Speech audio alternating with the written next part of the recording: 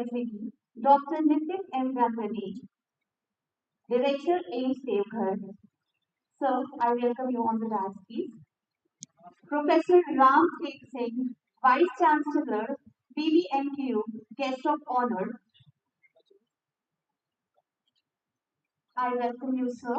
Dr. D.N. Chaurasia, CMC Railway. I welcome you, sir, on the dais. Dr. V.N. Chaudhary, owner of Chaudhary Nursing Home. I welcome you on the dais, sir. Dr. K. Viswas, ex-principal, PMCH. Dr. Manisha Vernikar, consultant, CNCI Kolkata. I welcome you, ma'am. And our CEO, Mr. Harinder Singh, sir.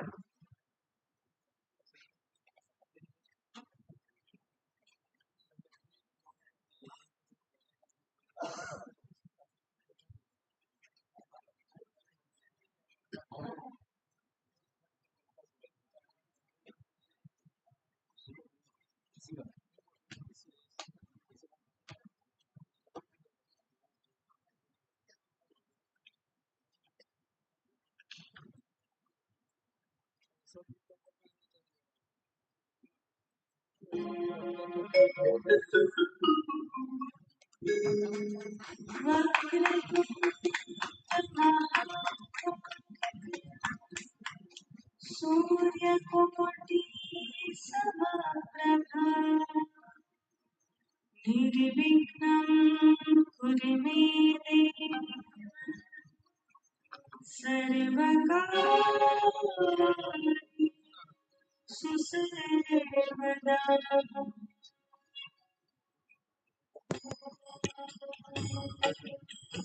ॐ गं गणपतये नमो नमः श्रीसिद्धिविनायक नमो नमः अष्टविनायक नमो नमः मंगलमूर्ति मोरया गणपतये नमो नमः श्रीसिद्धिविनायक नमो नमः अष्टविनायक नमो नमः मंगलमूर्ति मोरया ॐ गं गणपतये नमो नमः श्रीसिद्धिविनायक नमो नमः अष्टविनायक नमो नमः मंगलमूर्ति मोरया गणपतये नमो नमः श्रीसिद्धिविनायक नमो नमः अष्टविनायक नमो नमः मंगलमूर्ति Morya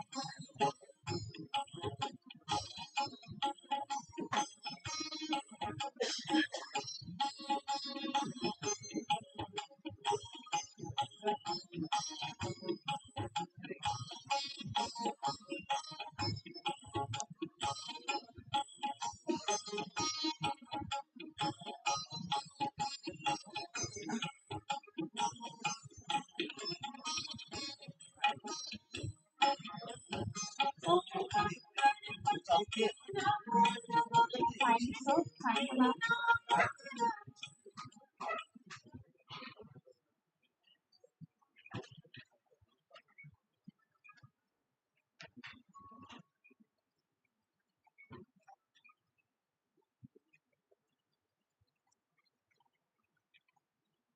To begin with the scientific session, I would like to introduce Dr. Nitin M. Gandhi, Director AIMS Devghar.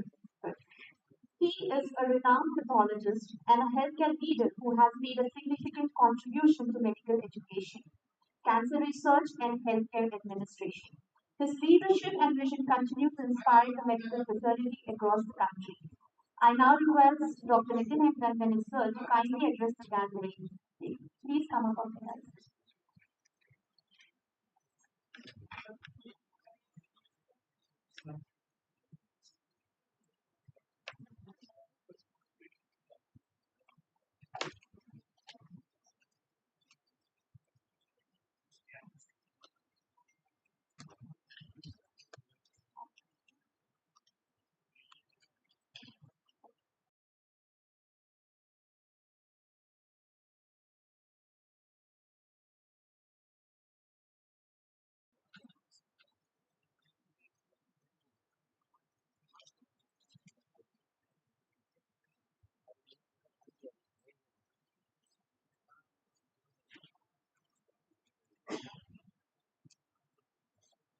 My apologies. Um, I request our CEO, Mr. Harinder Singh sir, to come up on the dais and address the gathering. Harinder sir, the CEO of Asarfi Group, need not have an introduction from anyone. He himself is an introduction for Jharkhand.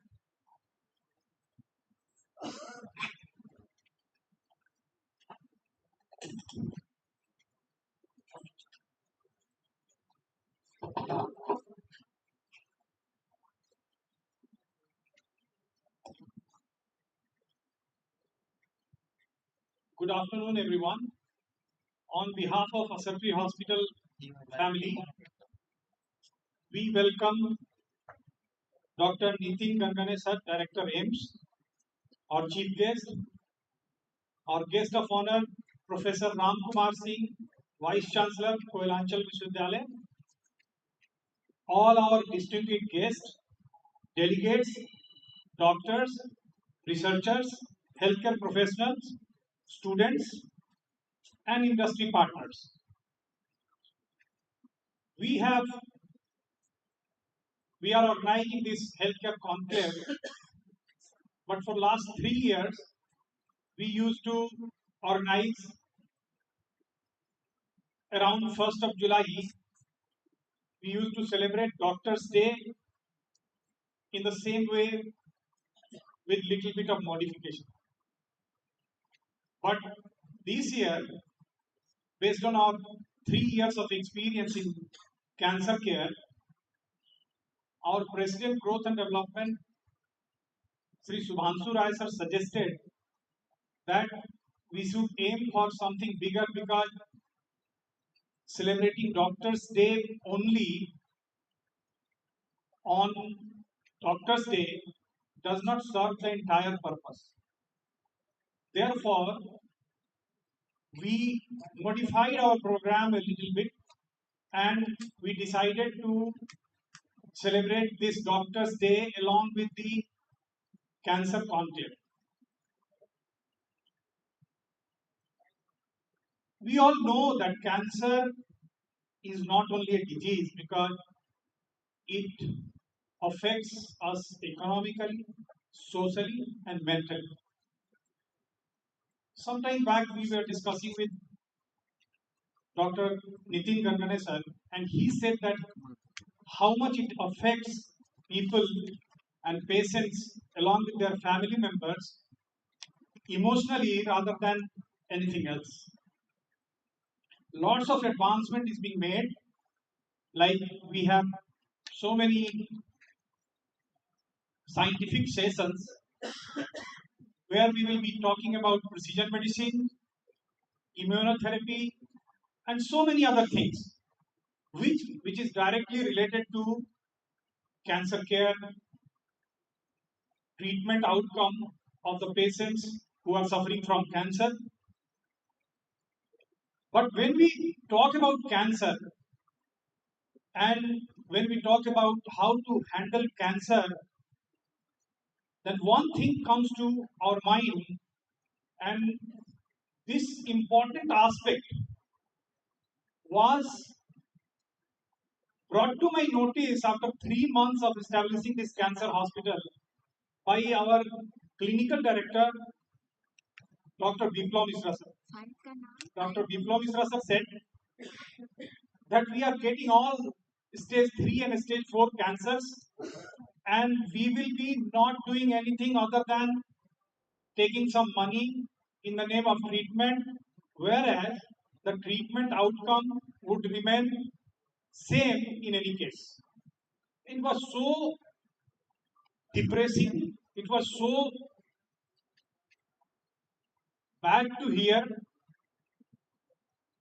I'm a graduate in electronics, so I do not understand many things about healthcare, but I know that people here come with a great hope. They come here with a great hope to get treated and resume their normal life. But if we are getting only stage 3, stage 4 cancer, where treatment outcome would remain same, it was very bad. So I started trying to explore what to do to change this situation. And we started early detection of and screening of cancer patients. Today we have a team of approximately 12 people who are working day in and day out and screening more than 1500 patients per month in different parts. Primarily we are doing it in Dhanbad right now, but we are trying to expand in other areas. Getting idea from there that the kind of data we are generating, we got ourselves registered in the National Cancer Creed and we are doing cancer-based registry also. So this was one step forward.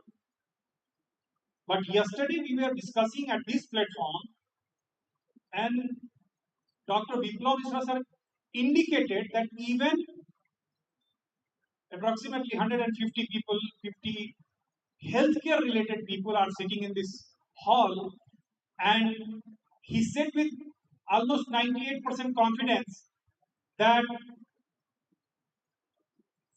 still we are not getting ourselves and our families screened for cancer. So this is very pathetic situation. Irrespective of the qualification and education, whenever anybody gets diagnosed or get a suspicion that he can have or he could have cancer, he would run pillar to post consulting many doctors and wasting almost 2-3 months minimum to understand whether he has actually got cancer and the disease in the meanwhile progresses. Therefore, it is our combined responsibility to make people, patient and patient's relative, aware about the importance of early detection and screening for cancer. As Asarfi Hospital, we since the beginning trying to bring quality of care like available in metropolitan cities at a fraction of cost in this region. But the problem is when you talk about quality, quality comes at a cost. And our thought process, the vision of our political leadership appears to be a little bit deviated because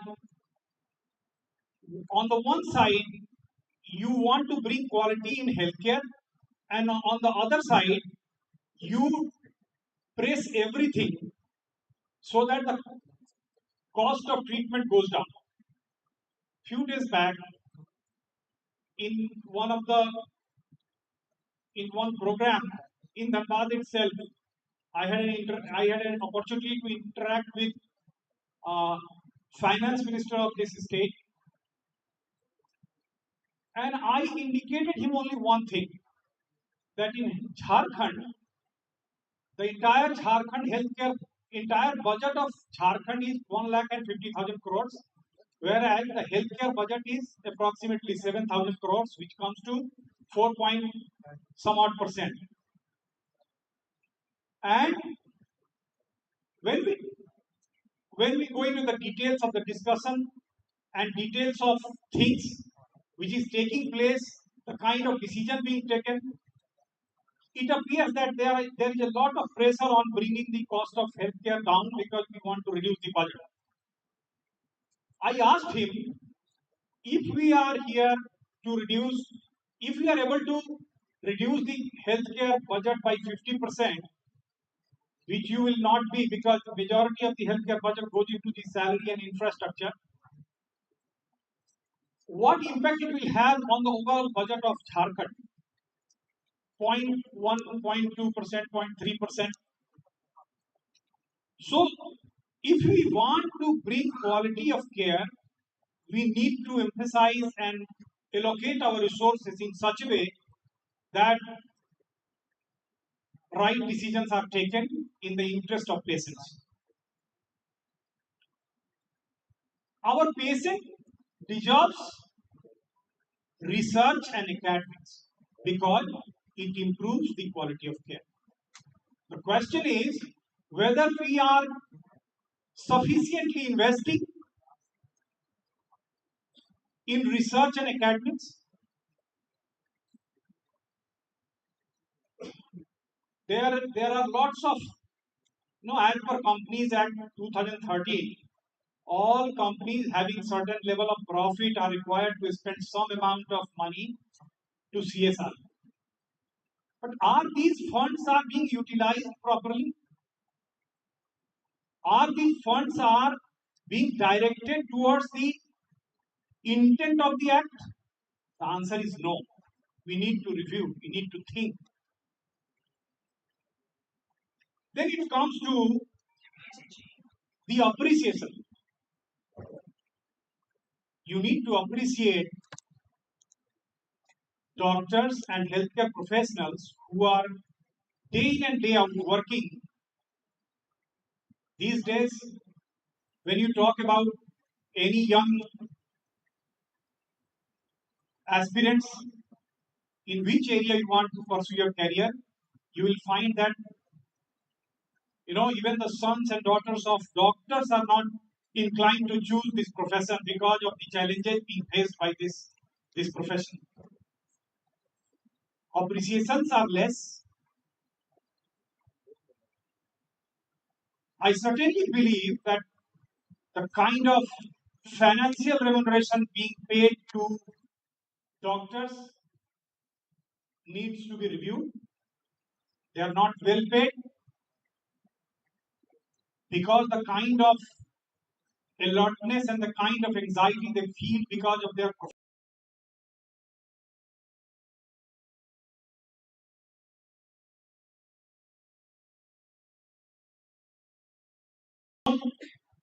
on healthcare professionals and hospitals are being made because of wrong narrative being set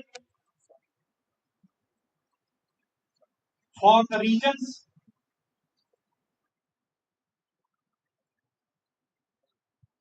of not understanding the entire healthcare,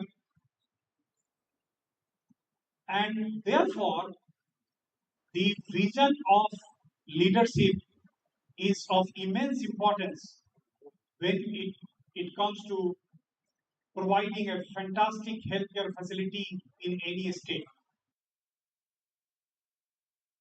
You will find hell and heaven difference. Why those differences are? Yesterday, one data was being displayed, whereas where it was demonstrated that in USA only 10% of patient comes and represent at stage 3 or stage 4, whereas in India we have 76% patient in stage 3 and stage 4. Why it is so? It is because we are not addressing the problem from the right perspective. Then what are the quality impediments? What affects quality of healthcare? The main problem is you are making and trying to create competition for providing healthcare at the lowest possible cost. Therefore, in other ways, you are trying to get the five-star facility at a dhaba rate. How it is possible? You, if you, in your thought process contradict your vision, how you are able to achieve uh, those targets? Therefore, you need to ascertain that you are dealing with the problem with the right perspective. It is not about reducing the cost. It is about optimizing the cost of care. If something is not possible at 10 rupees, it cannot be done in 10 rupees. Therefore, you have to rationalize. We in our country we have a very great scheme which was for the purpose of inclusive healthcare or health for all target, and Ayushman Bharat was introduced. We have lots of doctors dealing with Ayushman Bharat patients, and in Ayushman Bharat, you you call a bid, you ask your vendor, insurance company to provide or give their best least possible rate, and you choose the insurance provider who offer you the least rate. Now, to win the competition, we end up with a rate, or insurance company ends up with a rate which makes them unviable if they remain honest and ethical. Therefore, the claims are rejected, unnecessary queries are being raised, and ultimately, hospital feels reluctant to provide healthcare at the provided rates. So ultimately, who is suffering? The sufferers are your patients for whom you design the entire scheme. So you design a scheme, end up creating a situation where hospital will not benefit, and therefore the entire scheme struggles. But it is not like this. The calculation should be made.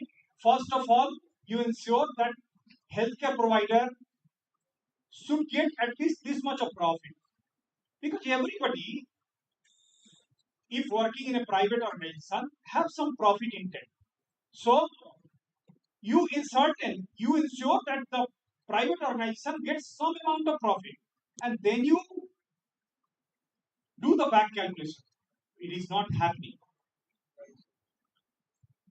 All Mediclaim insurance and Mediclaim policies are facing a lot of problem these days for the same reason. In last 4 days, we have almost all our GM insurance is here. In almost all the claims, we are getting rejection or getting approval of fraction of the claim raised. Therefore, we are headed towards a very challenging time. Hospitals are facing lots of cash flow problems. All big hospitals, I can bet, if you want to buy hospital, put cash in your pocket, you will find plenty of hospitals on sale. It is because cash flow of hospitals are very pathetic, very poor.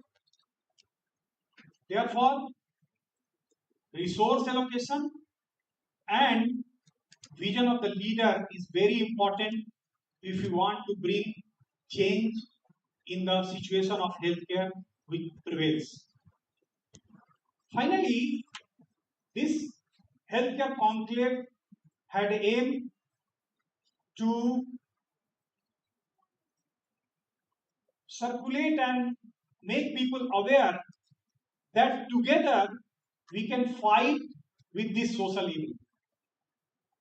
We, as a hospital, doctor, healthcare professional, students, we all can join hands together and make sure that patients who suffer from cancer are properly aware. They feel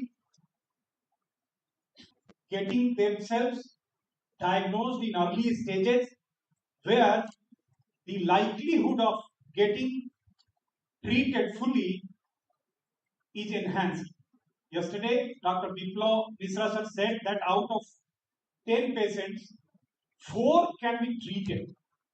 Therefore, the purpose of this conclave is to join hands together and believe that together we all can fight this cancer out and we can win the cancer. Thank you very much.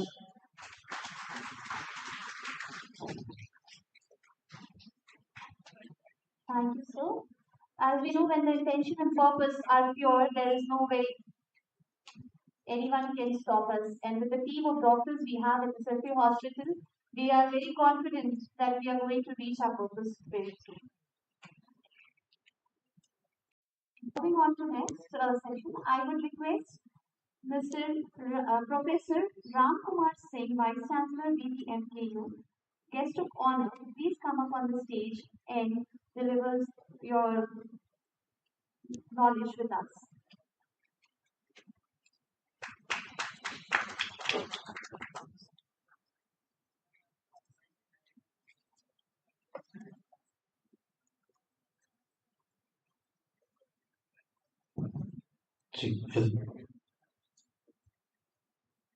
Thank you for giving me this opportunity. And we are in Jharkhand. So from my side, an entire family of Vinod Bihari Mahto Koilanchal University say all the participants and dignitary Johar, Johar. The topic of today for which we are here is Cancer Conclave organized by Excellent Institute, Prevention to Cure. And another side, if you see, there is awareness, prevention, screening, precision oncology, research, innovation, molecular diagnostic, survivorship, cancer care, hope, academic, and healing. Means nothing is left. Only question is how we can move or proceed further. If we say prevention, if you say care, care itself requires a lot of care. In medical terms, if you say care or health care, this must be taken by professionals and system.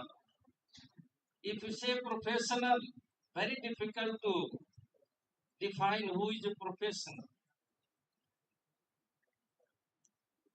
If you say system, very difficult to say which system is perfect, which system is suitable for the physical and well-being.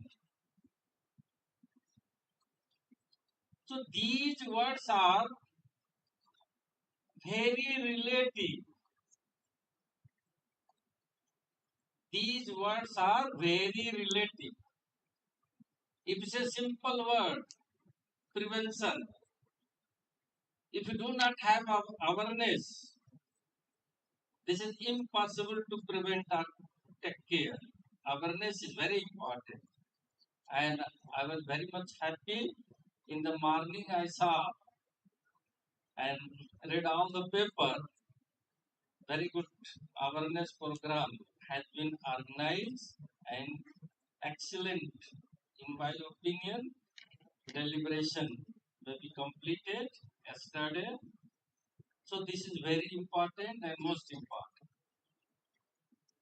Regarding, I'm not going to touch because each word have their excellent meaning and this required lot of time. Only because here all the learned, you can say, scientists are here. If you compare India abroad, if you compare good and bad, if you compare like CEO of this institute have compared South and North. So what is on what ground? Comparison is alright, no problem. But what is their literacy rate, what is their other facilities, what is their interference of the local society, etc. Need not to discuss it.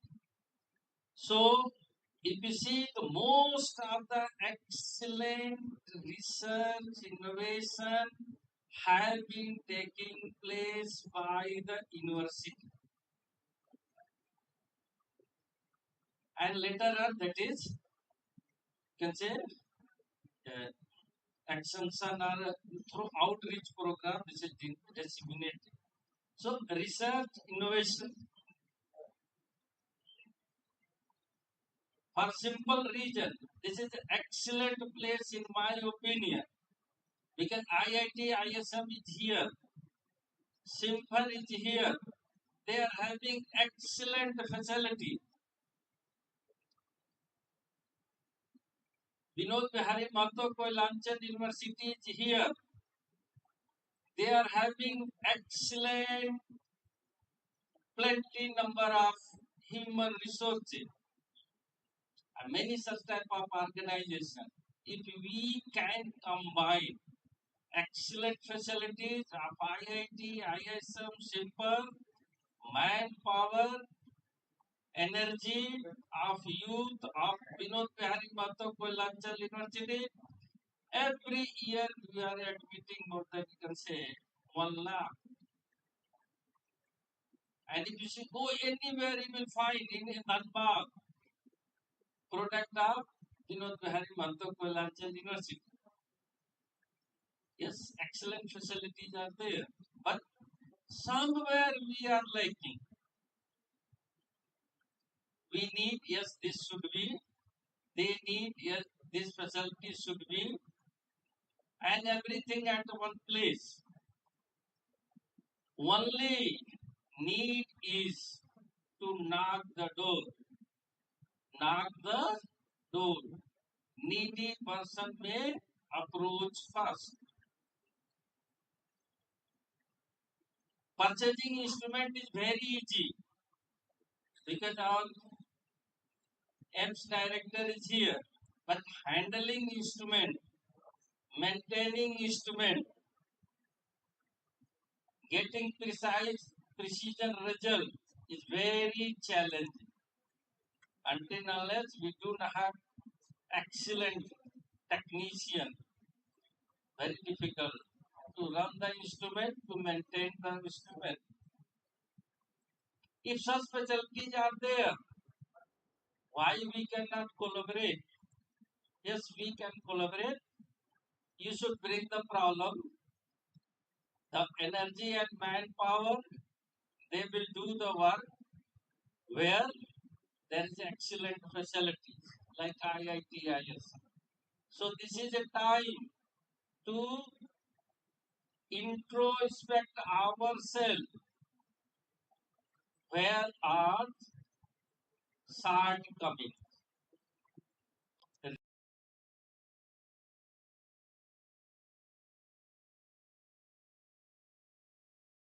and do the excellent.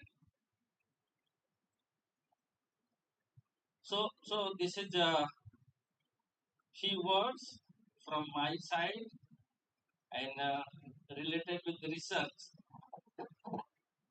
Very easy and very difficult. All are, you can say, master, graduate, doctor.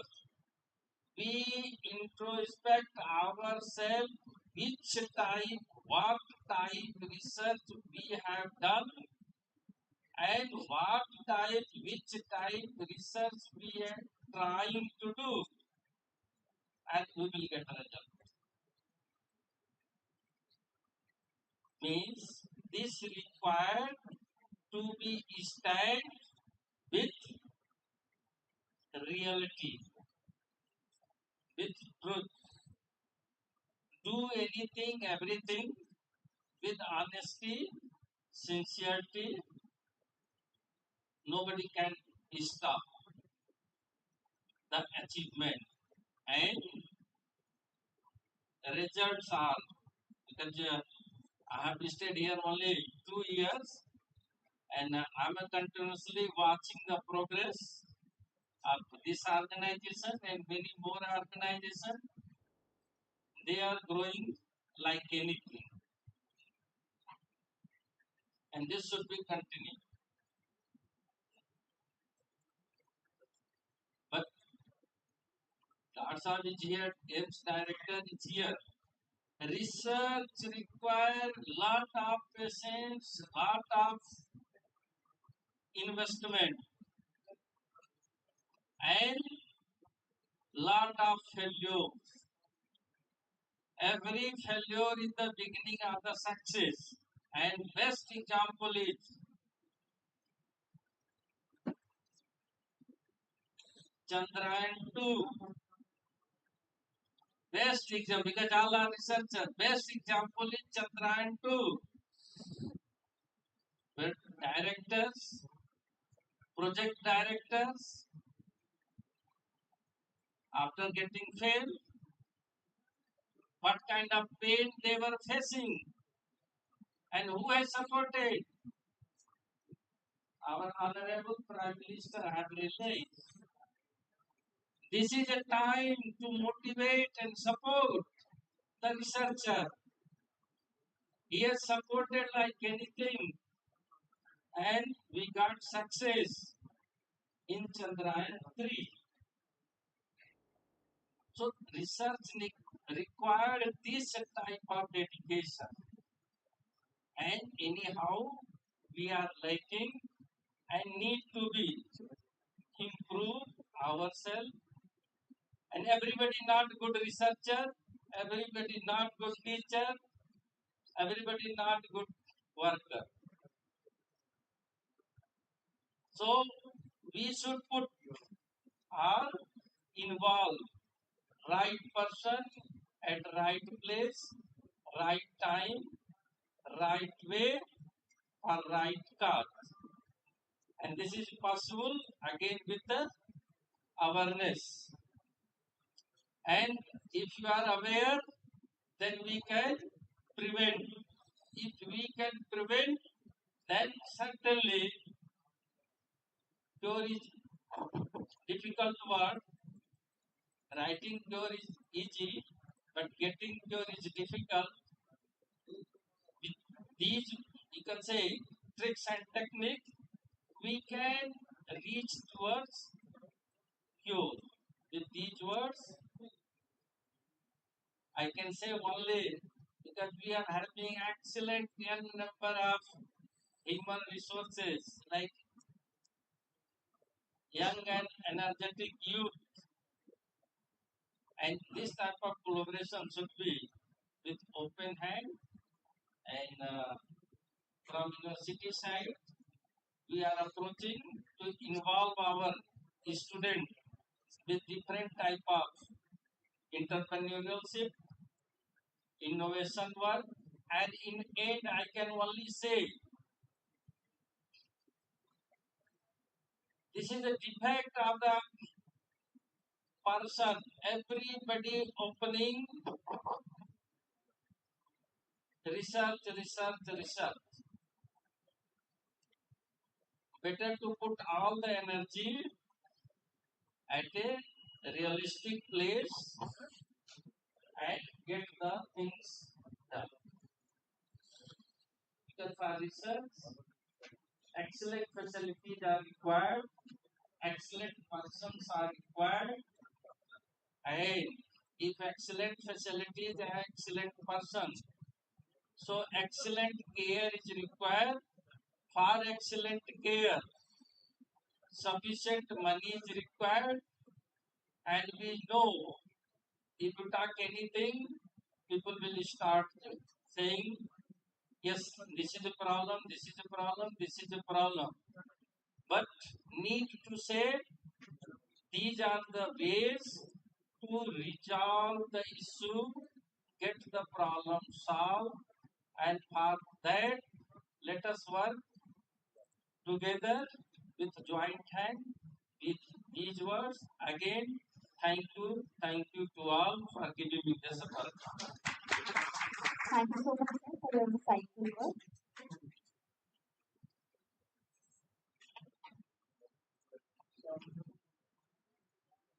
To inaugurate this scientific gathering, I would like to invite our respected guest, Dr. Nitin M. Nandini, Director Medical, Director AIMS Deoghar. Sir, I would request you to come up on the dais.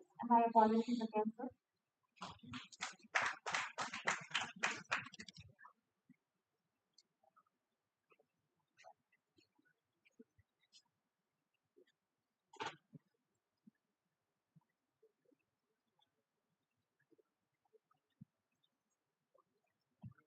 Vice Chancellor, sir, sir, Chief Executive Officer, Asarfi Hospital,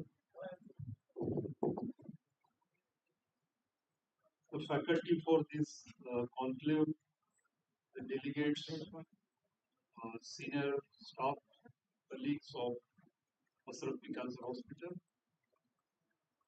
Let me first thank Virendra Singh ji for inviting me for this conclave. Actually, I heard about Asarfi Hospital 2, 3 years back when your IPO came. And I was suddenly surprised that a small hospital in Dhanbad is going for stock market.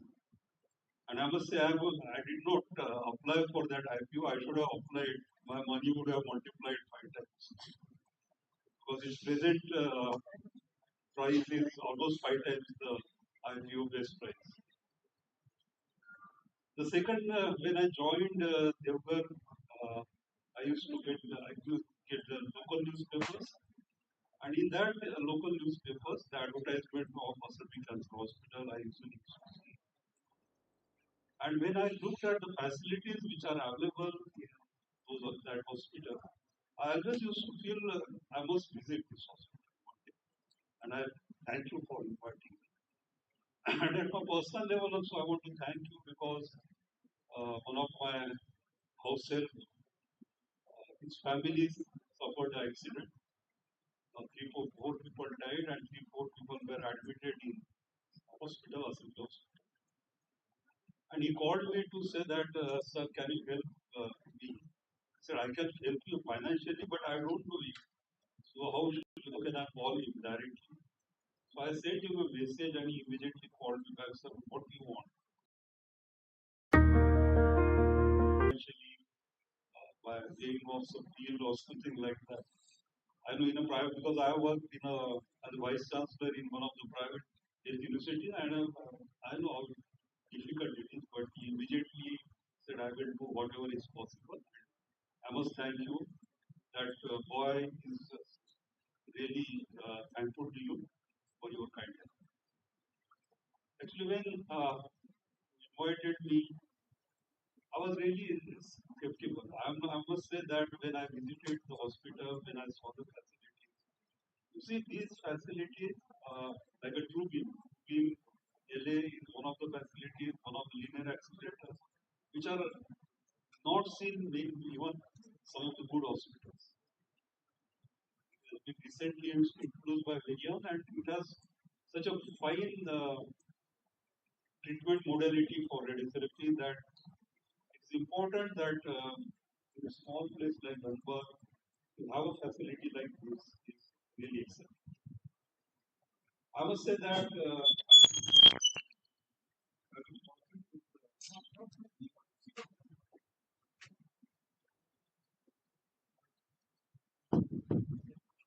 I've been working with cancer for last 30 years. I worked at International Agency for Research on Cancer. I also worked in National Cancer Institute. And having worked in cancer, I know how difficult it is to set up a cancer hospital. Previously, the cancer hospitals were mostly, private cancer hospitals were mostly uh, run by NGOs with a single cohort unit.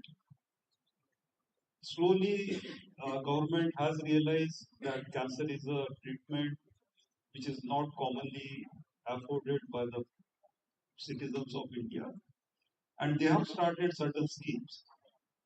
And because of those schemes, now some private hospitals are also coming in the field of cancer management. And as I was discussing with him, sir, he described what are the issues which they are facing. At my level, I know that I'm not a person who decides about the healthcare management of country, but somewhere, whenever there is an occasion, I will definitely like to point out the areas which you have mentioned to the government, and maybe some corrective steps can be taken. At least in Maharashtra, where I'm basically from Maharashtra, so there we had a system where we could give feedbacks for the Ayushman Bharat. Similarly, if that system exists in Jharkhand, then you can also give a feedback.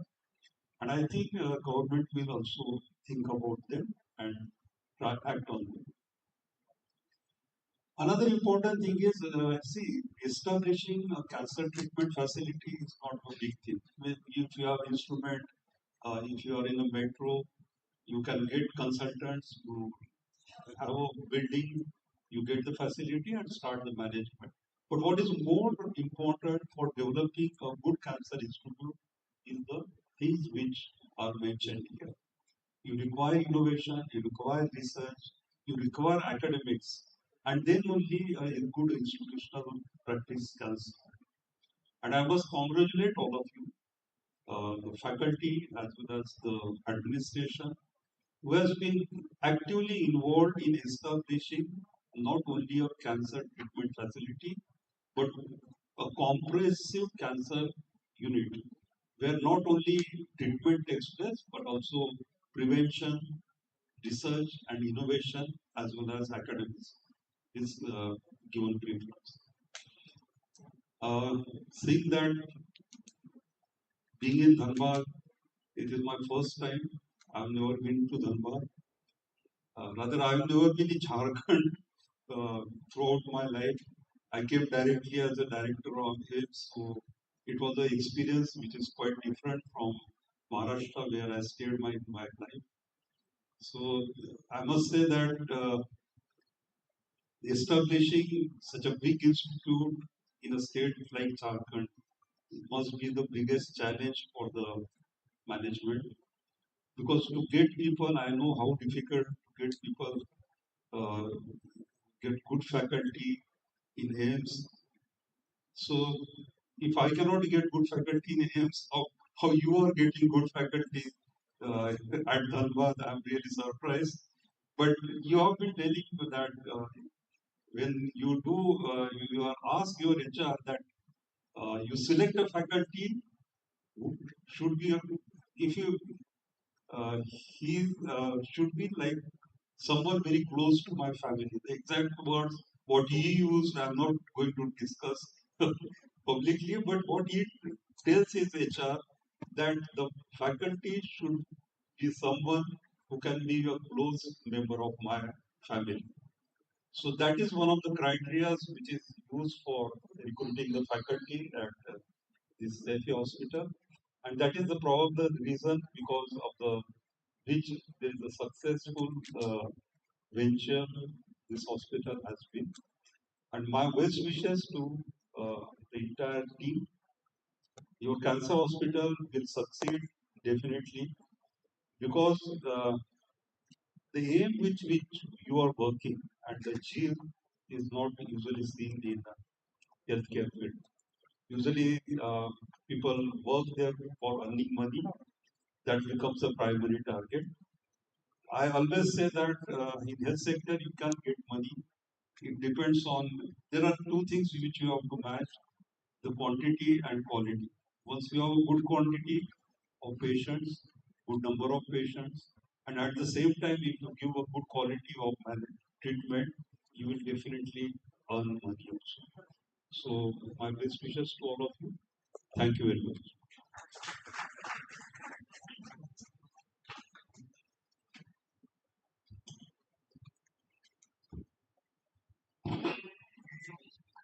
Since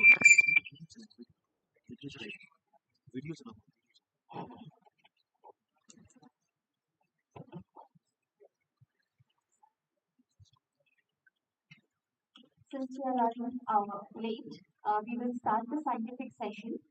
So, for the first session, may I invite Dr. Smita, scientist, AHL, Dr. Ramesh, medical oncologist, ACI, Dr. Soumya, pulmonologist, AHL. To present this topic, I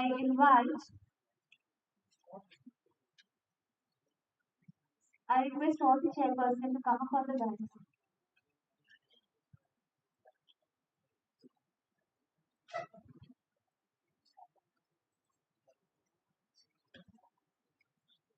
It is my privilege to introduce our esteemed speaker, Dr.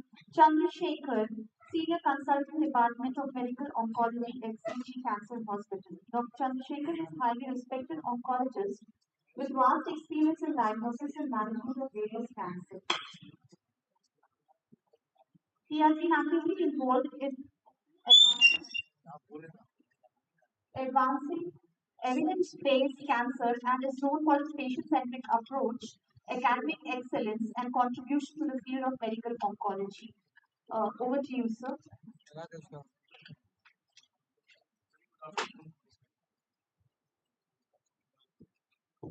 Yeah.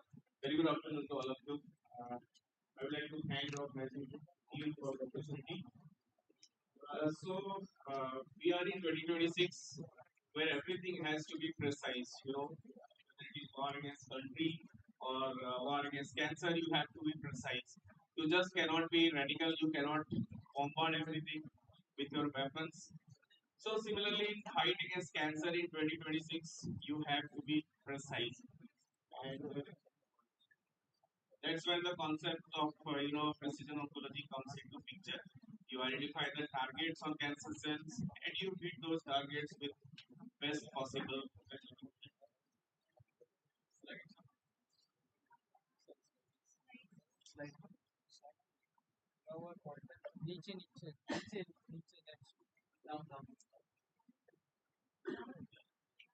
So, as we all know, as a treating oncologist, cancer is a challenge. It is just not defined by histology or site of origin. We have to look for different things to understand the biology of cancer. There are a variety of molecular profiling techniques or methods through which we identify the true nature of this disease, and we try to offer a treatment to our patients based on biology, not on anatomy or just histology of the cancer. So this is how, if you talk about cancer treatment 20 years back, then stage 4 lung cancer, adenocarcinoma, patient coming to an oncology clinic, clinician used to think, can this patient be offered chemotherapy? Whether this patient is fit for chemotherapy. Now in 2026, if a patient of stage 4 lung cancer adenomyxia comes to our clinic, we think what is the driver mutation which can be tested in this patient? What is the mutation which is driving this cancer, like EGFR, AL, ROS? So things have changed drastically in last 20 years, and now we are offering patients treatment to our patients based on molecular profiling, not just by histology of cancer. So in this slide, you can see earlier the only hope for stage 4 lung cancer patients 20 years back, it was only chemotherapy, cytotoxic chemotherapy, and these patients had, I would say, dismal survival nearly 1 year. But now you can see in 2026 we have a variety or you can say long list of mutations which can be tested like EGFR, AL, CROSS, MET, RET. We have markers for immunotherapy. We have markers for targeted therapies, and we test these markers routinely in our clinical practice. And I can safely say that these small molecules, these small targeted therapies have changed the life of such cancer patients. I have lung cancer patients with brain metastasis. They are surviving for nearly 5 years on oxymartinib, lorlatinib. These are very small molecules and targeted therapies. Uh, Apart from survival, these molecules are transforming quality of life of cancer patients. They have to take just simple oral pill, and they have to visit once a month, sometimes once in 3 months, just to have toxicity monitoring.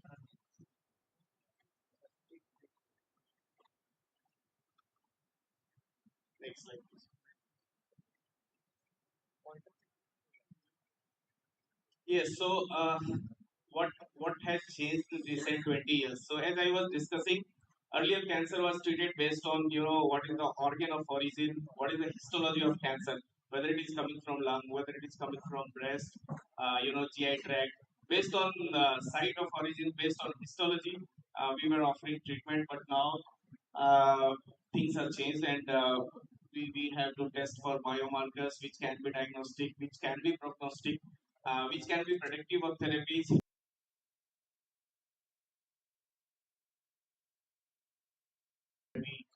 PD-L1 is highly expressing in lung cancer patients, and you get some sort of resistance markers like STK11, HEAP1.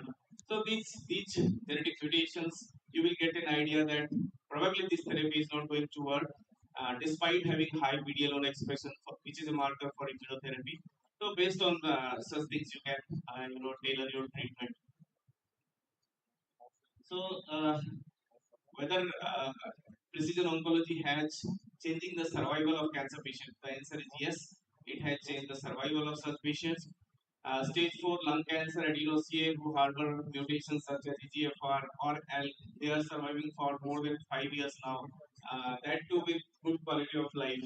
So definitely it has changed the survival of cancer patients. Coming to response rates, so suppose you are treating 100 patients, and what are the proportion of patients getting response with such precision therapies? So response rates are quite higher, and these responses are very durable. So you are getting better responses, you are getting durable responses. Patients are surviving for long, and they are having good quality of life. So this is what you thrive for whenever you treat a metastatic cancer.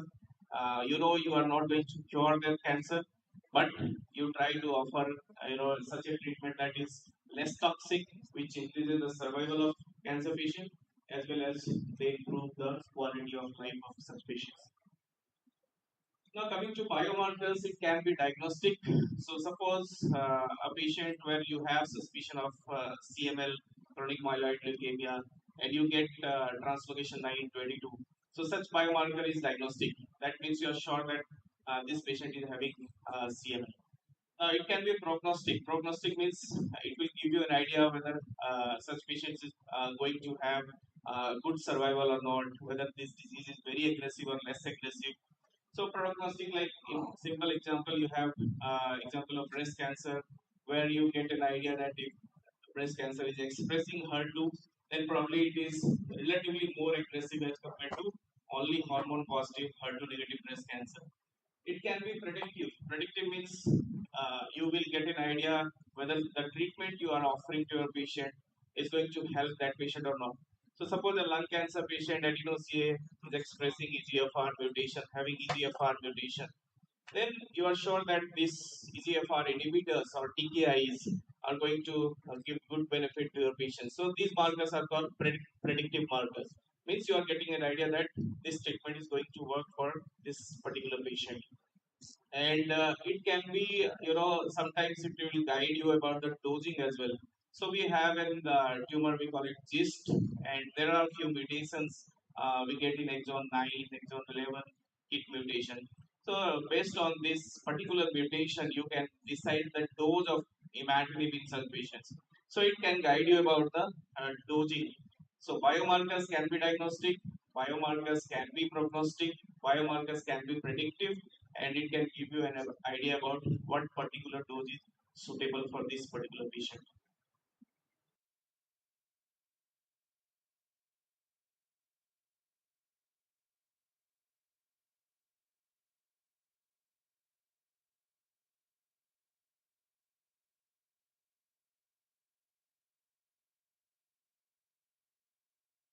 identifying the targets on cancer cells, and based on these uh, targeted therapies are coming into picture. So nowadays cancer research is mostly towards identifying targets on cancer cells when it comes to medical treatment. So obviously chemotherapy, as I said, it is sort of generalized medication. It will kill cancer cells as well as normal cells. Rapidly dividing cells are killed by chemotherapy, so they will have some toxicity in the form of alopecia, mucositis, myelosuppression, neutropenia, thrombocytopenia. So these are the toxicities and those limiting toxicities of chemotherapy. You cannot offer chemotherapy to frail patients who are having bad performance status. But this is not the challenge with targeted therapies or immunotherapies. They can be offered to patients who have age of 80 years, 90 years. They are frail. They are having bad performance status because these drugs are not that toxic. Uh, these drugs having toxicity profile which is quite manageable, and you can offer safely these drugs to patients who are even frail.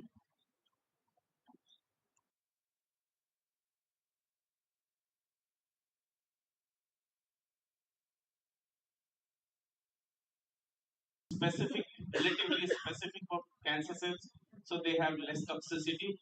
Probably you are getting good responses with these targeted or immunotherapies. The responses are very durable. They can be offered to patients who are frail or having bad performance status, and you are giving good quality of life to your cancer patients with these molecules. Now, this is the basic biology of cancer. You have DNAs and you have RNAs, and now the concept of identifying the proteins which is coming into picture. We are beyond genomics in oncology now. Genomics is very basic in oncology now. We are into proteomics, metabolic changes, what are happening in cancer cells.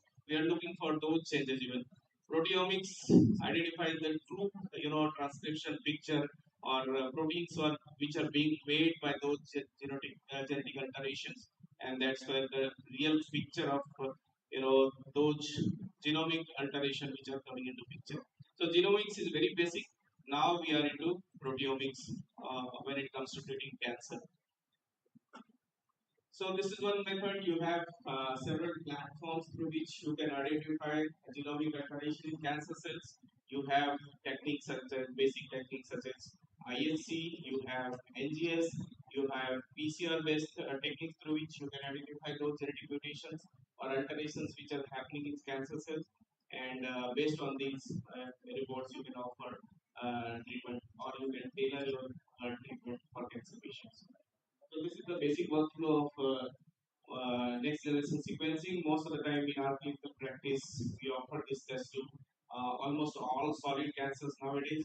Even in early stage lung cancer, we are offering some biomarker testing like EGFR, ALK, RED for cancer patients. Even in hematological malignancies such as acute myeloid leukemia, acute lymphoid lymphoblastic leukemia, we are routinely performing, NGS to look for any sort of targetable mutations. Now, this is one new concept, liquid biopsy. Issue is an issue in cancer. Particularly, there are in this house a lot of treating clinicians, oncologists are there, so they must agree with me that issue is an issue. Suppose in lung cancer patient you have biopsy, you have done biopsy, and you perform IHC routinely in lung cancer patient, and then you are left with no tissue for further genomic analysis or genetic testing.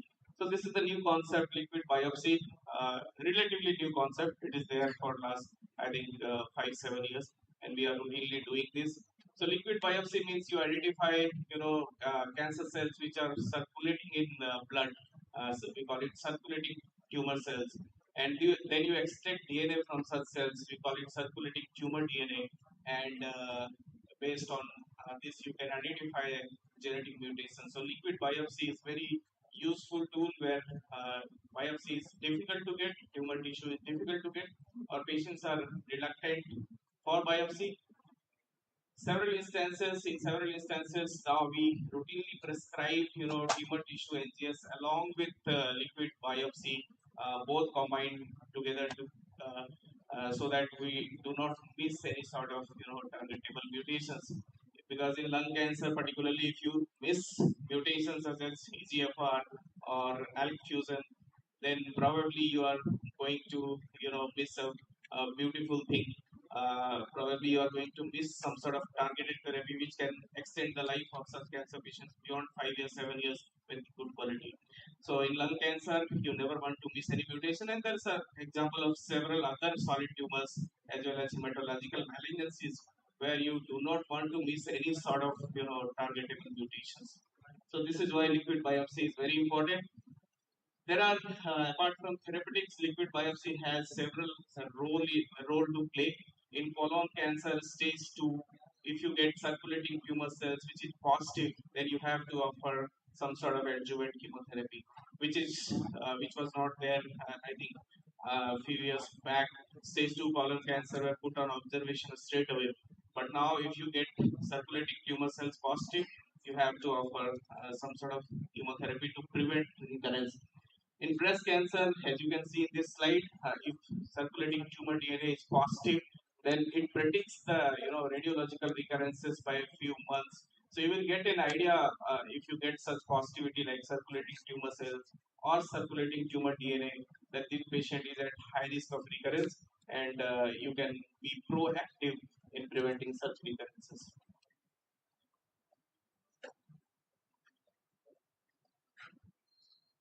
Next slide, please.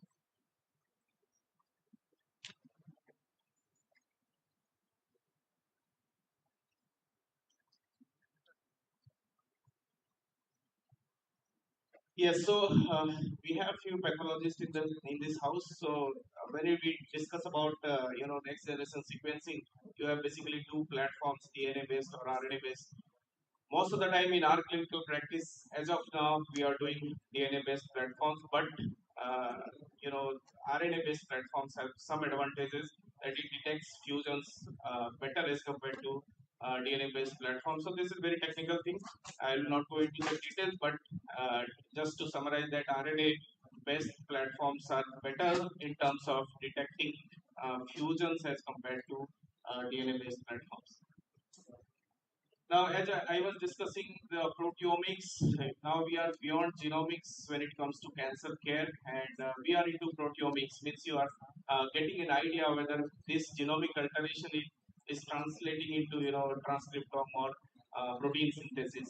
So this is the newer concept, and this is the latest concept in cancer care.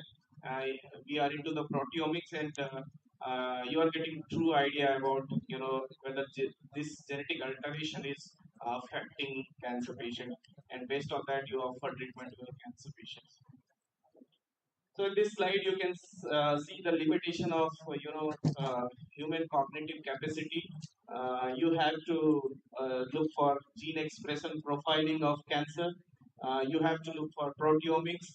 Then you have to, obviously, in the era of AI, you have to integrate AI into click in this picture, and based on all these above integration, you come to a conclusion that this particular therapy is suitable for this particular patient.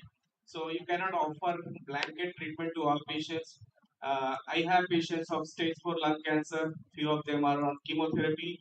Few of them are on targeted therapy. Few of them are on immunotherapies. So the crux is you cannot offer blanket treatment to all cancer patients. This is not going to work. Each and every cancer patient has different biology of their tumor, and you have to identify the biology. You just cannot give chemotherapy to all cancer patients.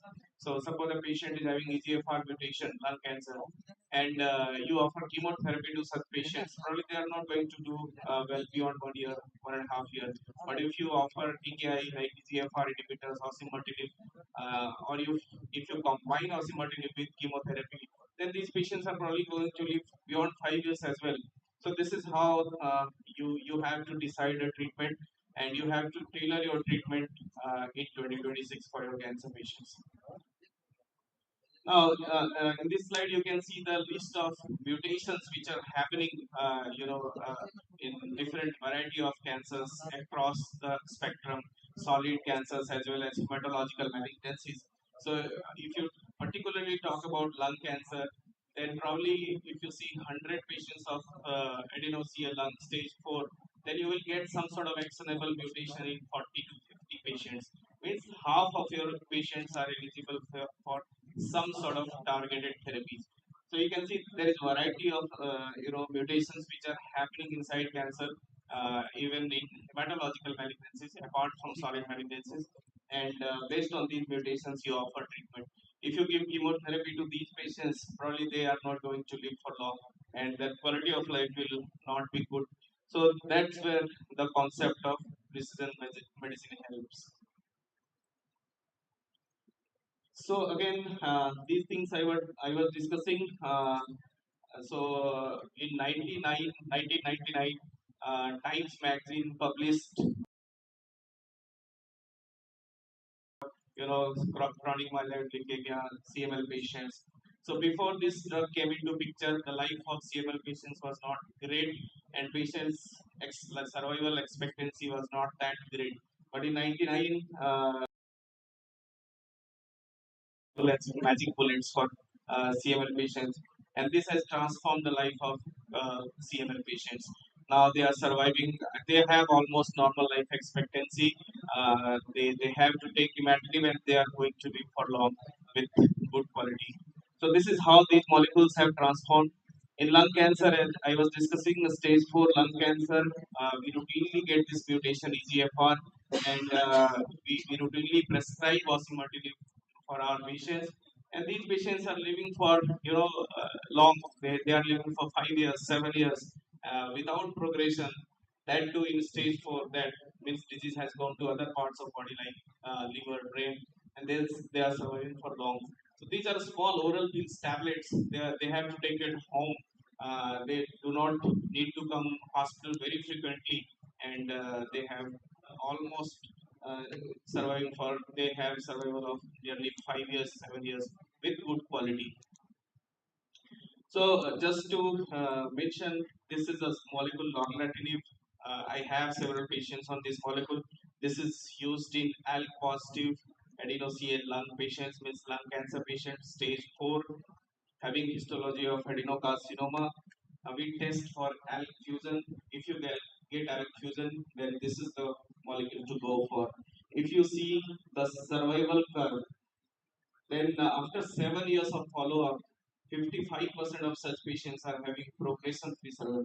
Means if you treat 100 patients of lung cancer stage 4 who have adenocarcinoma and they have ALK fusion, then out of 155 are having progression-free survival. Their disease is not progressing, and this data is after 7 years of follow-up, 84 months of follow-up. So you can imagine how this has transformed the life of such patients. Now, same molecule in those patients who have brain metastasis, or they are likely to have brain metastasis. So, ALK fusion patients in their lifetime they will have brain metastasis for sure. So these patients, you see the follow-up data after 7 years of follow-up, 92% of patients they have not their disease progressed within brain, means they have their disease control. Out of 100 patients, 92 are not having any sort of progression in their brain. So you can imagine how this molecule is effective and how these patients are living. I have patients on this molecule, and they are on follow-up for last 3 years, 4 years, and they are just doing fantastic. We do PET scan every 3 monthly, and there is no evidence of disease anywhere in the body. So this is the wonder precision medicine is creating for cancer patients.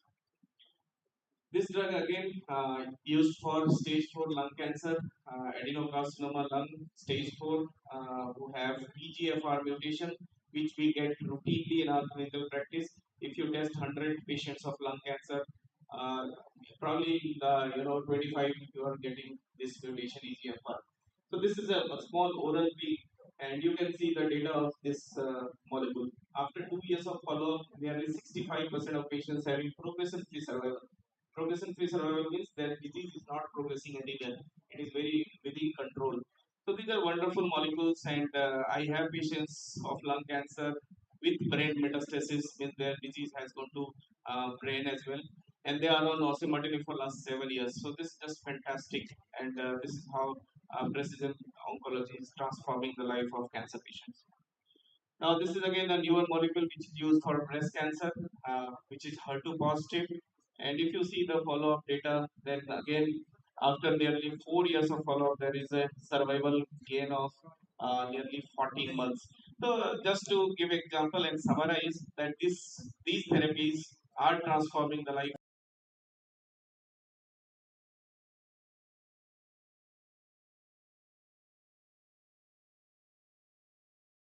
Understand the biology of cancer, and things are going beyond genomics. We are into the proteomics of cancer, and that's how we are offering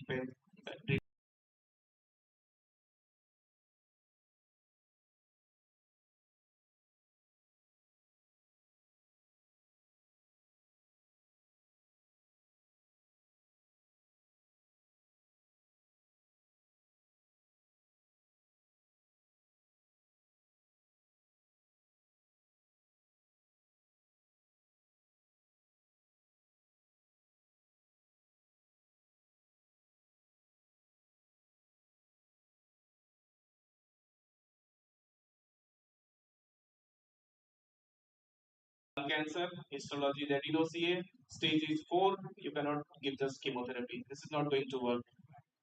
You have to identify the driver mutation. You have to identify the genetic mutation which is happening in cancer, and now we have a rich plethora of targetable therapies which can be offered to our patients. So you have to identify the right patient. You have to choose the right therapy, and that's how you change the outcome of cancer. These precision medicine are transforming the life of cancer patients. They have better outcomes, they have less toxicity, and they have relatively good quality of life. It is a dynamic and adaptive approach, so you have to change yourself. Just to mention one thing, as a medical oncologist, you have to study every day.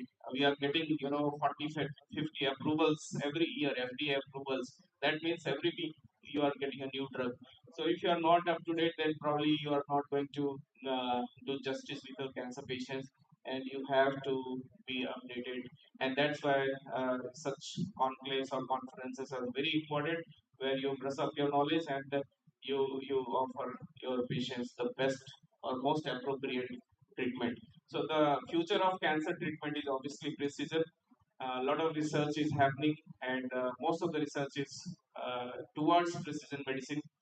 You identify targets on cancer cell, you hit those targets with best possible uh, weapon you have. And as I was mentioning, we are getting 40, 50 new FDA approvals every year. Means every week we are getting one new drug for cancer patients. With this, I would like to stop. Thank you all for your patient hearing. So,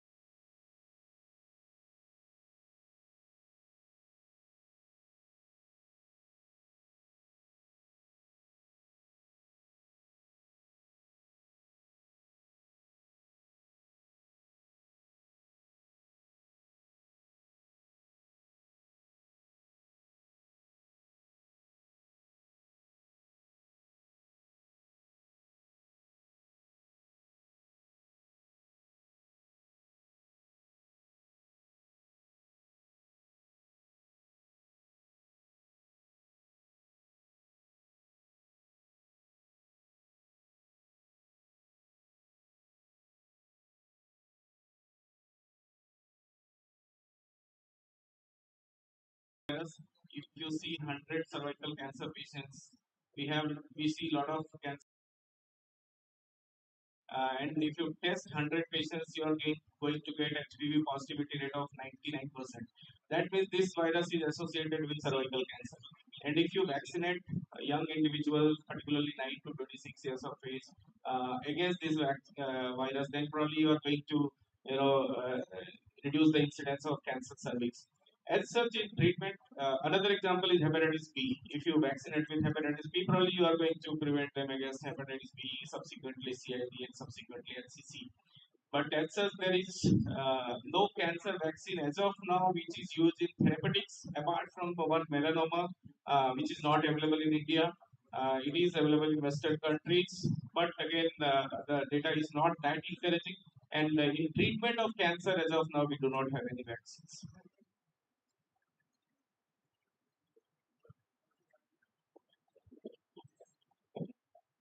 Limited in many sections of our society. To present this topic, interesting topic, I request Dr. Manisha Vemnek, Senior Consultant, Department of Gynecologic Oncology, Chittaranjan National Cancer Institute, to come up on the stage. As a chairperson to address, to follow this session, I would request Dr. Satibha Rai Chaudhary, ma'am, Dr. K. Vishwas, and Dr. V. N. Chaudhary to come up on the stage for the chairperson, as a chairperson. Ma'am, I request you to please come up. Ma'am, ma'am.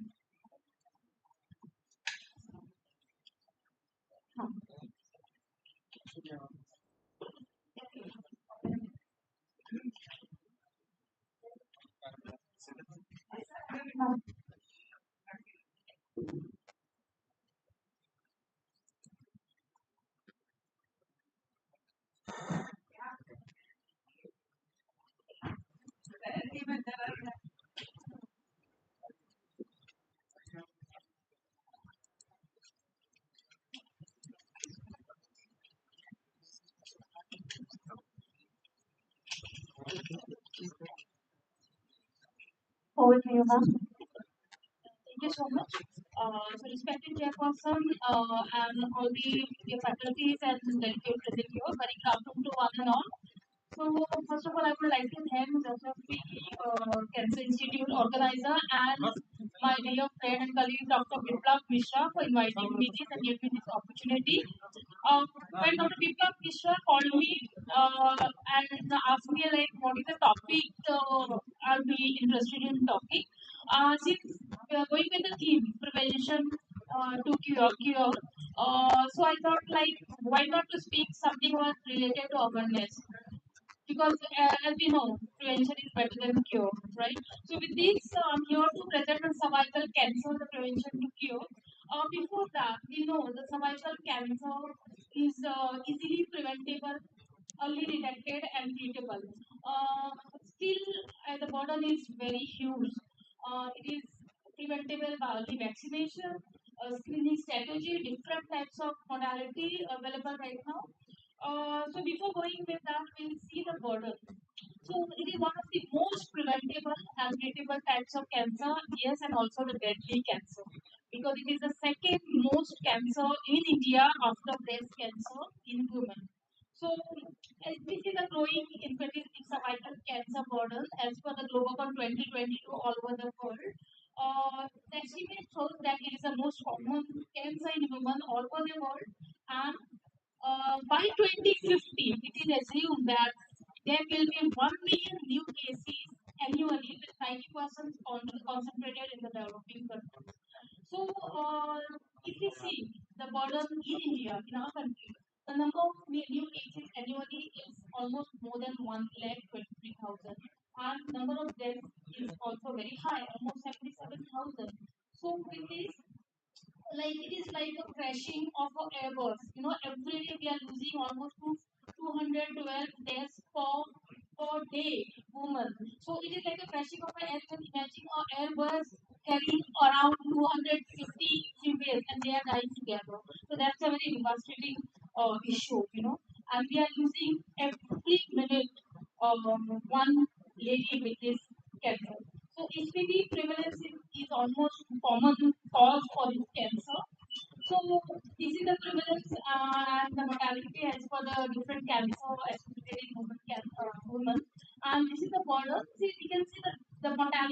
the new cases and the death is increasing year by year, and by 2020, this is the rate. So this is just a highlight regarding when the launch was done by WHO regarding the global strategy for elimination of cervical cancer. So we can see the Howrah Beach. It is painted colored in teal, not painted, sorry, it is lighted in teal color. So teal is the color of cervical cancer, and this is a Howrah Beach to mark the launch of elimination for the cervical cancer. So WHO with this, proposed a call for action, that is uh, 90, 70, 90. We should remember this thing. I think 100 times I have repeated this same thing almost every year in every conference or everywhere whenever present. So this is just not the figure. This is the number we should achieve this motive.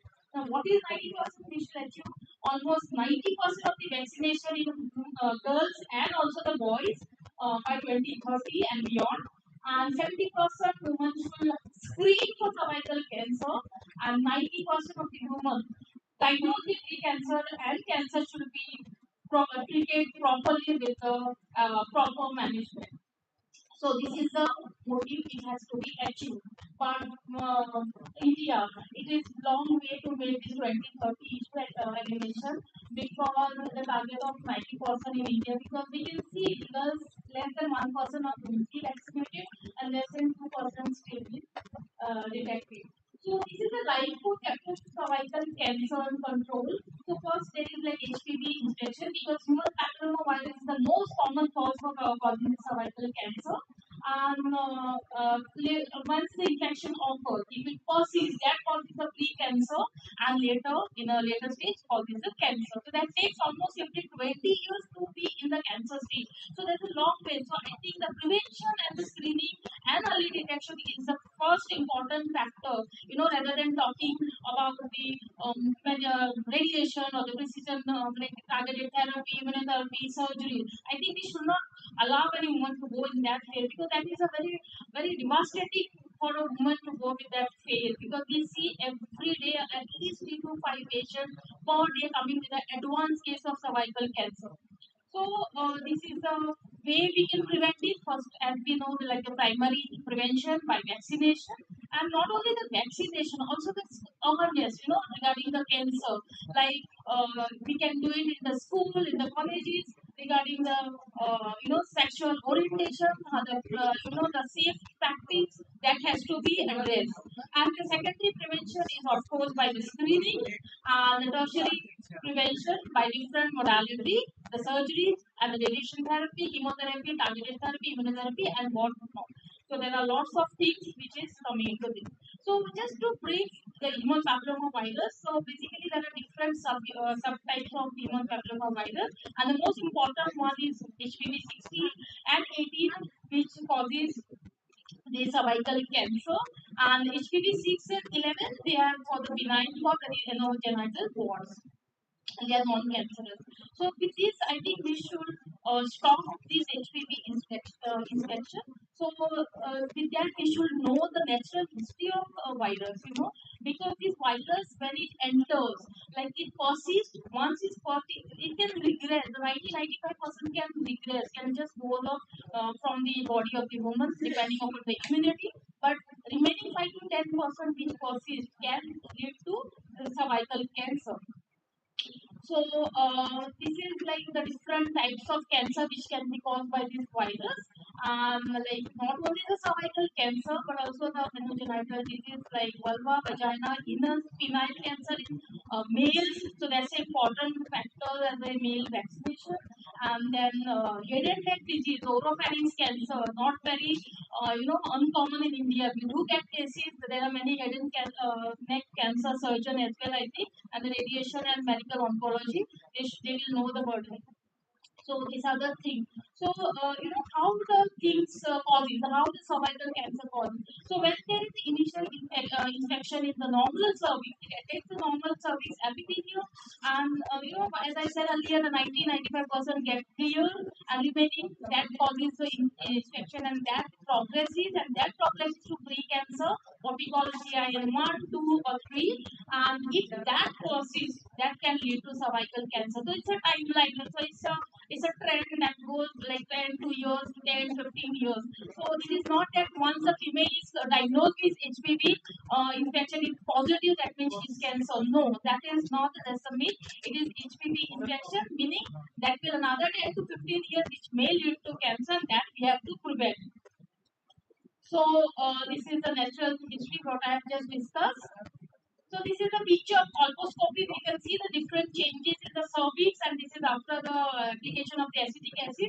So these are the different low grade lesions, that is CN1, and the rest we can see, there is a uptake of acetic acid. Most of the gynecologists, I think, they will understand this. So this is the different types of. This is not a cancer. So this is a pre-cancer, right? So this can be just managed just by ablation or by excision. So, like 5 to 10 years, it takes time to develop cancer from infection. Beyond that, also maybe 15 years also. And then it is not the viral, it is not the viral load which is present. Like it is affects the epithelium that causes the cancer. And most of the cases, there is no any histological, cytological changes. That we have to understand. So, what are the other factors which can, aggravate this condition? Such as long-term use of hormonal contraceptive. So, there is almost 3 times risk of this cancer, and like early initiation of sexual activity, high pregnancy, multiple childbirth, then sexually transmitted infection like chlamydia, trichomoniasis, and immunosuppression, HIV, which is very common, like and then HIV infected women, the modality of screening is different. For such immunocompromised patient, like tobacco smoking, multiple sex partner, and of course the low socioeconomic status as well. So how does it affect? Because how the infection occurs? Sorry, it occurs through the sexual intercourse, because there's a vertical transmission that is mother to child and homite, but normally through the intercourse, sexual intercourse. And it is found that in every 10 women in each woman might have HPV infection at any time in their life. So at what age the genital HPV infection detected? So basically there is no age at which all boys and girls are infected. Half of the new cases annually are coming from adolescents. So I think adolescent awareness, the school, colleges awareness, sex education is very important. That is the first step for prevention. Going with the screening, that is of course secondary prevention, but I think first the baby step for people is the sex education, the awareness, and regarding the all the approaches has to be addressed. So who are at risk? Young age, for sexual intercourse, multiple sex partners, high family, low socioeconomic status, male partner, sexually the male partner having multiple sexual partners. Then in addition with the smoking, use of OCPs, nutritional factors, these are other factors has to be and of course the immunocompromised condition. So beware of the symptoms. So when the lady presenting with continued vaginal discharge in spite of treatment, and foul smelling, which is thick discharge, repeated vaginal infection, and also the urinary infection can come. And the most important complaint they present is the post, especially the reproductive age group, 40, 45 years of age group. They present the postcoital bleeding, and we should not ignore this, complaint. We have to take it very thoroughly, and not in hitting or recurrent cervical erosion. Actually, erosion is not a right term. It is cervical lesion basically. So erosion is a normal pathological term which is a colposcopic finding, and irregular menstrual bleeding also, and especially the postmenopausal bleeding, the perimenopausal bleeding, we have to take into account. So, how do we do the primary prevention? As I said earlier, by HPV vaccination. So, these are the different types of HPV vaccine available. And the DCGI approved the quadrivalent vaccine against this virus. So Delhi was the first state to launch HPV vaccine, and then Punjab, Sikkim, they are almost having 100% HPV vaccination for all. And our institute is a privilege to say that our institute is, collaborating with Bengal Athletic Gynae Society, then the Rotary Club, and having a free vaccination camp all over the West Bengal. And nowadays we know it's a nationwide good news which has been launched on 20th of February, the nationwide HPV vaccination for 14 years of girls. And this was the single dose Gardasil vaccine which was given, the quadrivalent HPV vaccine. So HPV vaccine is made by recombinant DNA technology. I won't go very thoroughly in this. So there are different types of vaccine which are available in India, and this is the Gardasil, as we know, it's outside the foreign MSP based vaccine, and this is quadrivalent, and there is also nanovalent, which is quadrivalent Gardasil 9. And this is how it is given. For whom? For 9 to 14 years age group of girls and boys at the dose, two doses at the age of zero, month of zero, means today, and at 6 months, repeated. And another more than 15 to up to 26 years at zero, 2 months, and 6 months. And also up to 26 years beyond, up to 45 years, can females can take this vaccine. And I'm very happy to share that this is the Make in India vaccine, HPV vaccine that Sarvavac, and our institute, CNCR, Chitranjan National Cancer Institute, was one of the sites under this trial, that in a trial, and I was one of the investigators. So this is the Make in India. Nowadays, I insist everyone to please vaccinate your girls and boys with this vaccine. It's a safe vaccine. So FDA approved this vaccine. Right. So there are different trials which have proposed and recommended that the vaccine is safe. There are other evidence also. So what are the indications? Of course, for the prevention of cervical cancer and other endometrial cancer, and also the genital wart, which is a benign condition. So it is very effective, almost 100%. And the vaccine, yeah. So when we can give, I said like 9 to 14 years 2 doses, and 15 to 26 3 doses. So this is the schedule. And side effects minimal to minor, just any other vaccine, just fever, pain at the site of vaccine, and maybe like swelling, and yeah, but that can be managed with the supportive care, but not very that threatening side effect has been seen till now. So what are the special precautions? Pregnant woman, it is still not recommended, still under like the trial is not being done, and in vaccine. Okay. Yeah. And in case of lactating mother, yes, we can give the vaccine during lactation. So is it costly? I would say like the Gardasil, it costs around 3 to 4,000 quadrivalent, and Gardasil 9 is almost 10,000, and the Cervavac, which is made in India, cost around 2,000, and in like government we are giving it free. Otherwise, in certain government small medical colleges also they give it for around 800 to 1,000. So with that, you can consult your pediatrician, gynecologist, or gynecologist regarding the vaccination. So these are the issues. So what we can, this is the vaccination protection. It is seen that 98% effective against this HPV 16 and 18 and all the CIN related issue. And also it covers up the genital wart, almost 99% effective. And other cancer as well, it is almost 100% effective. So these are the different pictures. You can see the different programs which were arranged and organized by our institute, and we are almost involved since 2017 in different vaccination programs, and we are giving the vaccines. So now secondary prevention, very important aspect. So how we do the secondary? By screening. So how do we do screening? So basically, the screening programs are helpful for detecting of any pre-cancer. So what are the approaches and modalities? So basically, molecular, that is in the form of HPV DNA testing by form of COBAS test, hybrid capture. There are different modalities. The cytology, the pap smear, mostly in the lower resource setting is done. The pap smear is almost all over India is done. VIA also very important in low resource setting. VIA, that is visual inspection acetic acid, and visual inspection of service with neutral iodine, that is VILA. So these are the different tests which are available. And these are the picture we have seen. That is the colposcope, mobile colposcope you can see, and that is you can take it anywhere in the camps and do the testing. Right. So what the WHO recommend? WHO recommend that HPV DNA test has to be done in the age group of 30 to 60 years every 5 years, 5 to 10 years, and in case of HIV, it will be repeated every 3 years.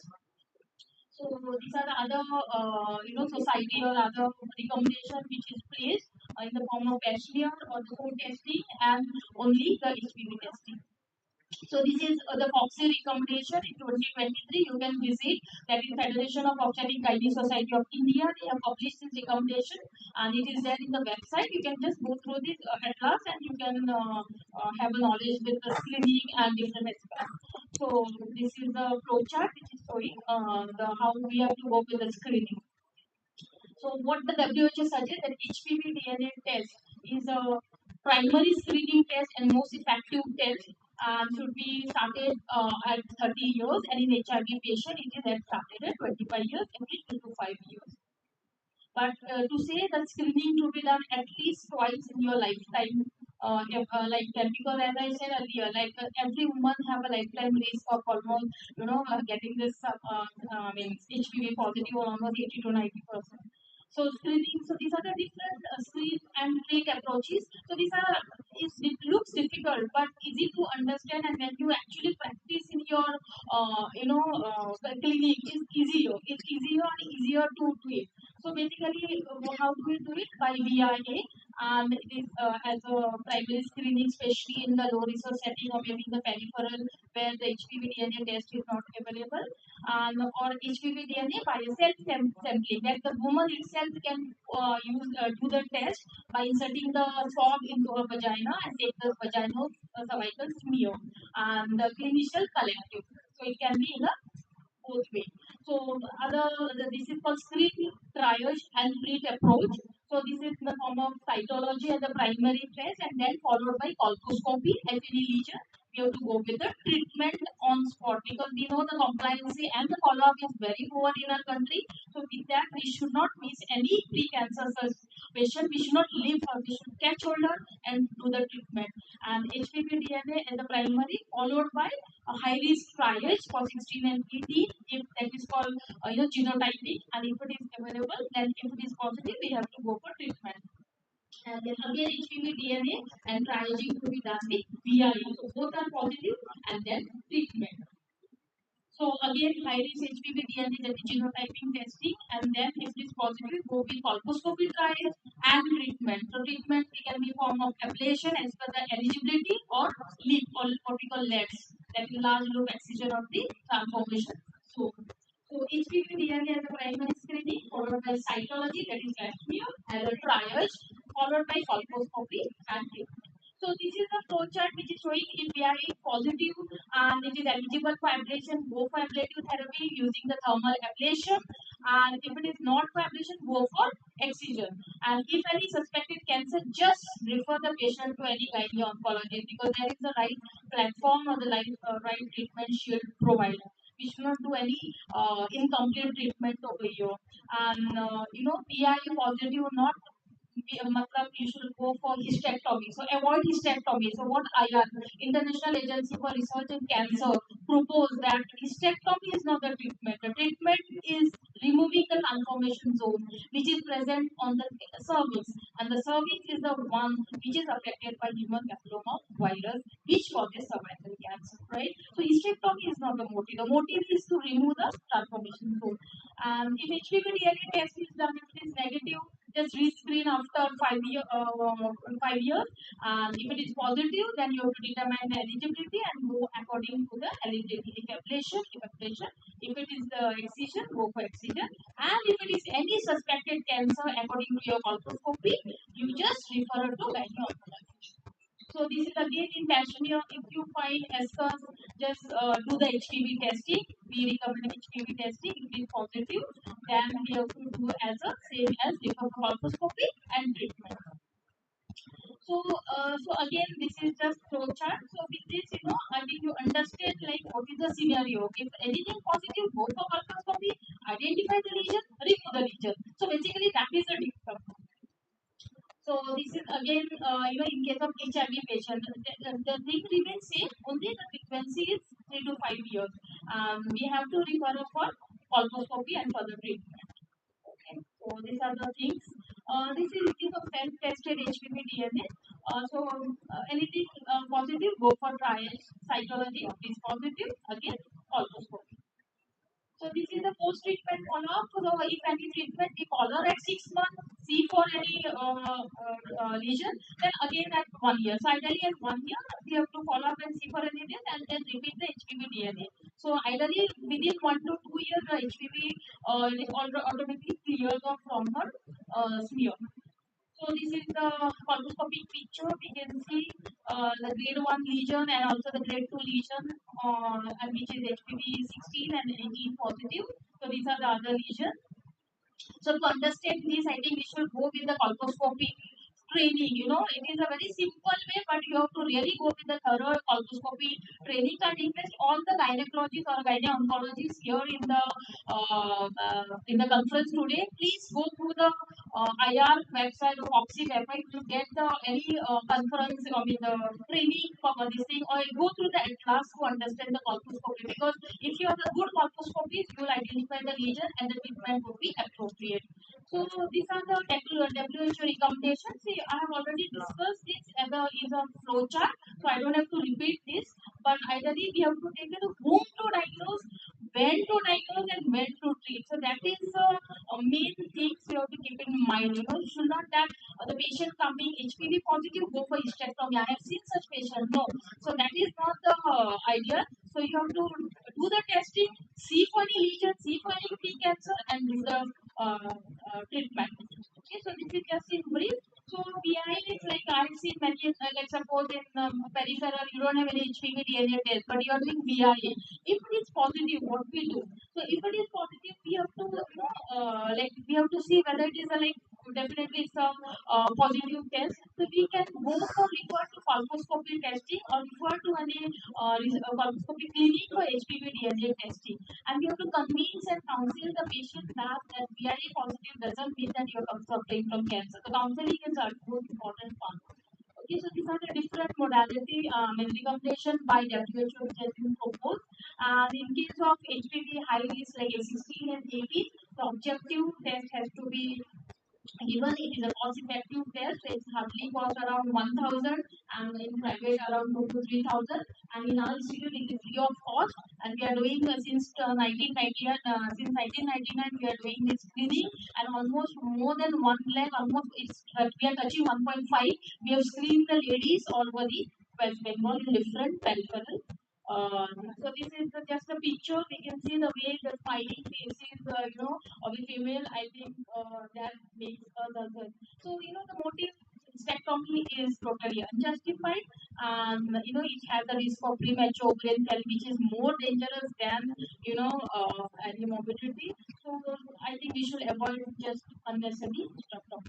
At tertiary prevention, once the diagnosis is done, we have to do the proper staging as per the TIGO 2018 and the proper staging, proper this thing, evaluation, the workup in the form of CT scan, MRI, and accordingly we have to stage and accordingly we have to give the treatment approaches. So these are the staging and this is the revised 2000 as according to the staging, the proposed management has been given. So we do how to select. The selection of the patient is very important. So whenever patient with age is very important. Suppose a 30 years old lady coming with cervical cancer stage 1, B1, less than 2 centimeter, we won't go for radical hysterectomy. We will give her because she wants to preserve her uterus and the uterus, right? So we will give her fertility sparing surgery choices, of course. And there are other criteria because there are different trials which are shift trial, conserve trial which has been done, and that shows that fertility sparing is as equally as well radical hysterectomy. So we can preserve the uterus. It's not a different. We can go with the colonization. We can go with the trachelectomy. So, of course, other than surgery, we have radiation therapy, chemotherapy, and nowadays immunotherapy, which is doing excellent job. And we see patient coming with earlier stage 4, the 4A rather involved. Stage 4 is good for best supportive care. But nowadays, we do, our institute do get when giving treatment for such patients, the intent is not palliative, the intent is therapeutic. So, I think with that patient, it achieves good survival rate. So, also, of course, palliative is very important aspect of cancer in the form of pain management. Then, of course, they may come with anemia, uremia has to be assessed. And, of course, with the bowel diversion, urinary, they may have a fistula, so that has to be addressed. So with this prevention of cervical cancer, avoid any sexual activity which is promiscuous, use condom or other contraceptive during intercourse, and quite smoking. I don't know whether I should say this, but it's very difficult, but it's very important factor, and vaccination, very, very important.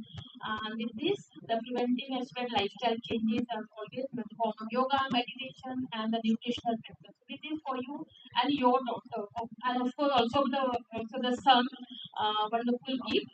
Guard yourself means protect yourself. Very special program to prevent cervical cancer. So with this, I would like to end my talk. Thank you so much.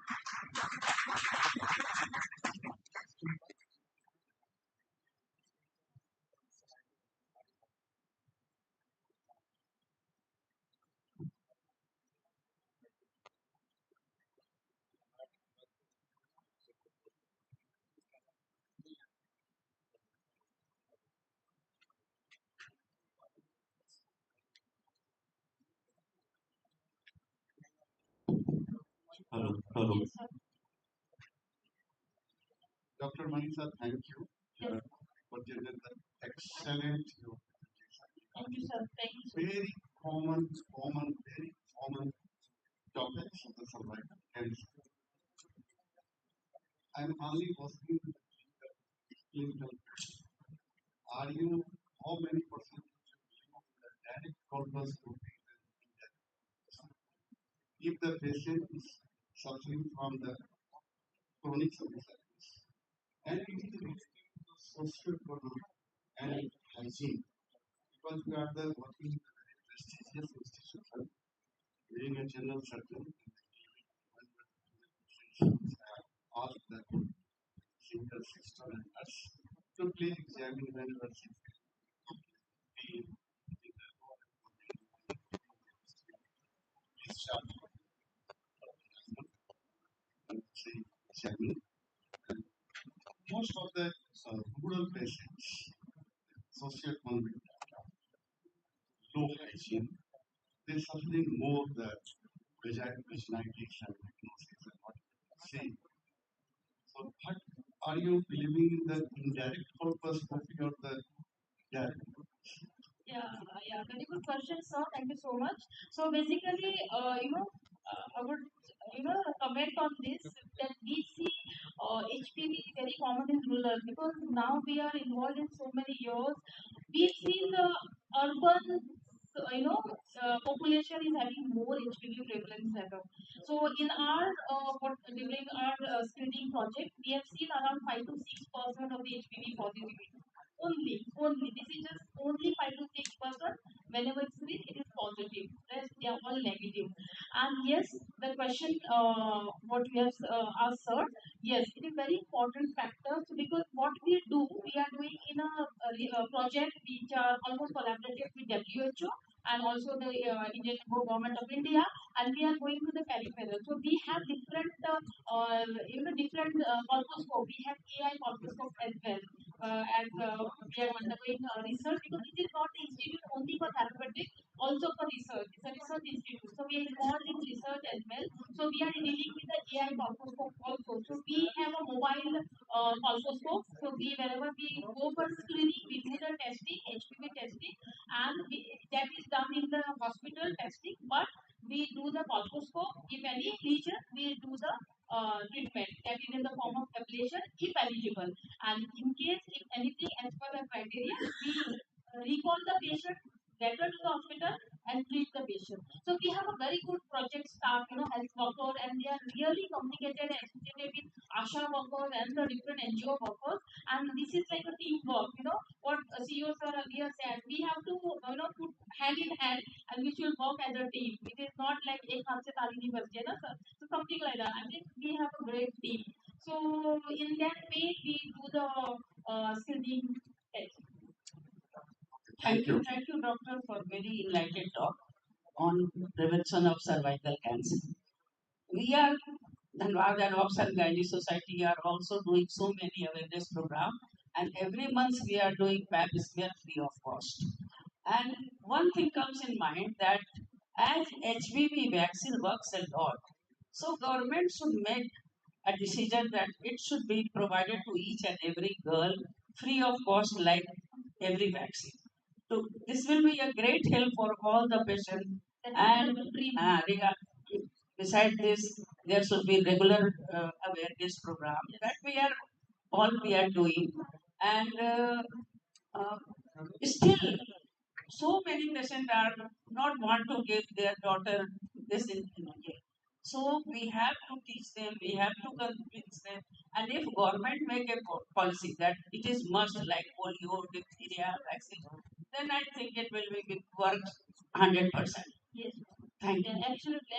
And very important because we see like HPV vaccination although it is launched by government of India, but since 1999, back then the girls were vaccinating, getting vaccine, but still like there are different population which are still getting away, because of the rumors maybe myths like this HPV vaccine will cause the infertility or maybe menstrual irregularity, but these are all rumors. I think we should have a very good school or maybe college awareness session with this to say what is the importance of HPV vaccination.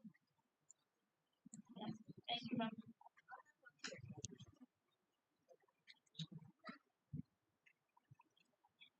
We will restrict this session for 2 minutes. Very informative talk, ma'am. Thank you so much. Regarding vaccination, what about the efficacy of single versus multiple dose of HPV vaccination? Actually, yeah.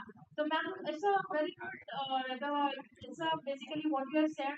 Recently, the WHO read a position paper, and the WHO actually recommends a single dose of quadrivalent vaccine in 9 to 14 years, but still it is not still practiced or into guidelines. So still we are doing the 2 dose vaccine, and the efficacy as far as concerned is same in both the dosing. It is same.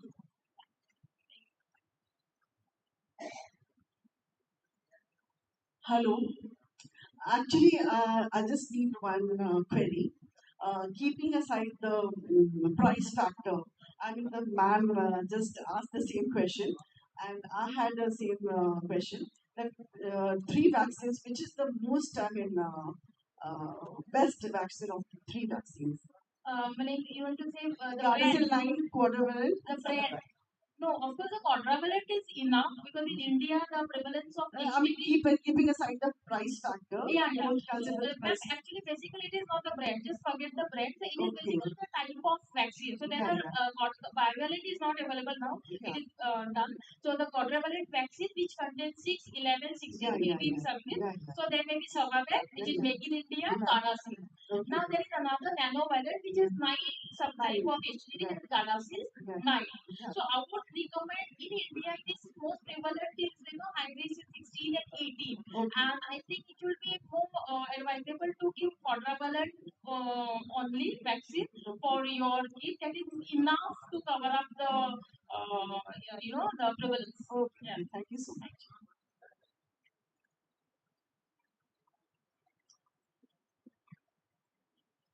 Thank you, ma'am. Thank you so much.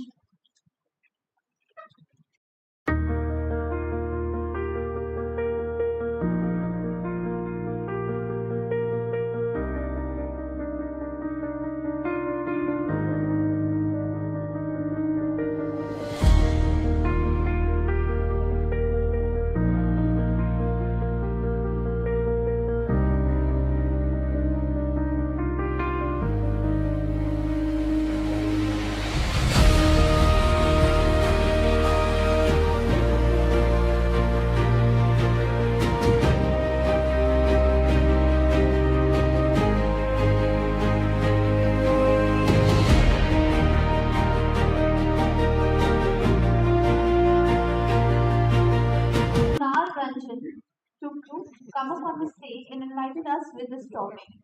He has a special interest in oral cavity cancer, larynx voice preservation services, thyroid cancers, and in microvascular reconstruction. He is a teaching faculty in FNB. And to assist him as a chairperson on the dais, I request Dr. Jayanka Chakravarti, ENT, PHOD, PMCH, Dr. Adil Zevi, ENT surgeon, Asarfi Hospital, and Dr. Pankaj Sharma, radiation oncologist, Bokaro General Hospital, to come up on the dais.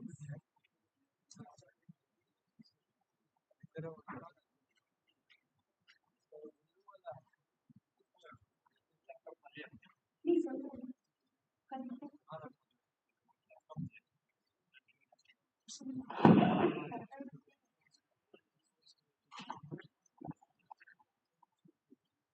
Continue.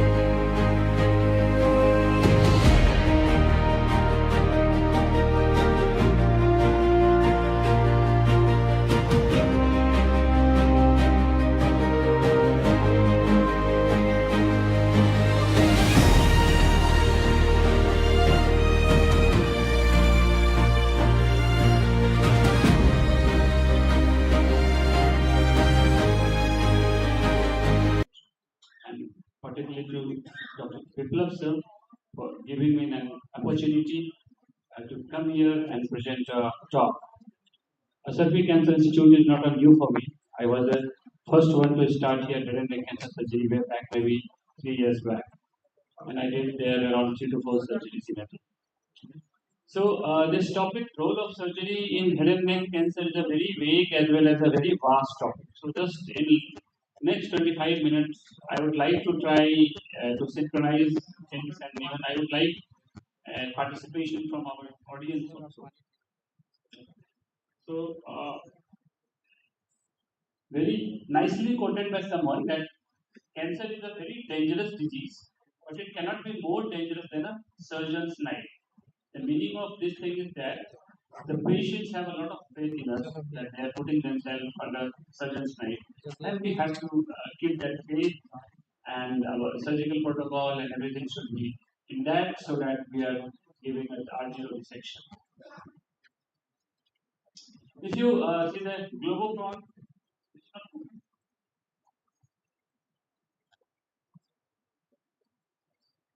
if you see the globocon data 2022, we have found that every year around 9 lakh new head and neck cancer patients are diagnosed. Out of those, around 5 lakh patients die. And as our CEO very nicely had elaborated that in our country, which is a low socio-economic status country, most of the patients present at a very late stage, that is in stage 3 and 4. So 60 to 70% of patients presentation at stage 3 and 4. And just I would like to quote a line from Robbins. I think most of us you have read the Robbins. There is a very nicely thing written in a chapter neoplasia. We have read in our third year or in second year of MBBS days that to present a cancer for 1 gram, which is clinically detectable, there is only 9 to the power 9 cells, which accounts for the 1 gram of the tumor cells, and it takes just 3 more divisions Three more divisions means 3 months, and the tumor volume can go up to 1 kg, which is moribund condition, and things are changed. The motto of saying is that early detection is the key to success. As per our Indian subcontinent is considered, head and neck cancer accounts for the 30% of all cancers in India, second highest burden in the world. So this is the slide showing various etiological factors which lead to the head and neck cancer, viral infection, human papilloma, Epstein-Barr, chronic infection, chronic periodontitis, jack teeth, of course, lifestyle, tobacco use, alcohol, smoking, of course, and genetic has also got a role. Maybe this mutation, P53 mutation, RB mutation, immunosuppression, etc. Environmental factors, exposure to the carcinogens, exposure to the radiations. Coming to the next and the most important topic, that what is the general guideline for treating a cancer patient? Like if any patient comes to the head and neck, there has been always a fight in between the generalization oncologist as well as between the surgeons. So there is a definite guideline which say that even in a stage 1 or stage 2 disease, it has to be cured by single modality. That modality can be either surgery or radiotherapy. Stage 3, 4, we need a combined modality. Combined modality means surgery, radiotherapy plus minus chemotherapy. Chemotherapy has its own indication like extra capsular extension, positive or the close margin. Now, the selection of modality depends on the subsites. Epidemic is a big term and there are a lot of various subsites. So, according to the subsite, we will decide the treatment protocol because we see that when different modalities are available, that modalities which gives the maximum cure should be used. For example, in case of oral cavity, in oral cavity we have radiation, we have surgery, but there has been many papers made from Vikram Surya, there has been one paper from British. They have found that survival benefit is highest in oral cavity if you go for the surgical arm followed by CTRT, depending upon the stage. And of course, when the two modalities have the same outcome, like in case of oropharynx, it's not that in oropharynx we cannot operate. Of course, we have got various surgical techniques, we have got robotic surgeries, everything, even we can do cone life resection. The thing is that what quality of life we are going to the patient. If we operate, patient will definitely have some kind of respiration, speech. So those things have to be like kept in mind. And after keeping in mind, the modality is to be decided. There comes the role of multidisciplinary tumor board, which is the key to success. A surgeon's ego should not come in the way in deciding a patient's clinical management, because this nowadays it's a patient-centric approach. We have to think about the patient, and as I earlier told, the tumor management or cancer management is decided by three factors. One is the patient factor, other is the tumor factor, and of course management factor. Management factor means that the logistic what we are available. It's not that if we don't have PET scan we cannot operate. If we don't have these things, laser we cannot operate. So it's ultimately look, we have to make a synchronized things, and then we have to take a decision. So I will a bit fast as the time is limited. So surgery is preferred when surgery is not moderate, as in case of oral cavity, lesions involving close to the bone that leads to osteonecrosis. Young patient surgical option should be there, particularly in case of oral cavity. Why? In young patients, surgery should be the first thing because always there is a chance of second primary to develop. As the chances of with recurrence at the primary site diminishes with time, every year there is increase of 1 to 1.5% per year, second primary at a different site. So that things have to be kept in mind because surgery can be repeated and radiation cannot be reported at a short interval of time. And second is your presence of OSMF. OSMF is your oral submucosal fibrosis. It has been found that if a patient is having OSMF, then it's very difficult.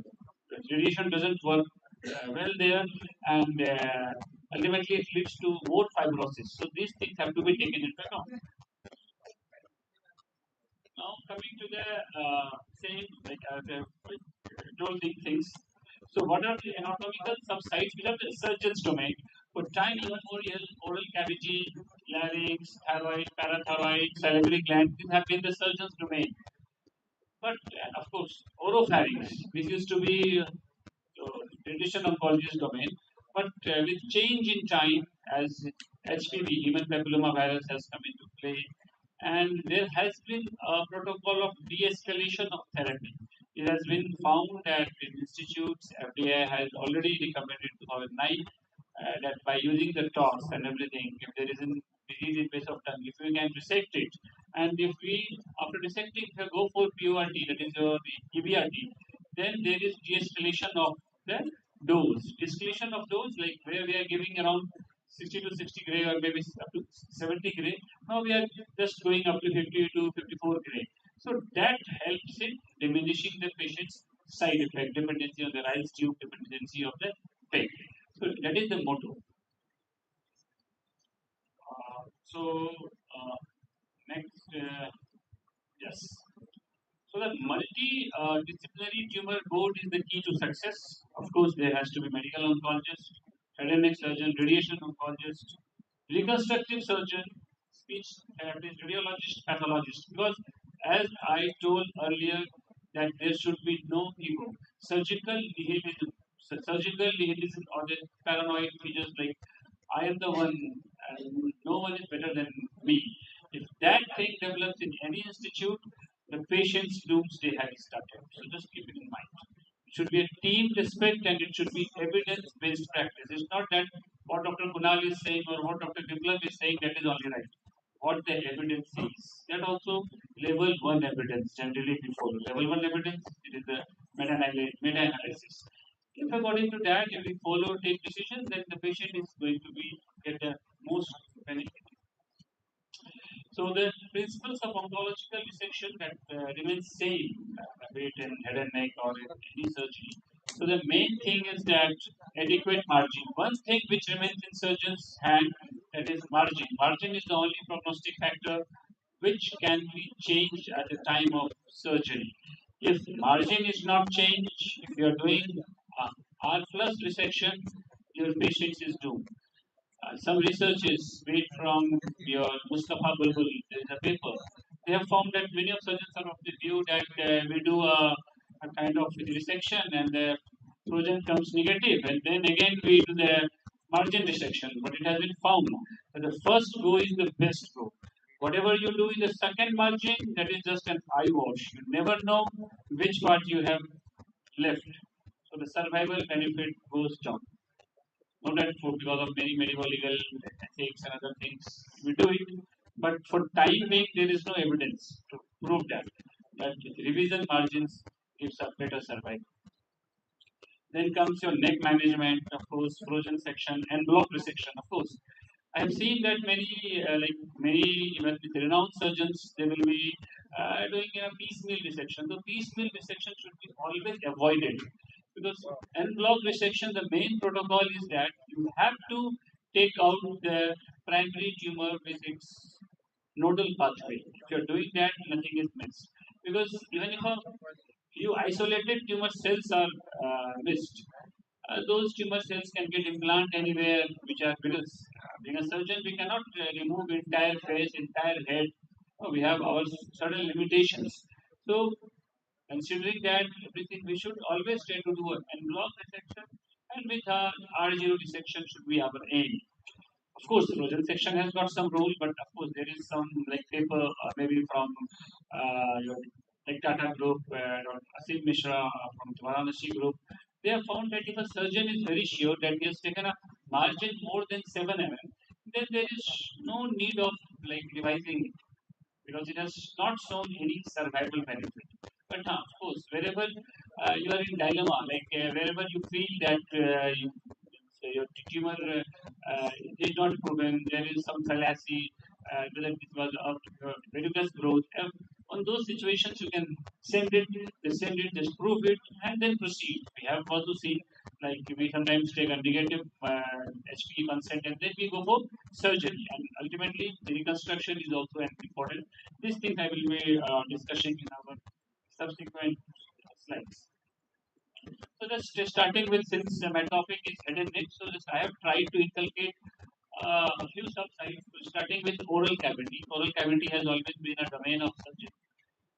Why surgeon? Because first of all, because the proximity to the bone, and surgery in all cavities not that morbid. Like with reconstruction, like we have got a like free flap, other things. We can even reconstruct in bone also. We can do your free fibula graft. So quality of life can be improved. And now, while doing the surgery, another question arises like we are doing surgery for the primary and why address the neck. So we have various like, like various papers. It has been found that whenever there is neck node, just mind it, 50% reduction in survival has already come. Be it T1 disease, the primary size is very small, but if there is neck node, be it T1, so survival dips down to 50%, and if with that node there is extra capsular extension, whether it is minor or major doesn't mean, it also leads to fall in survival by 50%. So the timely detection, timely operation is, patient should not fall in the hegemony of your departmental thing that patient is running from here and there, is collecting report. Those things have to be broken. We should have our ASA workers, we should have some social workers, so that at time diagnosis and everything is done. Just for clearing others, concept elective neck dissection therapeutic. Elective is that when we do the neck at the time of primary therapeutic, we wait for the neck angio and later on we operate. So actually, this paper has shown that even if there is one node, survival dips down from 65 to 49.9%. That shows the importance of neck node and early detection. So yes. Now, there comes a concept in neck dissection, what levels have to be addressed. So now we are moving from an era of radical to the conservative. So there has been a paper from Gauri Pantabandya at your at Tata Memorial Hospital. So it has been found that most of the neck nodes are inculcated at level 1 to 3. That is around 91%. Isolated nodal metastasis has 4, 5 is quite less. 4%. So, the take home message for our head surgeons or for our surgical surgeons, if don't dissect level 2B unnecessarily. You have to send level 1A for closure. If it comes positive, then we can go for unnecessary because you are hampering his balance. The patient will have problem in affecting his arm. It will be having frozen shoulder. And earlier I have seen in case of angio or even and one node at level 2 having a node at level 5. Very few cases. So yes, if level 2 A or your level 3 nodes are positive, then we should address, you should do a full intersection, that is your level 1 to 5. So this is just a picture where I have shown a proper neck dissection. It is a type 2 neck dissection. Now the nomenclature of neck dissection is also changed. So we have to write neck dissection and then in parenthesis what level we have removed. So we have removed level 1 to 5. Then pointer is there. Pointer is so this is your IJB, this is your omoid muscle, this is digastric muscle, okay, this is spinal accessory nerve, and we have removed the sternocleidomastoid muscle. So this is a complete resection, and we have taken out all the fibrofatty tissue over your IJB and wherever. Because neck resection doesn't mean just to remove the nodes or the structures. You have to clear the fibrofatty tissue also, because if any recurrence comes, I remember the line of Dr. Paul Celestin, who was the director, R.C. Devendra. His statement was very right that if nodal recurrence comes, or residual node, within 6 months, the onus lies on surgeon. It means that you have not cleared the node properly. Because each side of the Neck has around 1 inch.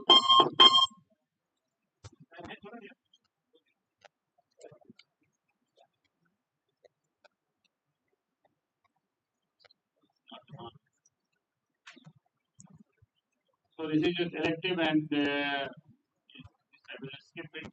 Now, why I have just put this slide? This slide I have put. Now there can be a scenario. Why not to give radiotherapy? Like there comes an advanced oral cancer. Like we can directly go for CDRT. Why to do surgery? So there should be some evidence. So there is a paper from Gopal Krishna Iyer which has widely seen that if you do surgery followed by CDRT, disease-specific survival is 68%, and if you don't do surgery, just put CDRT, survival for oral cavity is 12%, and nasally sinus very notorious. If you cannot do a proper surgery, it will be just 70%, and this trial has to be stopped because there was a lot of fallacy in between the two groups. So the idea is that wherever you can do surgery, you should do surgery. Now, of course, my radiation colleagues, they will be also in favor. Why not to give with radiation also in a few cases? So, like such kind of patients where there is a superficial lesions, like lip lesions or the palatal lesions, where already I have mentioned that if same modality gives a better result or the same survival benefit, then we should choose that modality which has less functional deformity. If you doing surgery, then in this case, patient will lose his lip and life will be difficult. So we can go for electron beam or maybe for brachytherapy in such patients. Same goes with the palate. So all these decisions has to be taken by the multidisciplinary tumor board. Uh, yes. Now comes to the larynx part, a little bit fast. Larynx. Since it is head and neck, I have to discuss everything. So, larynx, as we know, that organ preservation in case of larynx and oropharynx has been the treatment protocol of gynae memorial. But it has been, and that came from your VA trial, that was the Veteran Affairs trial 91. That has shown that like if you do laryngectomy and if you do near-driven chemo and CGRT, survival benefit is same, but there is organ preservation. You can preserve the larynx. That is the take-home message. But yeah, of course, there are few situations. Like if there is T4A disease, T4A disease doesn't mean that if there is your like your muscle involvement, and then we don't need to go for surgery. If there is cartilage involvement, why? Because cartilage RT will not work, and it will lead to your cartilage necrosis or your osteoradionecrosis, other things. That is the thing. And second thing, you have to always see the functionality of larynx, whether larynx is functional or not. Functionality of larynx means whether that larynx, like there is no aspiration, even bilateral vocal cord fixed, that patient is not taking any food or then there is no way of putting, even if you are doing CTRT, patient life is not going to improve. So these things had to be discussed with the patient party and the decision we have to take. Now, like we have a new technology, we have this transoral robotic surgery. So with that also we have been now able to do surgery in case of tonsillar lesion, in case of base of tongue lesion, and particularly this helps in your HPV patients. As I've already mentioned that if you do it, then the dose of radiation decreases from 60 to maybe 50 to 54 degrees. So, we'll not discuss these things because of time constraint. Now, coming to the thyroid gland. The thyroid gland is a surgeon's domain. It's a differentiated thyroid cancer. Now, the controversy arises. Like most of our general surgeons, ENT surgeons, surgical oncologists, what to do? Whether we should do a hemi-thyroid, whether we should do total thyroid, where to do, with what. So, the thyroid management has been very dynamic. If you go back in 2009, there was a paper from Bilimoria et al. They have come to know that anything which is more than 1 centimeter papillary follicular just do total fat. And then, like Adams et al. Paper came in 2019, and he has shown us that, like even in from your 2 to 4 centimeter, hemi can be done. If the patient is convinced, if you are finding patient is in the low risk factor, there is not a very aggressive variant like tau cell variant, columnar variant, then those things. Because thyroid disease is very indolent disease. Patient is not going to die in 5 or 10 years. Wait and watch policy. So the new ATA guideline 2025, there is some change. Then there was a era of genomic sequencing. We are doing this BRAF mutation and all, but long term it has shown not much benefit because it's not that much cost effective also. So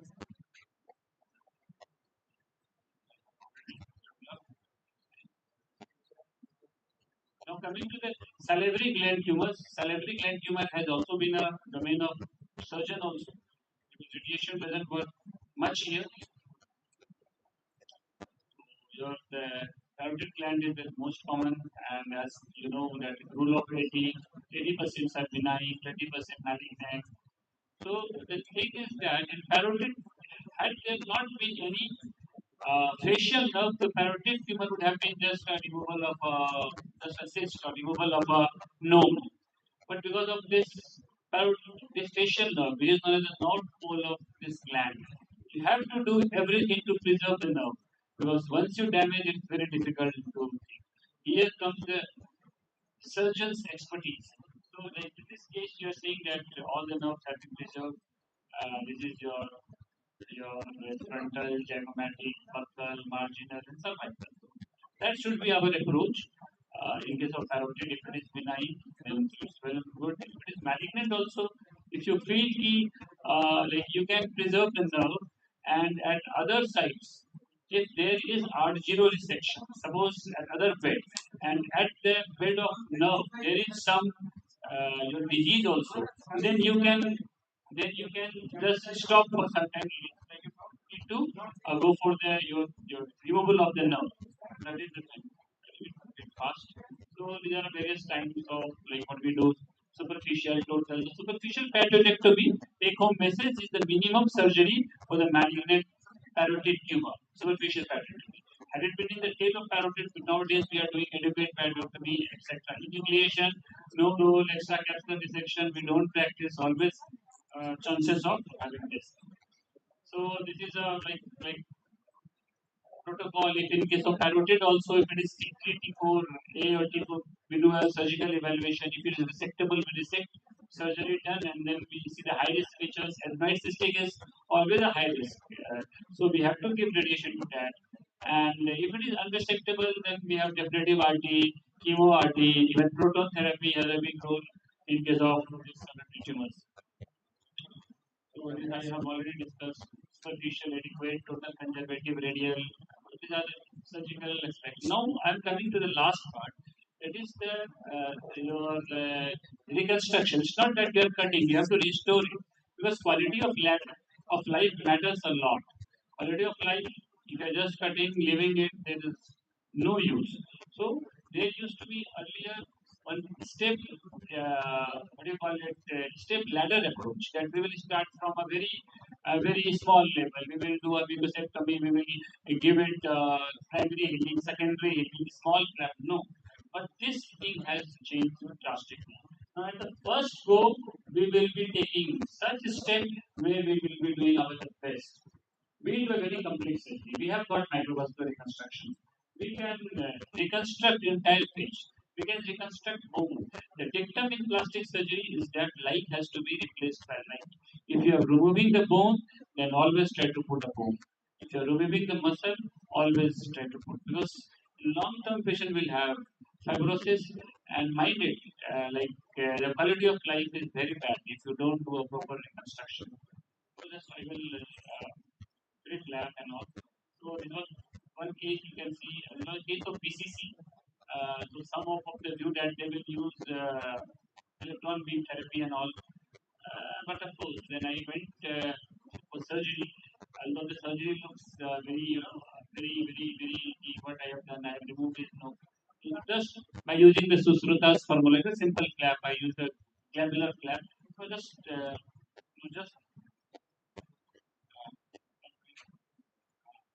now, just look at this gentleman. His nose is perfect. You cannot make much changes. What it was here, almost same, maybe 95% same. So that is the beauty of surgery and reconstruction if you do it in a proper way. So this was one case of DFS, fibrosarcoma protuberans. It has like he had recurred 3 times. We removed it and we reconstructed it with LD flap. That is first dorsal flap. Many people LD is only for breast, but now we are using LD flap even for scalp. I got a paper for 10 patients. Used it for reconstruction of scalp also. Okay, now just I want to play this video. Can anyone? Or what I should do?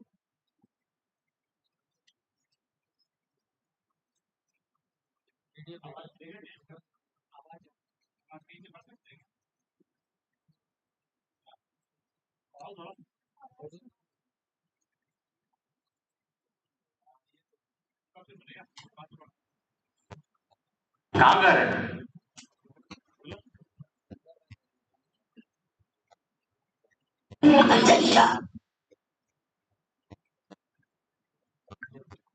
कहाँ कर रहे हैं? खाने में दिक्कत नहीं ना है? So just I put this slide just to show that many people are doing like we are doing laryngectomy, voice box is gone, and in this case, since I am working in a very low volume, not low volume, in a low financial setup, so I have used a Dutch bill processes which comes just for 1,000 rupees. And with that 1,000 rupees, patient is able to speak. And here you can see this is a laryngectomy specimen. I have removed all those glottis, trachea, and everything, voice box gone. But I have given a good quality to this patient. So there is always a chance of innovation. It's not that if I put a Provox comes for 50 to 60,000. एक बार बाहर निकल गया तो patient गाली देगा मुझे आकर doctor साहब क्या लगा दिए 1,000 रुपए निकला तो कोई फिर से आ जाएगा so that is the thing. So innovation should be point of center. Like you should always innovate. Is I innovated and I put and patient is speaking and he is taking photos. Coming to the next. The importance of surgeon is that surgeon is a critical gatekeeper. He is the one who's orchestrate time, genomic sequencing or post-op therapy. Everything depends upon his skill. If he is doing R plus resection, definitely our radiation team will come into play, chemo team will come in. You are just increasing the modality of treatment. So what I had told earlier, it's the only thing that is surgical margin within surgeons and we should always do. And after surgery, we get a lot of information. We see that whether PNI is there, LBI is there, how many nodes are there. If there are more nodes, ENE, then we can go for chemotherapy and keep all these things. Just a few slides for locally advanced, borderline detectable. Here comes the role of chemotherapy. Sometimes, because as such, clinically speaking, nothing is unresectable. You have to draw a line with the minimum morbidity given to the patient. So, as per literature, if any disease going up to zygomatic arch or maybe up to the hyoid bone, base of tongue and all, then we do it. So, this paper from B.M. Patil, the motto was that we have to convert the patient for surgery. If you don't convert the patient to surgery, you're seeing that overall survival is quite less. Where surgery has been done, it is 19.6 months. Where surgery not done, directly CTRT, patient lived for 8.16 months. So the main motto of adding NACT is to make those patients to give a comfort to the patient so that he can operate. If you operate it, then better problems. Of course, nasopharynx and other subsites have a different thing. Surgery is quite morbid and all. There is the role of radiotherapy. You know. So just I will skip all these things. Okay. So cure without function is a hollow victory. That was my motto. Like he said, curing you have to give a good quality of life that includes swallowing, cosmesis, psychological. Because cancer is a psychosomatic thing. It doesn't drain one generation. It drains 3 to 4 generations. People have to send their land. If even after sending their land, there is nothing to feed to their child, and you are giving him a survival benefit of 6 months to 1 year, I am not of that view. It's my philosophy, it's my protocol. I don't know whether it is wrong or right, but that is what I follow. There should be a line which you have to draw. And okay, everyone must be knowing close margin positivities. I will not going to discuss. And robotic surgery. Just 2 minutes. Now, as our esteemed medical oncologist discussed, there is now coming the role of chemoimmunotherapy, pembrolizumab, checkmate trial, nivolumab, even your immune checkpoint inhibitor. These are the trial phase. Let's see if they can change the things. That is there that will be well and good that come to the surgeon. So, and which things I'm not going to discuss. Yes.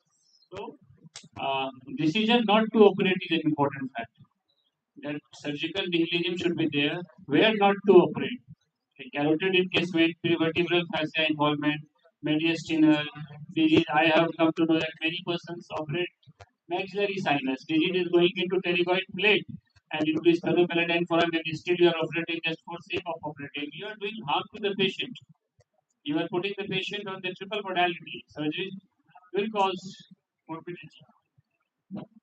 So these are the differences. And the take-home message is that surgery remains the primary curative modality of most resectable head and neck cancer. Adequate margin always our goal. Multidisciplinary tumor board is your need of hour. Without that, you don't proceed. HPV has recognized the thing. Reconstruction should be planned. Volume outcome deletion is real. What has been seen if I am operating in Asarfi, chances of complication will be less. If I am operating in Purnia, some medical colleges, of course, chances will be high. So always such patients should be referred to a higher center because everything has to be like contact. This is the last slide. The only take-home message is don't kill the patient before it dies. The meaning of this thing is that you have to keep a break on your ambition. It's not that anything cannot be mutilated. There should be a line of demarcation. Beyond that, you should stop because quality of life matters, and we all should respect it. A patient dies before or should not die because of our misadventure. So that misadventure can be stopped only if we discuss things in a multi-tumor. With this, just I'm very thankful to the institute that they have given me an opportunity to speak. Thank you very much.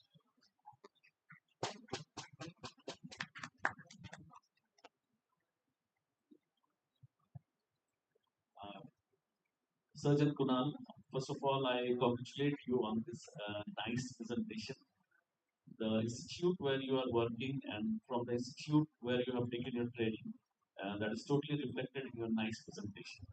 Yes, very rightly said, it's not only cure that today we are focusing as a surgeon. We want to give him as near normal life as the patient expects from us. So regarding this flap reconstruction, all that has become more important nowadays, apart from the modified section. One very simple question from my side. Suppose in a patient where you have to do surgery and post-operative you are planning to give radiation or radiotherapy. So in such cases, when do you plan your flap reconstruction surgery? At the time of resection or later after radiotherapy? Sir, the thing is that flap reconstruction should be always done at the time of surgery unless until there are many other contraindications, other things. There have been things that where we have to do the conditioning of flap. Flap has not reached up to the site. But the dictum is that at the time of surgery only we should do because surgery, the radiation should be completed within 100 days from the day of surgery. And our radiation oncologist will always ask that he needs 3 to 4 weeks of time of starting radiotherapy. If you are delaying radiation, then I think Dr. Biplab will be in a good position to comment on that. That with every 1 day failure of machine or whatever reason patient is not coming, chances of failure increases from 1.1 to 1.6%. So the other thing is that do it at the time of surgery only. If you have a team, then it is well and good. But still, it's not that you have to do free flap only. As I already told, like in those with plastic people are not available or whatever not available. Then we can use the local flap. But still you should tell them because it will add to more morbidity and complexity. Later on, it becomes difficult. Once patient you have to tracheostomy, that tracheostomy you have removed. Again, after 2 weeks, you are planning. There will be like difficulty in intubation. But in a few scenarios, it has been seen. Like suppose you have raised a flap, UHC flap, and you feel that UHC flap is not in a very good condition. It's a bit dicey condition. Blood supply is contact. Then we don't stitch it. We just like put the flap for some time, maybe 1 week, so that collateral blood vessels and all develop, and then we can use it. But as per the take home basis and as per the dictum, that reconstruction should be done at this same time. Thank you.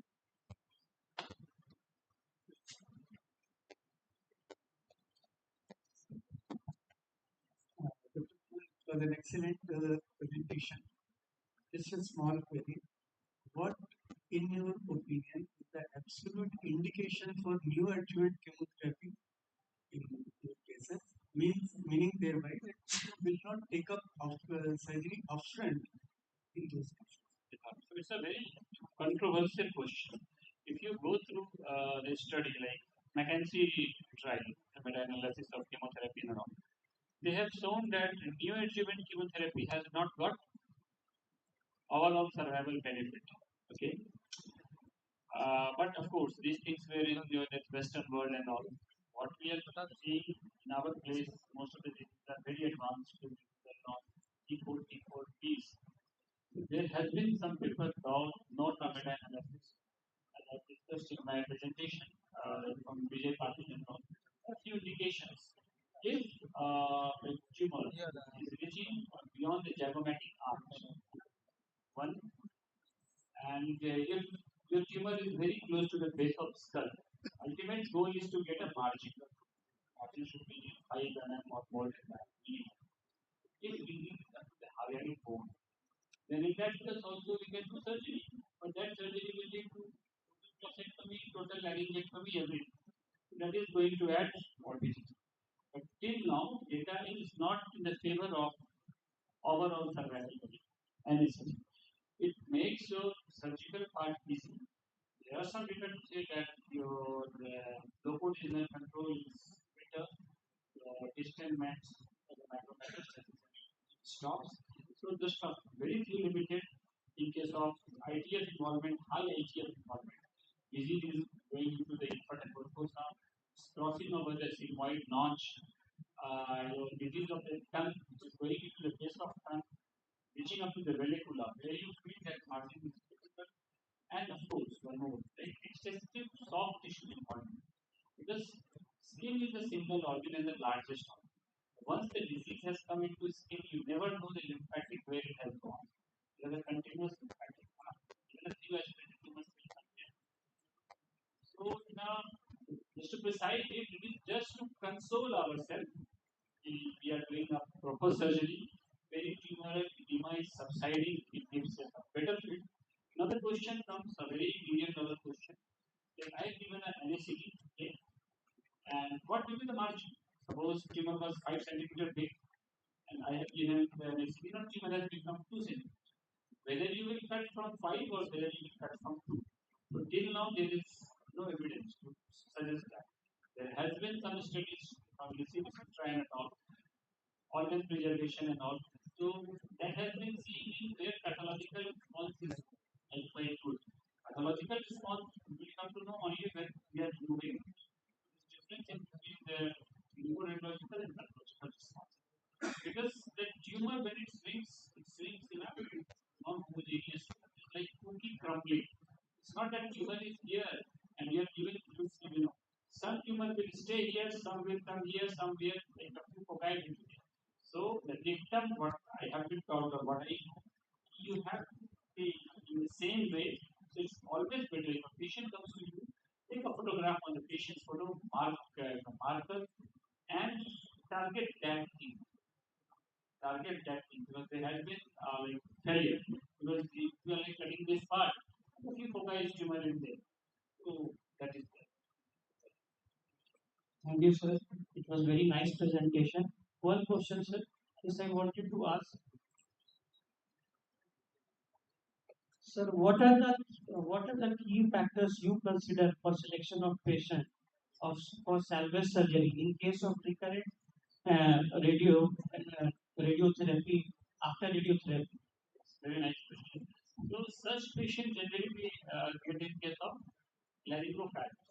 Yes, sir. Yes. So the first thing, whenever a patient comes to you, you have to see what is their general condition, what is the like your classification of that patient. If that patient is moribund, bedridden, there is no question in any. The best thing is that you give him the proper best palliative.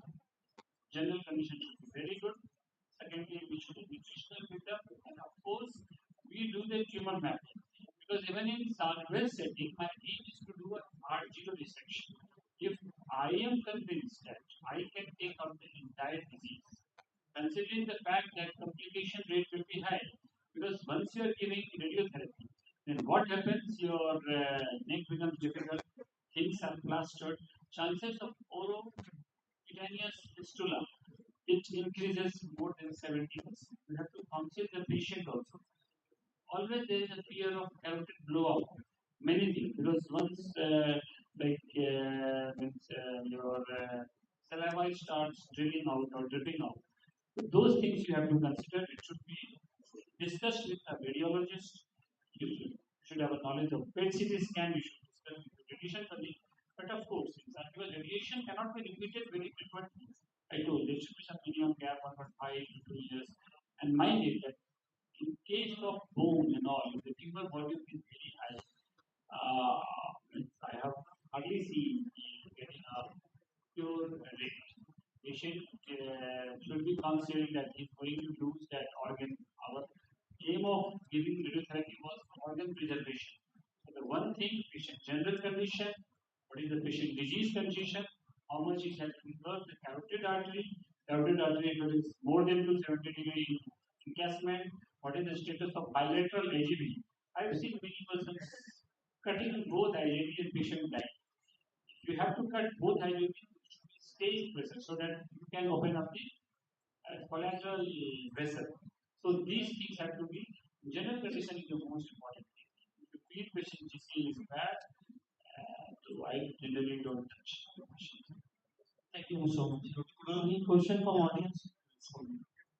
It was an excellent talk by you, and I think you are a very versatile surgeon. Regarding every head and neck parts, you have finished in such a small time. It takes 4 hours to at least concise these things, this whole of head and neck cancers.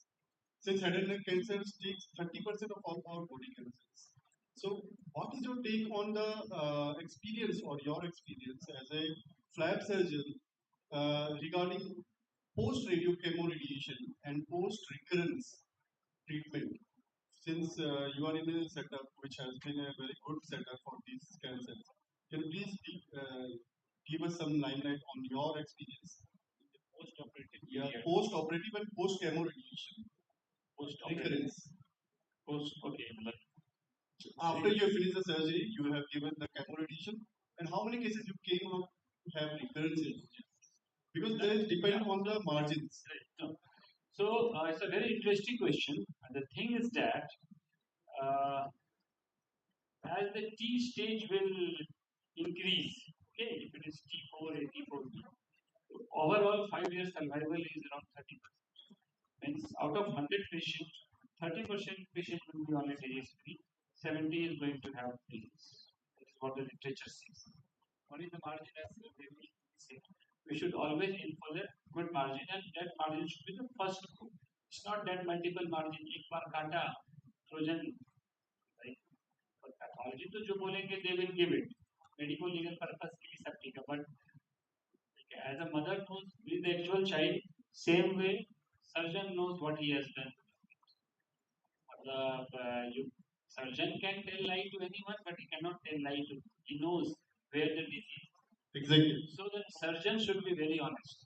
Wherever he feels, even if it's my philosophy, wherever he feels he has left the disease, there is no R0 resection, and now it's coming in pathology report. It is all clear.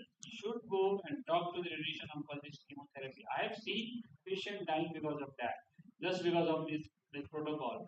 Protocols are made, but essentially protocols are always to be followed. We can go for patient benefit beyond that.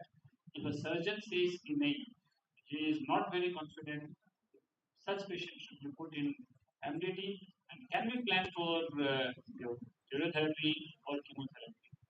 That is there. As such, there is no evidence so far. We don't follow, but that is my call. And secondly, recurrence also comes if the patient is having failed cancerization. If the patient is having failed cancerization, is thing, no, like if you are taking any tobacco or if you are taking anything, it is like affecting your entire digestive tract. That is the most important. And then feels like nowadays we are not talking about the molecular margin. Maybe in near future we will talk that. Whatever we are seeing, there is just pathological margin. Pathological margin itna kaata ye. So by the time patient has developed, somewhere in buccal mucosa, something is going on. Some mutation is there. Such patients who has a field cancerization, such patients also very oftenly fail. And Dr. with Kunal, yes, Dr. Kunal, I would like to add some points in that. After surgery and adjuvant radiotherapy, if there is recurrence, how to manage those patients, we need to ask certain questions. What is the interval between the initial treatment and the recurrence? right. Is the recurrence in field, means inside the radiation field or outside the field? Actually, In the operated side or the unoperated side? So all these questions at the stage. So you can do resurgery or you can do re-irradiation with curative intent if all these conditions are favorable. It's not like radiation is a one-time treatment. I had some experiences with these patients. These patients came out to be marginal negative patients. Post radiation was also good, but within 3 months there was recurrence. So I could not come out. That is the human biology is also very important thing. Like every cell behaves in a different way. Yes. I have seen a young person like human like how much differentiation or how much redifferentiation that tumor cell has got. If that is there, then those patients behave in very bad. As sir very rightly told, if your DFS is very like less than 6 months, Yes. then there is no need of doing anything. Again, it will come back. Best to give supportive. What I have mentioned, don't kill the patient before it dies. Exactly. This is what I wanted to say, that all the studies which have been going on are still to be proven very nicely. They are still lacking in these studies. And just what my protocol is that there should be one psychiatric and psychosomatic and social aspect also. I don't believe in the fact that if some poor patient is selling off his land 10 acre and because cancer surgery makes poor for 3 generations. वो तो चला जाएगा उसके बाद के बच्चों का क्या होगा तो here we medical oncologist surgeons should draw a line. It's not scientific thing. I'm not telling it. But this is what practically we are facing. It's still going on. It's still going in high volume So, centers. They are spending you crores and have crores of to money.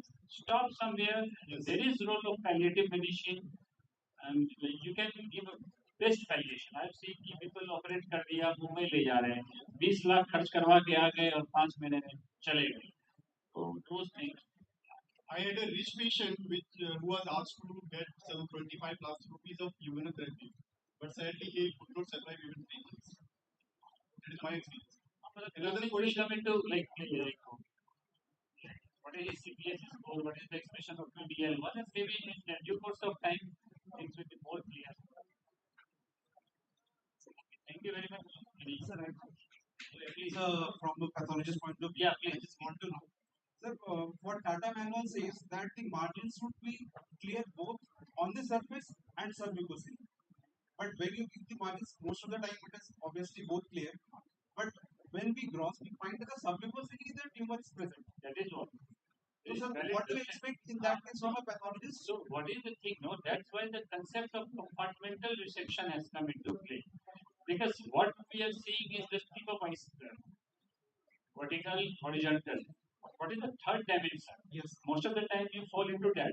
So this compartmental resection is coming into the big play. Like you have to remove neuromuscular muscular bundle in a go. You never know.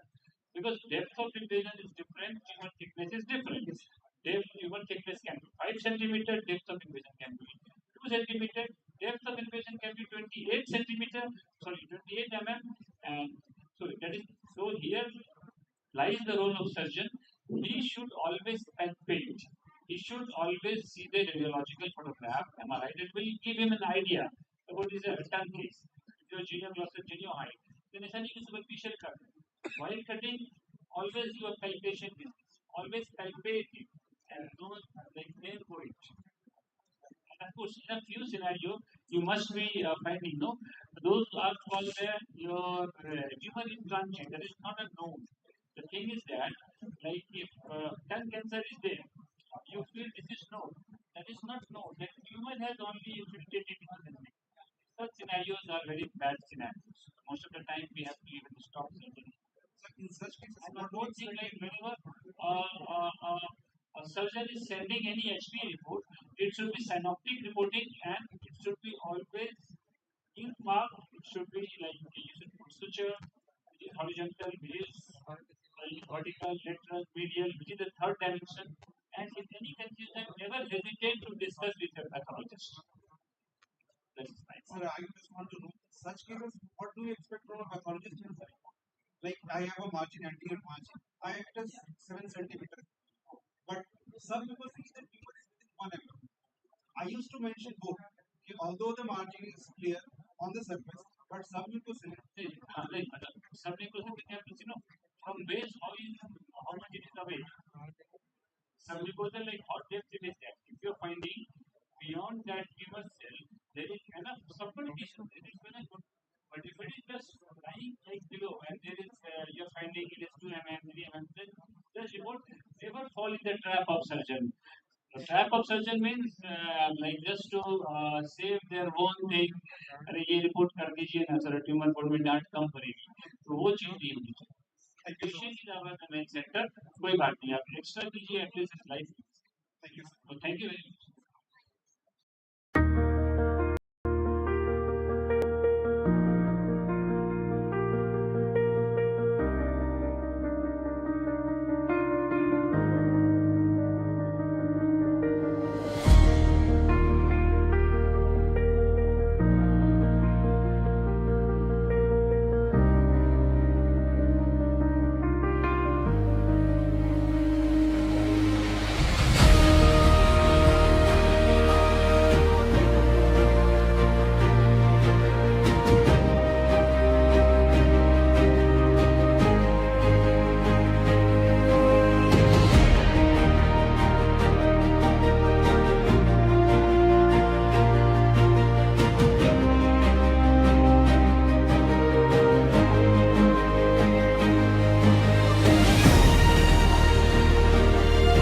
Physician Asarfi Cancer Institute.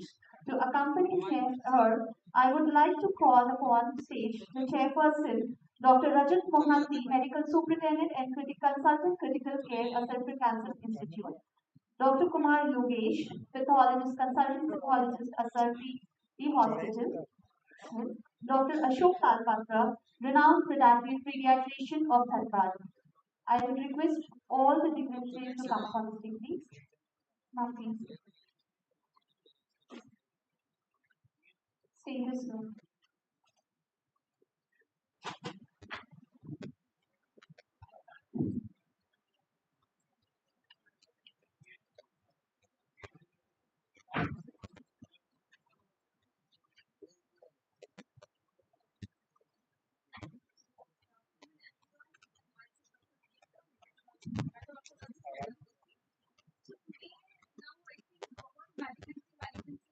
Versus rare. So now let's go to some non-malignant topic.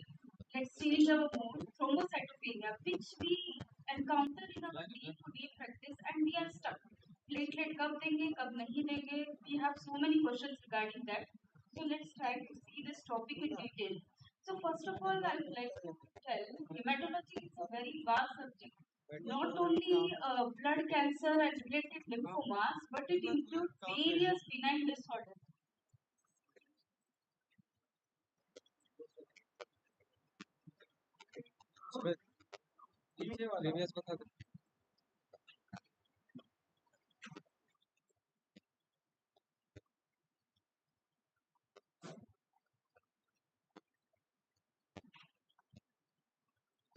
Actually, what is hematology? Not only blood cancer, lymphoma, leukemia, but there are many benign disorders which are included in hematologic disorders. And now the global burden of hematologic disorders is increasingly is getting increased. The global burden is getting increased. We see many patients of anemia. Anemia is not always iron deficiency and megaloblastic anemia.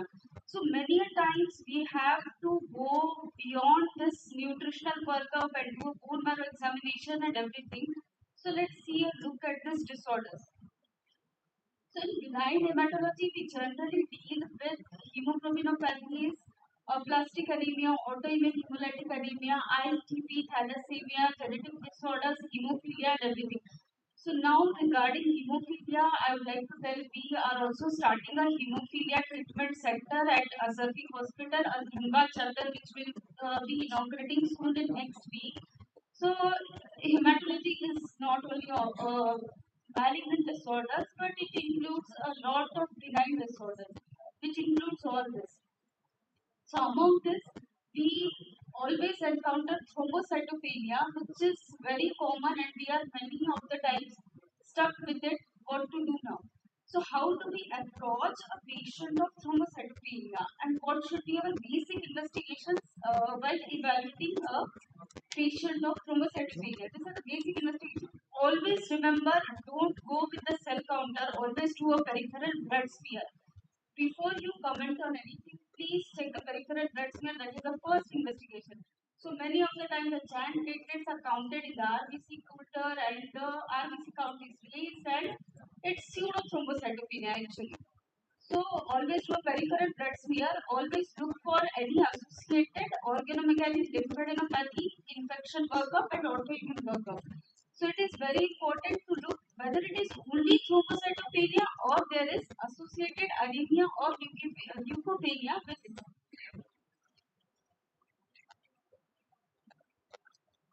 So next thing is ITP. What is ITP? Thrombocytopenia. 80% of the times the cause is secondary cause is most common for thrombocytopenia. ITP is actually a diagnosis of exclusion. So before telling it as ITP, we should exclude all other secondary causes of thrombocytopenia. So most common secondary causes which we encounter is infections. Infections, viral infections, HBS, HCV, HIV, H. pylori infections. These are most common, and in our area till now, I have seen many drug-induced thrombocytopenia is very common. Especially many patients they come with a history of Ayurvedic medicine drugs 2 to 3 months prior to the episode, and they present with severe cytopenia. So drug history is also equally important. Before stamping the patient or labeling the patient as ITP, all other causes and autoimmune workup should always be ruled out before we label as ITP. Now ITP, if we look at the classification, it can be classified into newly diagnosed, persistent ITP, chronic ITP, less than 3 months, 3 to 12 months, and more than 12 months. What happens in ITP is we encounter the antibodies which are produced against a platelet, and this antibody coated platelets they get splenectomized on the Fc receptor macrophages of the spleen.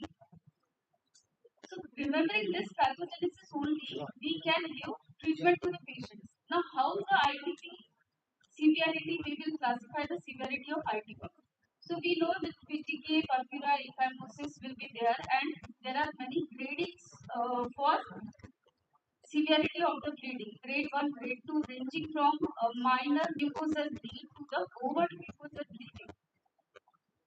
So it's always a diagnosis of exclusion, and we should always do a thorough physical examination before labeling the patient as ITP.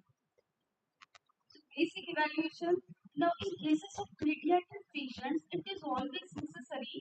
This thrombocytopenia can be associated with some syndromes like Wiskott-Aldrin syndromes. We encountered 2 patients recently, pediatric patients. So, Wiskott-Aldrin syndrome is also very commonly associated with thrombocytopenia. In pediatric patients, it's very much necessary to go with the quantitative immunoglobulin test. So we should look at the IgG, IgM, and IgA level definitely before we label the patient as ITP, because we will miss the diagnosis and the management of every disorder is different in that. No, what we do is when to go for a bone marrow aspiration and biopsy in cases of ITP. So bone marrow biopsy usually is not indicated in ITP. It is indicated only when the other parameters they are affected. Other parameters like if your leukopenia is there, if anemia is there, the patient having organomegaly, enlarged lymph nodes, or age more than 60 years. I would like to tell here that age more than 60 years, please definitely do a bone marrow examination, because we many a times miss MDS considering that this could be simple ITP, and we generally start steroids to those patients, which is very harmful to the patient. So I recommend, I generally in my practice, I do a bone marrow examination for patients who are more than 60 years. And even in anemia patients who are being unevaluated for a long time, do a bone marrow examination. Brothers and will know, two, three patients we have seen now, more than 60 years came as iron deficiency and everything, but they turned out to be MDS after doing bone marrow. So just do the simple test. Bone marrow examination is very necessary to do. So indications for platelet antibody testing. Generally, we do it very rarely, but if the tests are available, we can do a platelet antibody test also. Especially in hit cases, we do a anti-PF4 assay in variant-induced thrombocytopenia. The coming to therapies, how do we treat our ITP patients? Now, generally, the first line therapies which are recommended are they are mainly steroids, IVIG, and MGB. Steroids most commonly used at the dose of 1 mg per kg for 2 to 3 weeks. We can also use dexamethasone 40 mg OD for 4 days. That can be repeated for up to 3 times. In pediatric patients, generally the dose ranges from 2 to 3 mg per kg.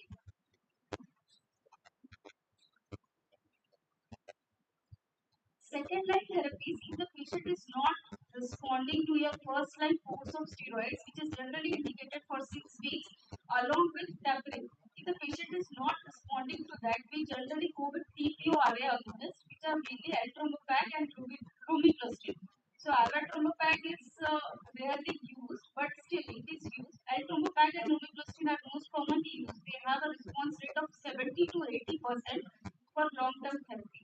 Rituximab is the second option. Actually, it depends on what the patient wants. If the patient wants regular intake of drugs and he is very compliant to the therapy, then we can go with TPO-RA agonist. Or if the patient is not compliant with the therapy, we can go with rituximab weekly injections also. Other immunosuppressants, this work actually these agents they work very good in elderly patients. Here we are suspecting some autoimmune component will be there. So azathioprine, MMF, and cyclosporine. These drugs work very good. Now the newer drugs and novel targeted drugs, very fancy drugs, rizatriptan, fostamatinib, and bortezomib. Actually, I have tried one patient bortezomib using over here. She is actually a refractory ITP. Refractory is ITP is like the patient who is not responding to minimum 3 lines of therapy, including steroids, rituximab, and splenectomy. Splenectomy remains the last option. So after splenectomy, nothing is left. These are the newer drugs in the pipeline which are coming, and among this bortezomib is actually very cost-effective drug which we can use, having a good response rate. Other drugs they are a bit costly, difficult to use in Indian scenario. So these are FCL gamma inhibitors, complement pathway inhibitors, sutimlimab, oseltamivir, which can be used. Now coming to combination of therapies. I will tell when the patient relapse, actually we hematologists are very much stuck now what to do. We have used prednisolone, we have used dexamethasone, second time we have used rituximab. So at that time what we do is we generally combine minimum 3 drugs at a time or 2 drugs at a time. So among this combination, the combination with dexamethasone and rituximab is going very well, which is giving a very good response rate. Otherwise, we can also combine this MMF with steroids, and rituximab can also be used. But the combination of dexamethasone with rituximab works very well in ITP in refractory settings. Now, how to assess the response of the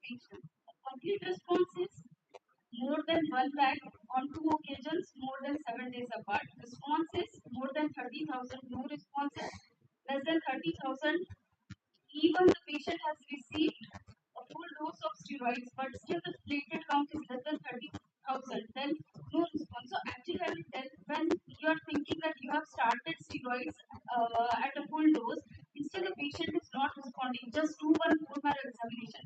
It shows that it's not ITP, it can be something else because 80 to 90% of the patients they will respond to the first dose of steroids. So loss of complete responses at any time the platelet count being less than 1 lakh. So these are some studies which have told that rituximab and dexamethasone they work very nice in refractory settings, which shows a good overall response rate of around 50 to 60% as compared to the single agents. Now coming to Dapsone, very old drug which was used, we have used many times in leprosy and all, but Dapsone works very magically in ITP, even in pediatric refractory cases. Dapsone 50 milligram works very nicely, and how it acts is Dapsone causes mild hemolysis, and this hemolysis will block your Fc gamma receptors in the spleen. So that will prevent your destruction of platelets. So Dapsone works very good. So that is one reason Dapsone is used only in ITP but not in IHA. So this is again one study which shows Dapsone at a dose of 1 to 2 mg per kg can be used and the trial shows good results. Refractory ITP definitely. Children with refractory ITP are responsive to splenectomy, rituximab or ultravopac. Dapsone works good. In relapse area, this we have seen. Now, there are some questions which we always encounter, and many referrals come to me. Oh, madam, patient of platelet 50,000 has 60,000 here, what to do and what not to do, who to treat, when to treat, and in what to treat. In what to treat, we have to already see. So, the question does arise that when to start steroids in ITP patient. Please note 30,000 is our platelet cutoff. So, unless and until your platelet goes below that, we are not going to treat the patient of ITP. If patient having 40,000 count, just don't treat the patient. Below 30,000, only it is recommended to treat the patient. So we have already seen this, what doses and how many days we have to use this one. For pediatric patients, especially the immunoglobulin levels, it is very much necessary. So novel targets as per the pathogenesis, we have just seen how the complement inhibitors were used and SYK inhibitors, Fc gamma receptor inhibitors, sutimlimab, and how they are playing a role. So these are again the drugs in the pipeline, epradumab, hexabrutib, and daratumab. Among this, the one which we can use in our practice is daratumab. Daratumab works magically. It is used in multiple myeloma also. So it causes the inhibition of antibody production by inhibiting the B cells, and it can be used. So my take home message will be platelet ITP is immune-mediated thrombocytopenia with less than 1 lakh count. Not all patients need treatment. Only when your platelet is less than 30,000, just go with the treatment.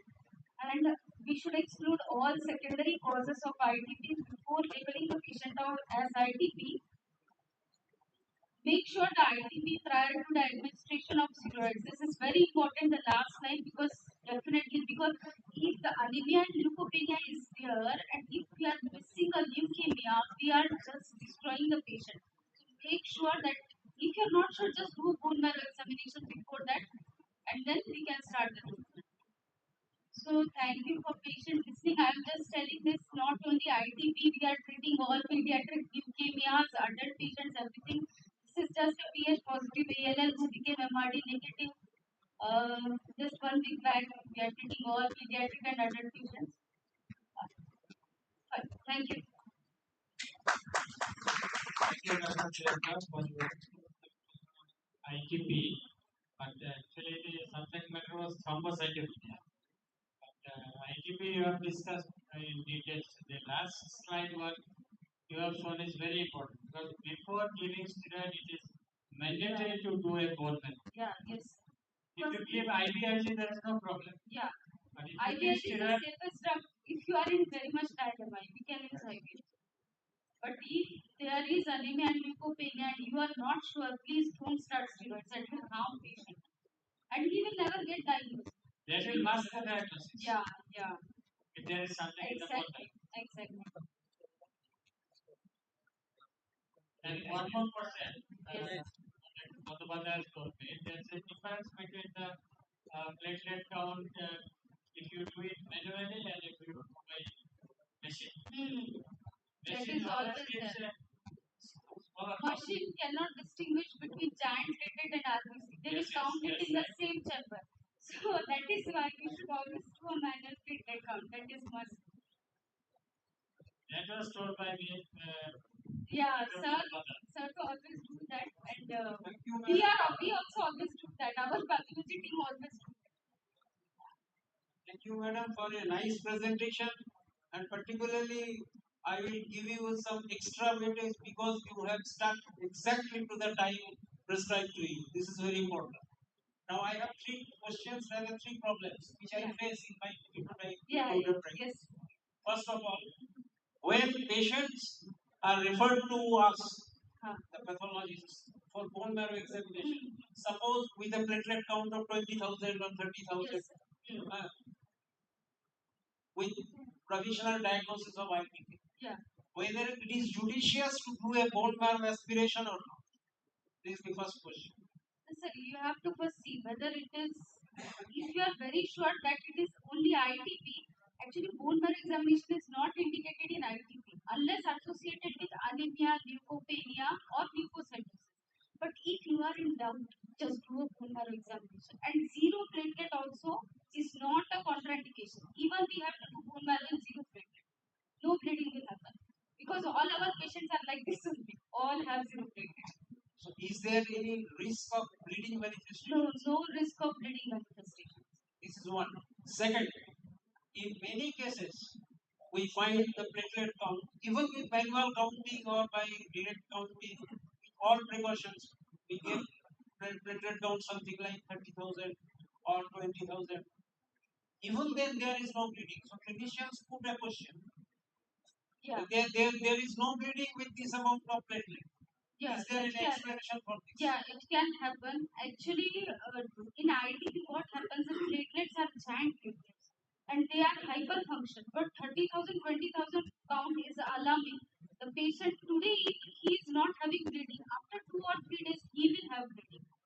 Less than 30,000 is our alarming sign. The platelet going less than 30,000, all investigations should be ruled out and definitely we should start the therapy as early as possible. If 50,000, 60,000 no bleeding, okay, we are relaxed. But less than 30, if it is going and still no bleeding, every investigation to be done and we should work up very thoroughly for that. In many cases, bone marrow patients are referred to us without any report on peripheral blood flow or CBC. That is What very I common. used to do till date, Yeah. I take a CBC blood, add to the peripheral flow side by side. Yeah. That is called paired slides. Definitely. Prior to reporting. Yeah, yeah. And the last That is question. must actually. And the last question. What is the mechanism of thrombocytopenia in Evans syndrome? Yeah, Evans is actually very nice topic. Actually, I'm having one patient now, Evans syndrome. I started steroids, she's doing very good. So mechanism in Evans syndrome is autoimmune, which is disrupting both your RBCs as well as your platelet. So generally what happens in ITP, we have low hemoglobin many times due to bleeding, melena, epistaxis and everything. We have low hemoglobin, but the retic count is normal that time. Normal or mildly increased. But in Evans syndrome, what happens is the retic count increase like 10%, 20% like that. And sometimes it can be DCT positive also, but many times it can be DCT negative. Because of the 80%. hemolysis reticulocyte counting. Yeah, yeah. So that is the point how to distinguish Evans from this ITP. Thank you. Lot of thanks.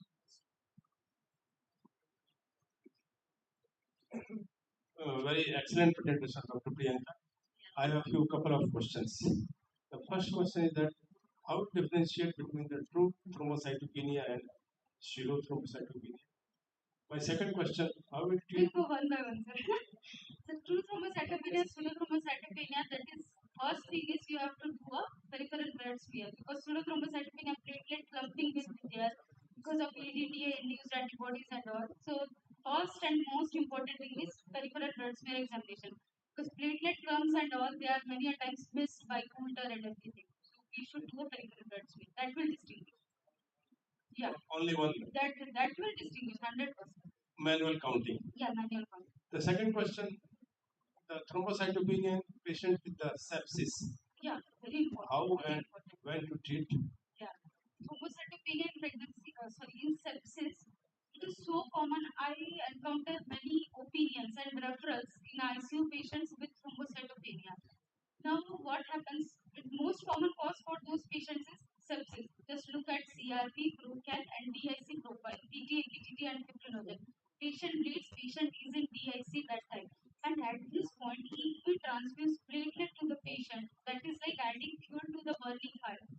Okay, so that times we have to stop. We don't have to transfuse platelet to the patient. Now, this ICU setting thrombocytopenia, first most common cause becomes sepsis. Second most common cause becomes drug-induced thrombocytopenia. Third most common cause becomes heparin. Because many of the patients they receive heparin, we have to tell the time and all.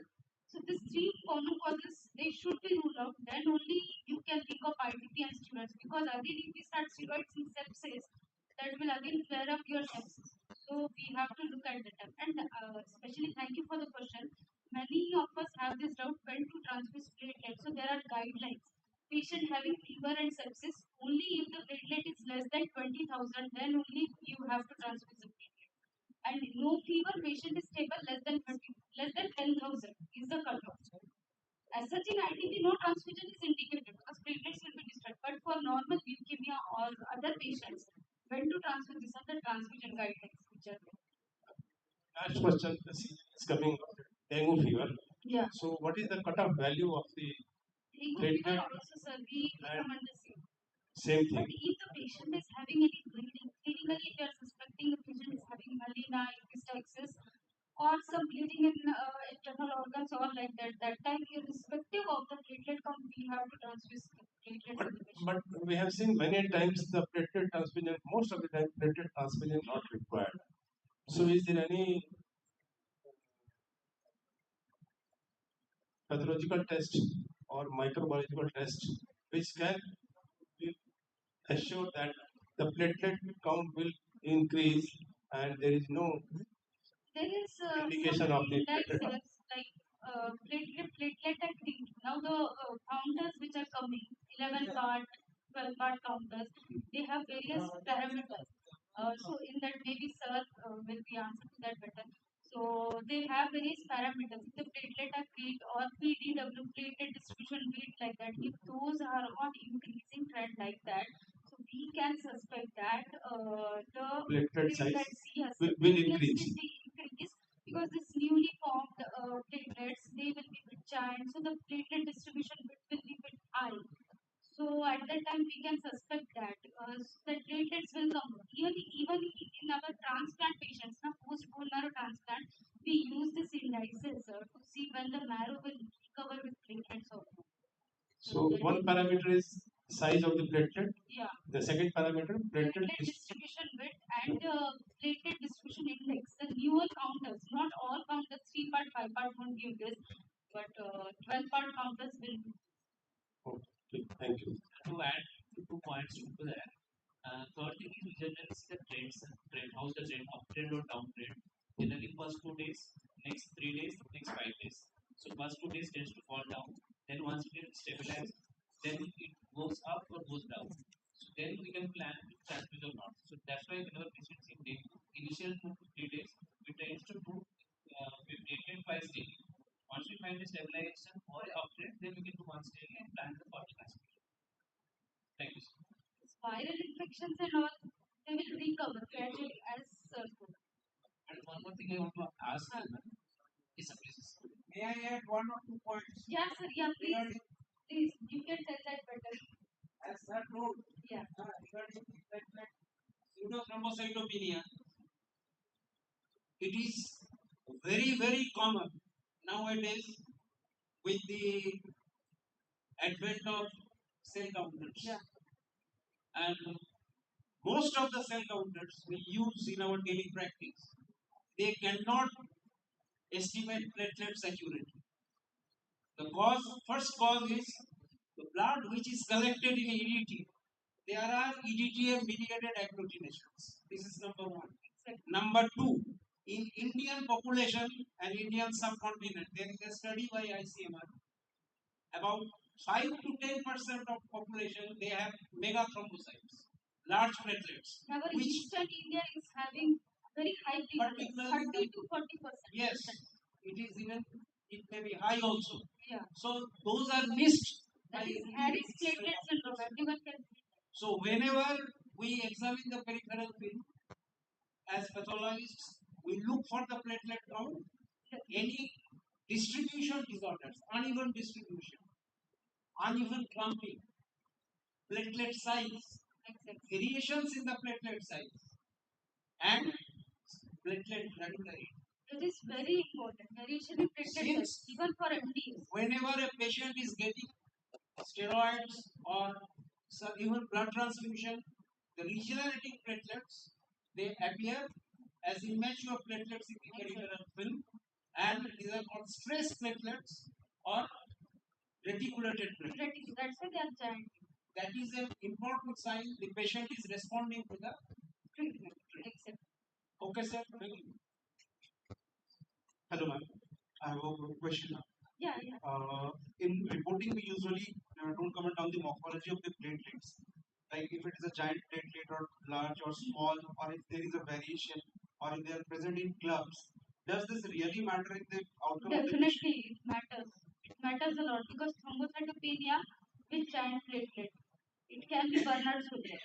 Yes, ma'am. Thrombocytopenia with small platelet. It can be Viscout-Eldridge syndrome. Clumping, again, it can be pseudothrombocytopenia. As I told you, it can use antibodies that can be there. It's very important. MDS, the most common scenario is MDS. MDS patients generally have this variable size platelets. And we often miss, we treat as ITP, we give steroids, and patient will not respond.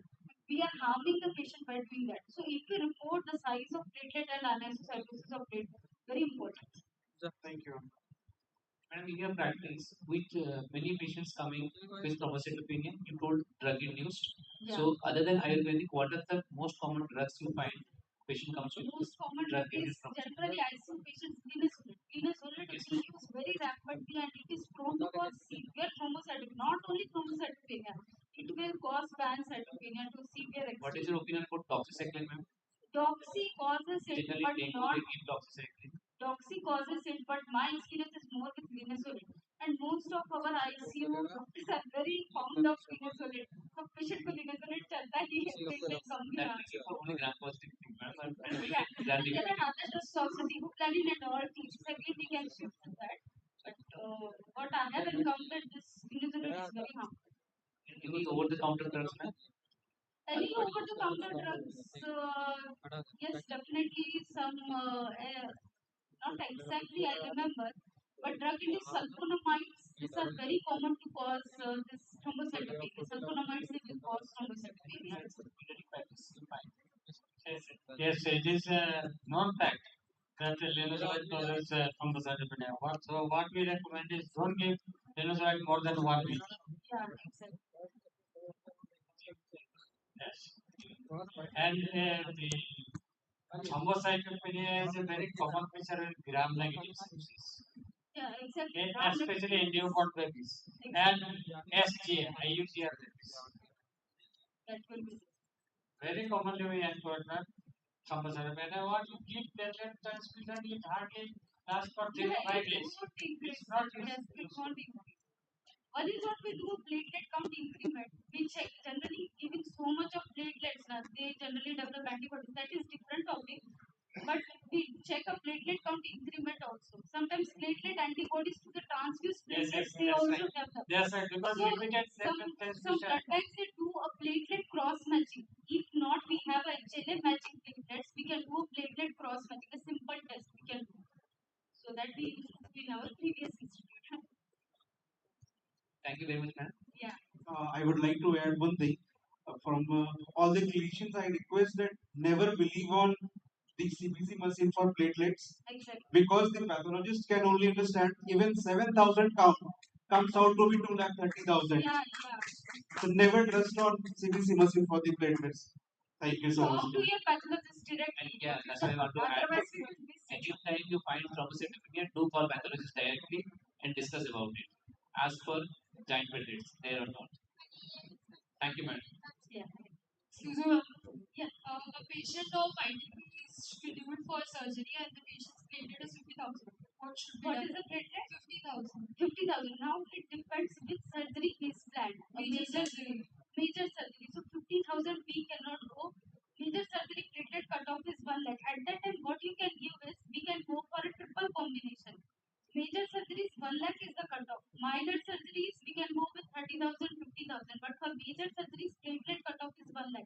You can try IVIG, steroids, and platelet transfusion. But if you don't have any option, then अभी तो IC drill हुआ है, so we have to do the surgery. That time you can go with the triple therapy.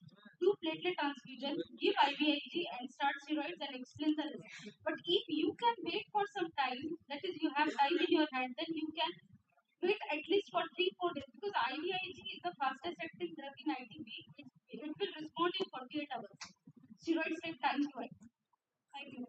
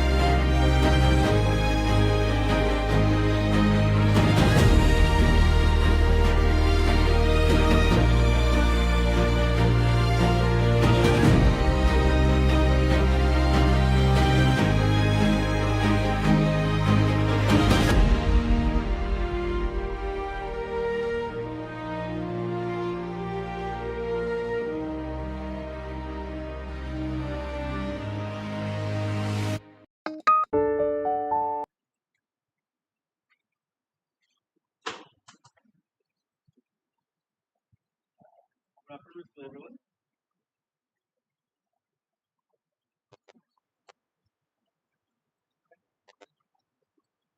This would be a non-didactic discussion about nuclear medicine.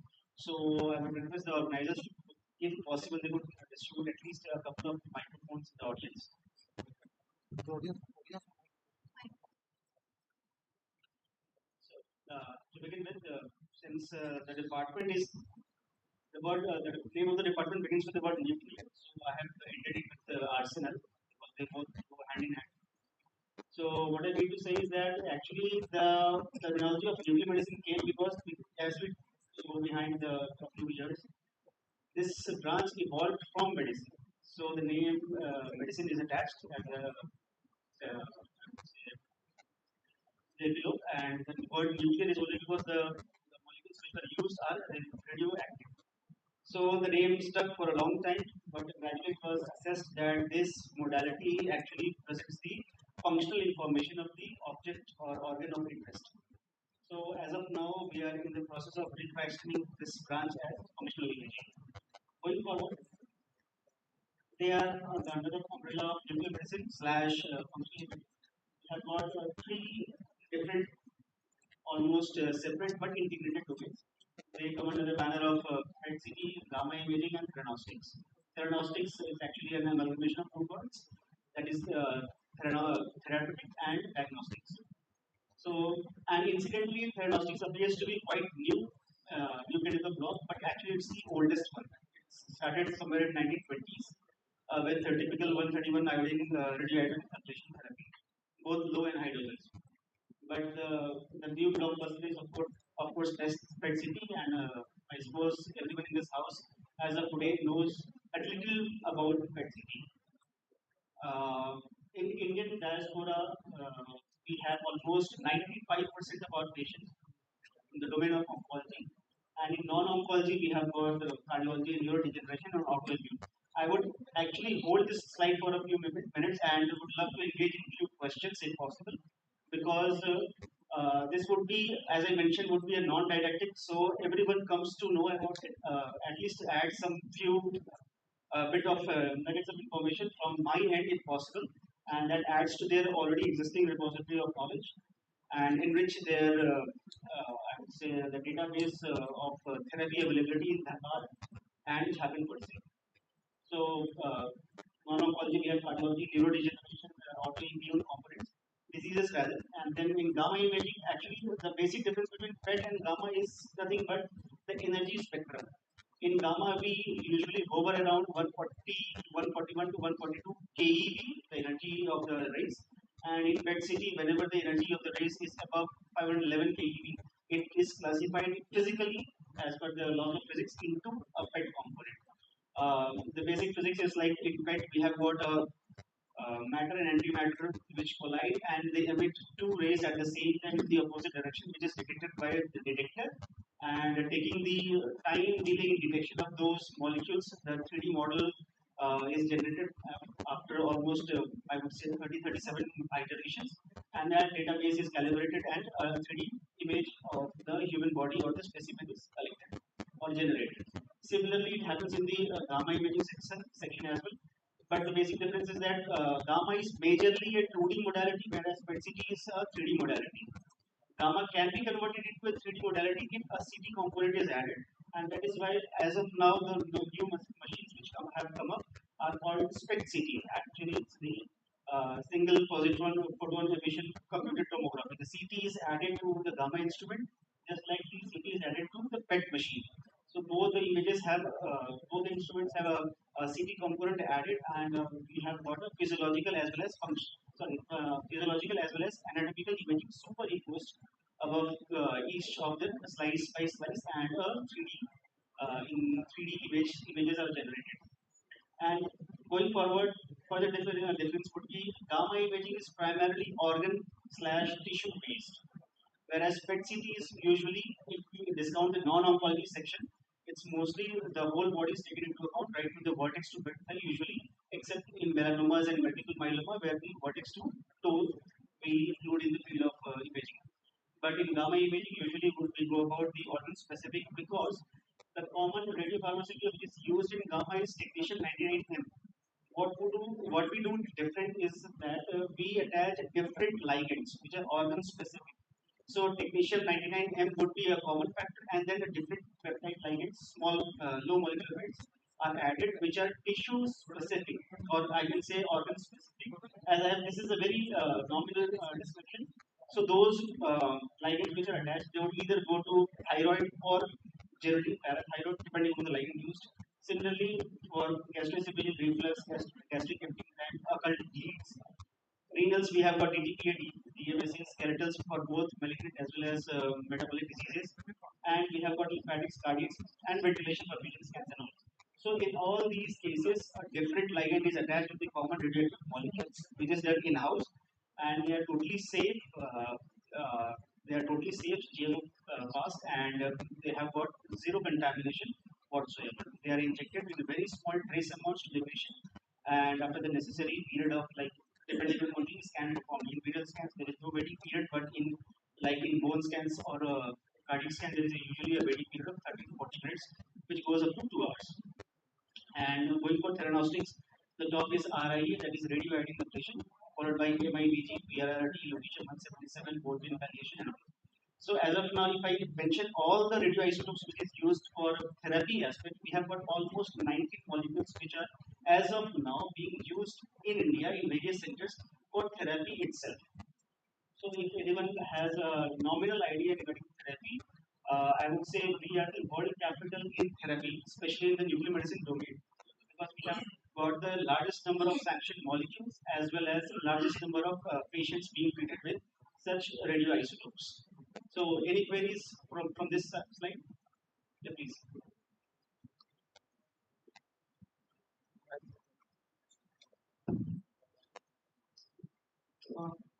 what are the lab parameters you follow for PET-CT?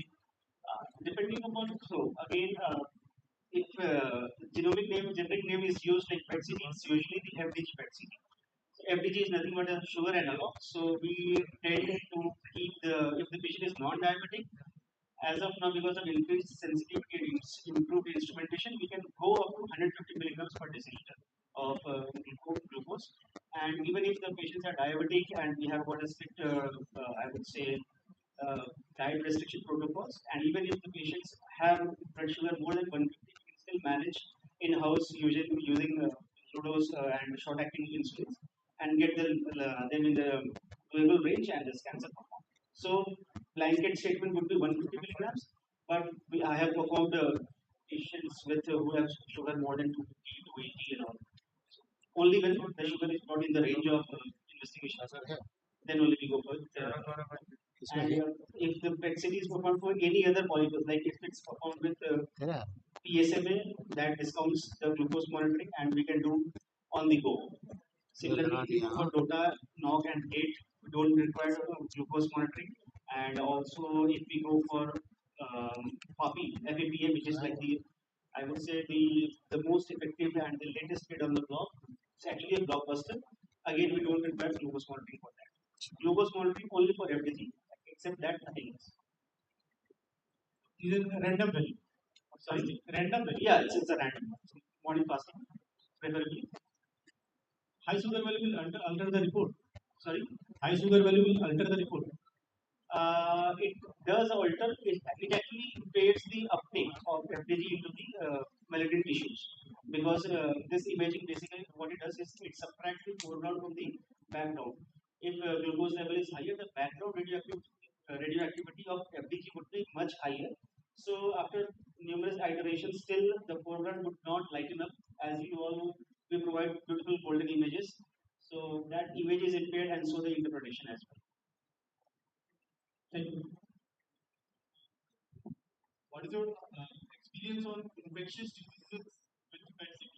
I think it's a great question because this is something which I have not mentioned in this list. So thank you. Infectious diseases, as of now, India has almost 3 to 4 centers only which perform both gamma and PET components of imaging, which is called leukocytes imaging. So we take almost 100 ml of blood from the patient, centrifuge it, and the WBCs are labeled with either technetium 99 HMPO or we have got FDG labeled WBCs. But FDG labeled WBCs is very difficult and we need a high level of skilled manforce for that. And that is done only for academic purposes. But gamma, it's more of doable. But as of now, we don't provide that because of lack of. As per your vast experience, can I ask one thing? What was the role PET-CT played during COVID times? PET-CT in COVID time. Now that's interesting. So, first of all, the entire management of COVID was based upon triage. So, necessary comfort and luxury was like that. The primary objective was to save the lives. So, on that parameter, since none of the investigations which fall under the umbrella of nuclear medicine are emergent in nature, so that section is taken care of. Followed after that, if we have, yes, that's another tricky one. What we have observed that post-COVID, usually mostly after the second phase of the COVID, we encountered many patients who had very occult and I would say sites of metastasis which were never ever found. That was a very important parameter that we locked upon. That never ever like pre-COVID, I had an experience of almost 9 years, and after COVID, within 2 years, we found out many sites which were never found to be metastatic. And initially, we used to label them as risk calibration or would be contamination. But when a focus biopsy was done, those were found to be metastatic. So I would say, so finding out remote latent metastatic sites was one of the most contributing factors of nuclear medicine. I think there should be another research in this matter. Yeah, sure. Thank you. Any more questions from this slide? Any role of PET scan? Yes, sir. Any role of PET scan in pyrexia of unknown origin? Yes, again, like as per definition, WHO's definition, pyrexia of unknown origin is usually classified as actually the diagnosis of exclusion. So if all the routine investigations have been undertaken and still the cause is undefined, we go define it as PO. In that cases, a PET CT is usually, if the facility is available, we go for a PET CT. Again, we can also go for gamma investigation. So what we do in that case, latent sites of infections are caught because those sites of infections are usually glucose hungry. They take up everything to a great extent and they light up on the screen like anything. It's like a sparkling light in a dark night. And we take those sites, and what it helps to further is that those sites are biopsied in the best possible manner so that the sampling error doesn't happen. Because if any investigation which undertakes a PET guided or gamma guided biopsy, the sampling error is reduced by 95%. So that helps in diagnosing the sites of PU and thereupon. Your neurodegeneration, Yes. density, neurodegeneration. Yes. So my question is, what is the role played by density in cases of Alzheimer's disease, particularly the early Alzheimer's, when there is a challenge? Yes. Again, it's a great question. Like neurodegeneration, it's like one of the most upcoming domain in cases of brain imaging because so far as we have got the best sequences of MRI available for investigating those areas. But still, neuro PET CTs we have got like for beta amyloid, and we have got Alzheimer's, we have got early Alzheimer's, delayed Alzheimer's, and other domains of neuro, and even Parkinson's. We have got specific molecules which go for those sections of brain whereupon an early diagnosis of Alzheimer's is made upon, and it also helps in management because it helps in changing the drug dose as well as the drug per se. If on and most of these investigations require a intensive follow-up. So on a sequential scan, if there is a change in pattern, because these are all software based, the most successful would be Cortex ID. We actually give this is the where actually there is a difference between radiology and imaging because these investigations provide a very specific scoring system to every region of brain depending upon their activity. So on a follow-up, we compare with the pre-existing score if the patient has undergone a baseline or an earlier investigation, and then a prognosis is also diagnosed, whether it would be an adverse or a favorable prognosis. So thereupon, Why I am asking about this is the drug which is given in the very early stage of Alzheimer's to prevent the post onset of neurodegeneration.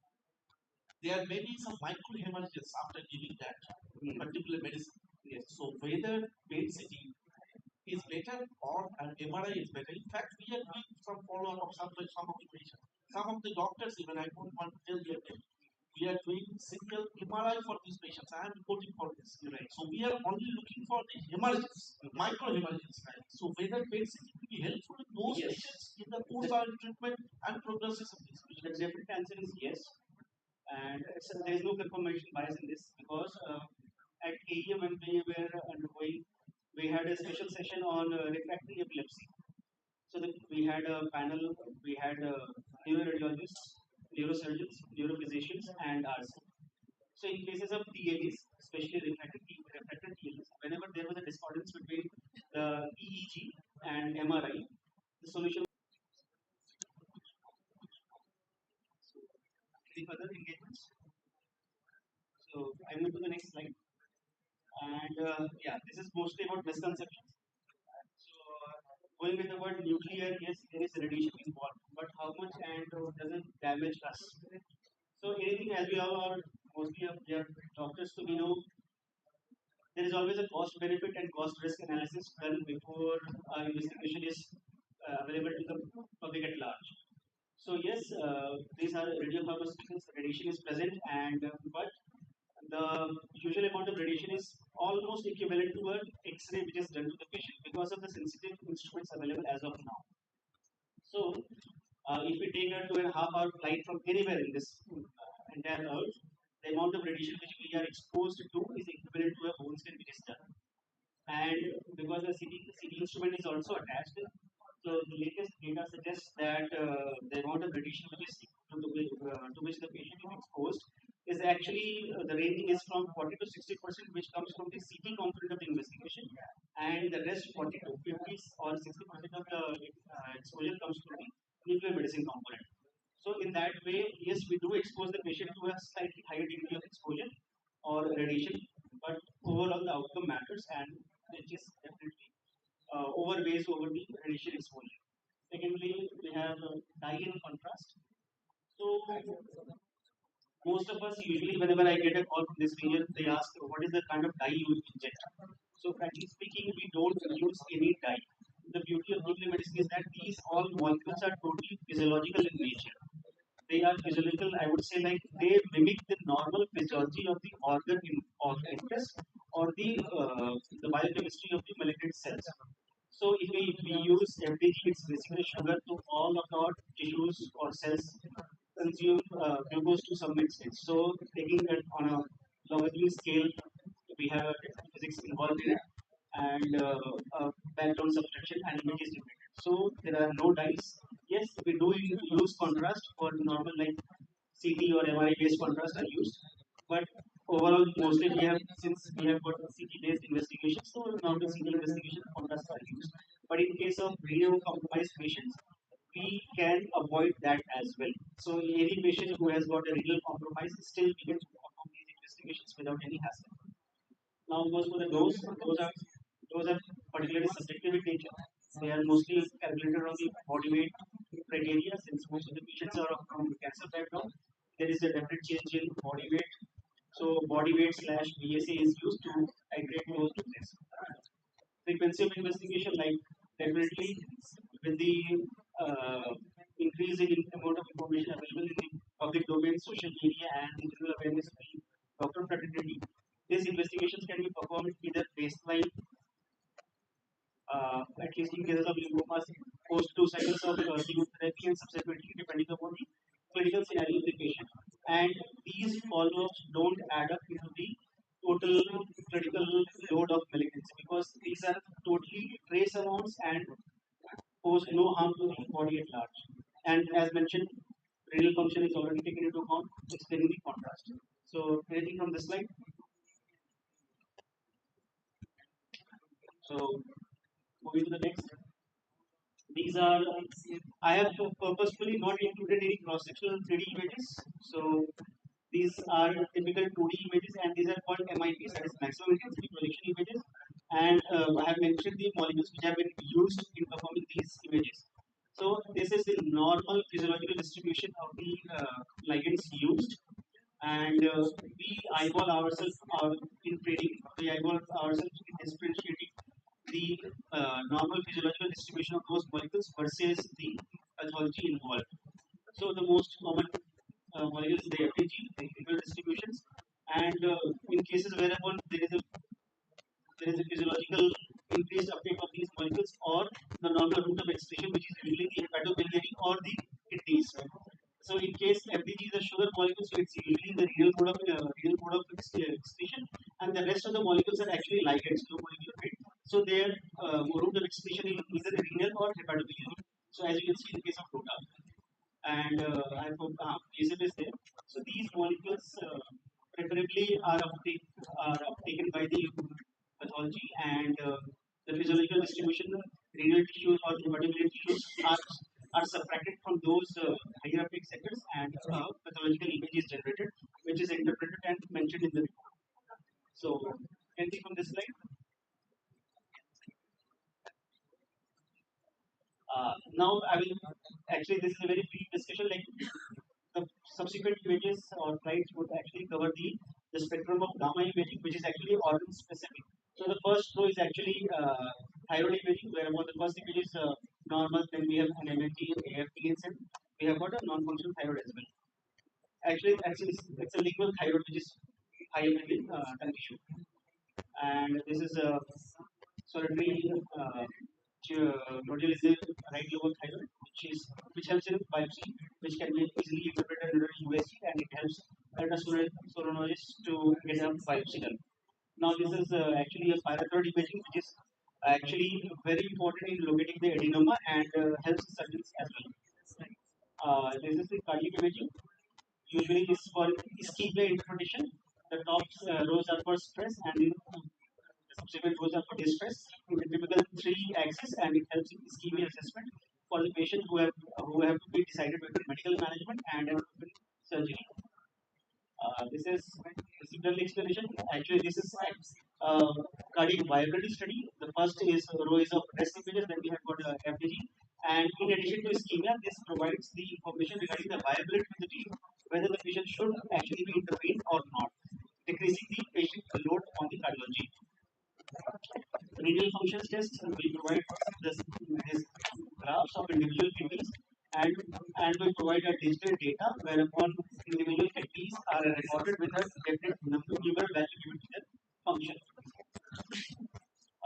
This is a progressive bone scan where you can see this multiple sites of multiple malignant sites in the skeletal system. And of lately, we have got at least 5 to 7 molecules which target these skeletal sites of metastasis. The patient can be turned into a negative from prime positive, like this patient is prime positive, and after almost 7 cycles of radiation PSMA therapy, the patient on the rightmost corner, he has turned out to be negative with a PSA level of 1.08, starting from PSA level of 387. So this actually is the remarkable feature of whereupon radiotherapy fail to provide a solution, we can have a solution for such patients as well. And in fact, I have seen multiple patients who have been stretcher bound and post 4 to 6 cycles of chemotherapy, they were on their own, taking care of themselves with a perfect way. And this is the old school radioactive therapy. So any residual tissue or a nodal involvement or a distant tissue involvement can be taken with ablative radioactive therapy, and subsequent follow-ups shows zero. And also these levels are also monitored on TG level, but definitely an imaging helps to that. And this is our team. So thank you. Any queries? Thank you very much, sir, for your extensive elaborations. I have got one question here. So this is a wound to your nuclear medicines, definitely for the diagnosis, early diagnosis. Only thing is that have you encountered any pitfalls in this, particularly in relation to the slow growing tumors or non-plastic? Yes, yes. Can you just because these are once you declare the patient as a malignant one. I get it. Yes, definitely any tumor which has got mucinous component, because mucins per se are physiologically silent. So those tissues don't affect much of FDG. So we have a modality to that. Either if it's in the pelvis, like in cases of ovaries and all, or in still in appendix, we provide lasix to the patient because it helps in early diuresis, and we help the patient to lower the background count of FDG.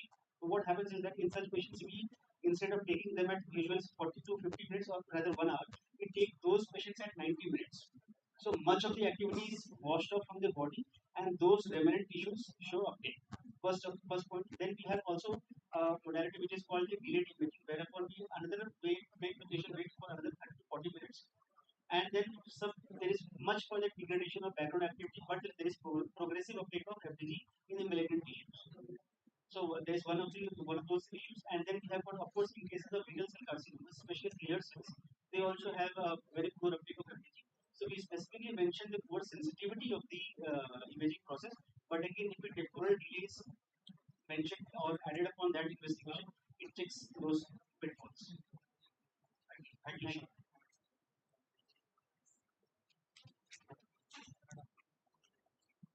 sir. Thank you for this interactive session, sir. This definitely helps us to know how nuclear medicine has a vast and a powerful role in the oncology department. We want to the next section.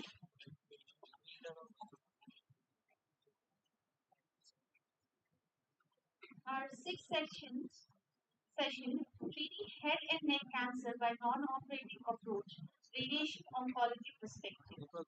Radiation oncology has witnessed remarkable technological advancement over past many decades, making cancer treatment more precise, effective, and patient-friendly. For our sixth session, I would like to invite Dr. Deepak Kumar, consultant radiation oncologist, Ranchi Cancer Hospital and Research. Dr. Deepak has a wide interest in special interest in brachytherapy, head and neck cancer, and gynecological malignancy.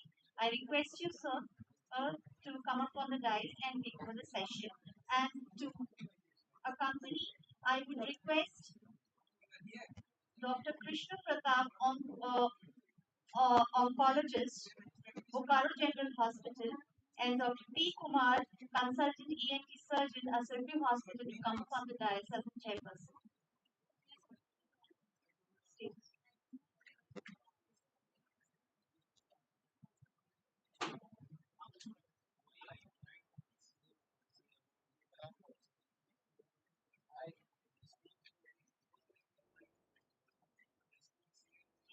Good afternoon to all the doctors and ladies and gentlemen. So I thank Team Asarfi Hospital for such a grand invitation and also a grand activist. And it was really delightful to come again in Zimbabwe. And my colleague Dr. Vikram Desai invited me some few days back. And I was very delighted that he remembered us, and it was really remarkable. So, just few minutes back, you heard our surgeon, Dr. Kunal, how he treats the head and neck cancer by surgery. So here I'm a radiation oncologist, and I will talk how I treat as a radiation oncologist by non-operative without doing surgery, in especially head and neck cancer or oral cavity cancer. So I will restrict my talk to the oral cavity cancer. So this is my profile. So now, my talk will be will consist of, I will divide my talk into artistic colorectal cancer, where I will talk how brachytherapy is useful in treating such type of cancer and what are the results. And also, locally advanced cancer, though surgeon has an upper hand, but still in some cases not be operated. So, how I as a radiation oncologist can treat those cases. And also, recurrent colorectal cancer is very degenerative in the patient. So management of oral cavities is the early stage, as you came also came to know from a surgeon that one modality is sufficient, either you go with surgery or radiation therapy. So if you are choosing a radiation therapy, radiotherapy is a marvelous tool to treat or cure the early stage oral cavity cancer. So there are two radiation modality. One is the DNAP, sophisticated DNAP, where it uses the X-ray. A high means high voltage, mega voltage X-ray. In diagnostic, we use the kV voltage, kilo voltage. It is 10 to power 6 means voltage, 10 to power 6 MB X-rays, which are precisely given to the tumor using the advanced technique of metal collimator and advanced plasma, so that we can treat the tumor. So this is one modality to treat the cancer by radiation therapy, and one of the most marvelous and also most precise, but also it needs a skill, is the brachytherapy. What is brachytherapy? Here in radiation, in LINAC we use a machine, but here we use the radioactive isotopes such as radium-192.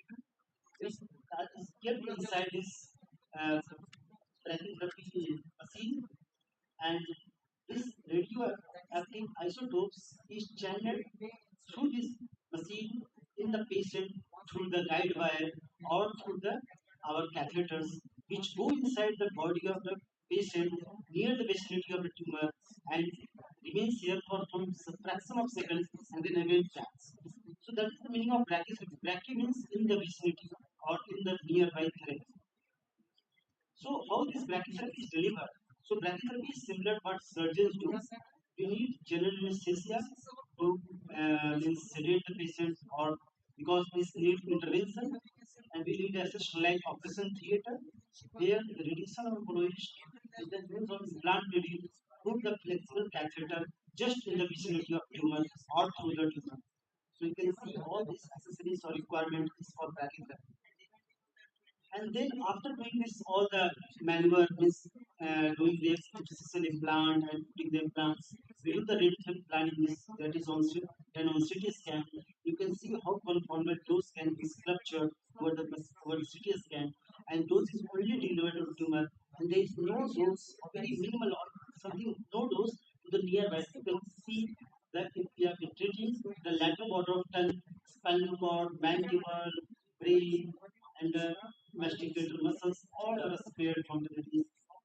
So this treatment Once planting is done, patient is transferred to the brachytherapy suit, which is also like a bunker, and then the implant tubes are connected to the transfer tube, and the treatment is done, which takes around 4 to 5 weeks. So as for example, the main example is identified cell cancer. I think most of you might have encountered in your OPD a small lesion over the tongue. So in this case, primary treatment angio, we can do the primary, no surgery. We can treat the primary cancer only by brachytherapy. We can put the interstitial implant, plan the radiation planning with that, and we can treat, and you can see post treatment, there is a complete response and there is no cut mark. The tongue is as it was before. And for the neck, we can either choose to go for surgery or we can choose for neck radiation.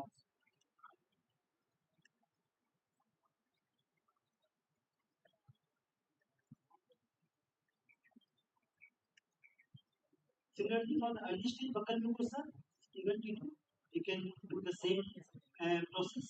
We can do the interstitial implant. You can see the interstitial implant has been done on the left side of the buccal mucosa, and the research planning of that around the needles was done. And then after treatment, you can find that post treatment is a complete response to the plant. So there is no need of really doing the wide local incision or putting the flap, no worry of wrist dysmorphic or anything. Similarly, the sleep cancer, I had treated in my center. The patient presented a small lesion over the inner side of the neck. So I put the patient on anesthesia. I clean implant almost 6 was implanted. And we discuss plans that plan site. And after that, I will happy to inform this patient has complete response there at least practically even after 2 years of treatment. So it was working very well. So do we have that data that therapy is as valid to surgery? Yes, we have to show that ideal local control is almost a range of 60 to 100%. Also, TK is almost 80 to 90%, and OS is almost 20 to 20%, as close as to the surgery. So now this was the saga of our early stage of cavity cancer. Now coming the locally advanced cancer, which will distinguish either the patient of operable or inoperable because of some reason logistic or because of comorbidity. So in operable, the radiation roles come in. So in that case, we choose to go with concurrent chemotherapy. So for one of the examples that this patient was treated some in 2023.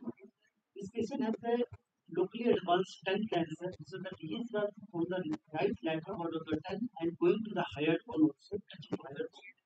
So initially it was planned to go for surgery, but patient was made not eligible for surgery because of higher involvement of because of comorbidity.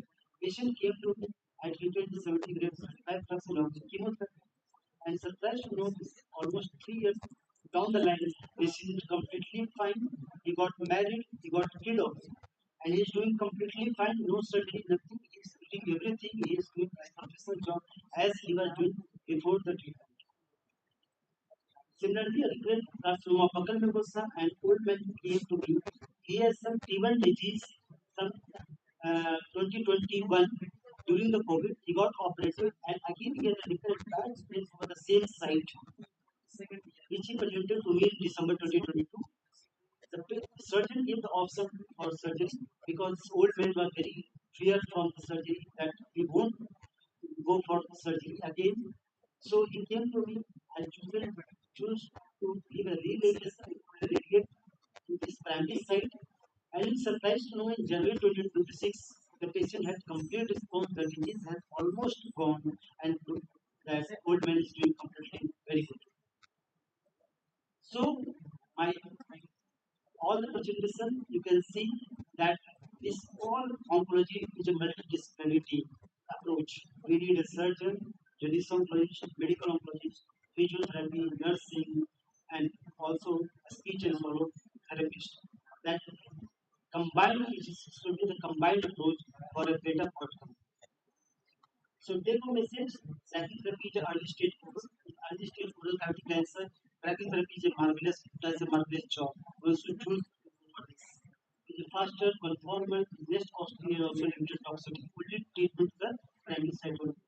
For locally advanced controlled chemoradiation, those who are inoperable and recurrent cases where surgery is not possible, radiation should be chosen gas case only. And also why radiation and why why not surgery? How the radiation is better compared to surgery? No, there is no age deformation, no scar marking, and with better quality of life. And for the function also, for profession also, and for the his day-to-day eating, swallowing, speaking, everything. So I acknowledge the survey team and I congratulate them for a grand academic fest and such a nice hospital and our hospital team and also patient. So thank you. And this is what I did in the morning with my colleague Dr. Bitla. We went to Sukchati Dam and had a good. We have a common interest in common. So he got to went for a bird watching and also photography. He is a national award winner photographer. So thank you very much. Thank you, Dr. Deepak, for this excellent discussion. My one question is, which group of patients you will select for early stage oral cavity cancer? You will select for brachytherapy. So at this stage, first you have to do the ultrasound of suppose a tongue. So that cases PH is the less depth of invasion. Suppose the depth 7 mm or less than that, or the tongue also for the buccal mucus also. So ultrasound is very good modality to choose those patients. And also the patient who has no N0. Even if the N1, you can do the brachytherapy primary and you can go for lymph dissection. But if it is N0 on the ultrasound, then you can choose, and if depth of invasion of primary is less than 7 mm, you should choose for brachytherapy. However, the surgery is also option, but brachytherapy is a good modality because it is less invasive. Any other than iridium? Yeah, other than iridium, 160 is another source which can be used, but because of logistics, most of the center use iridium 192 as radioisotopes. But that does not make a difference in outcome, clinical outcome. It is just like either you choose the iridium or you choose the 160. So how much is that? Any questions from the audience?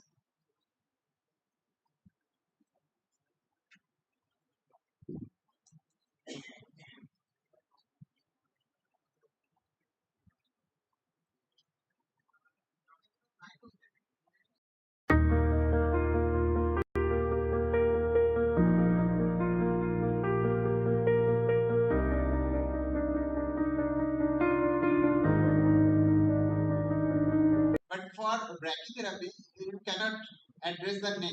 So how do you select the cases? Because tongue has a lot of skip meds, and do you do routinely PET scan to ensure there is no neck, occult neck meds? No, ultrasound of the neck is sensitive to find the occult meds, but you have to address the neck also. Only doing the primary for tongue is not sufficient. You have to also address the neck either by going for neck radiation or selective neck dissection.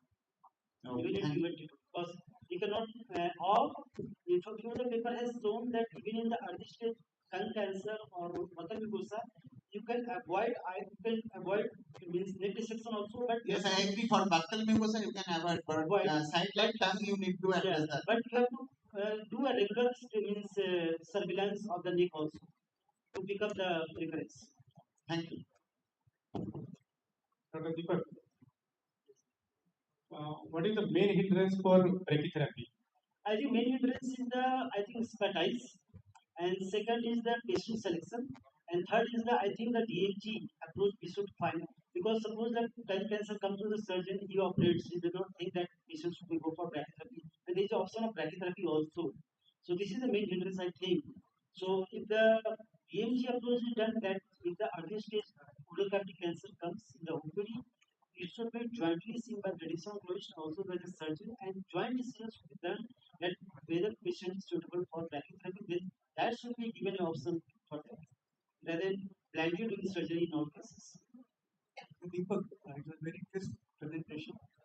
Do you encounter some times some contraindications in doing brachytherapy that you have to convert it to IMRT for the reason later on?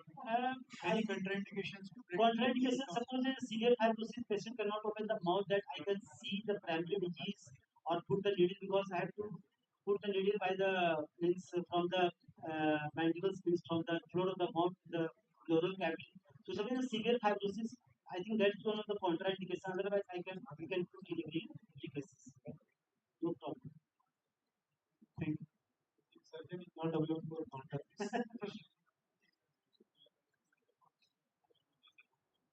Exactly. I think this is a new modality we can try. Yeah. But since you have already told that expertise is very few, Yeah. so we cannot send our Dharwad patients to Ranchi for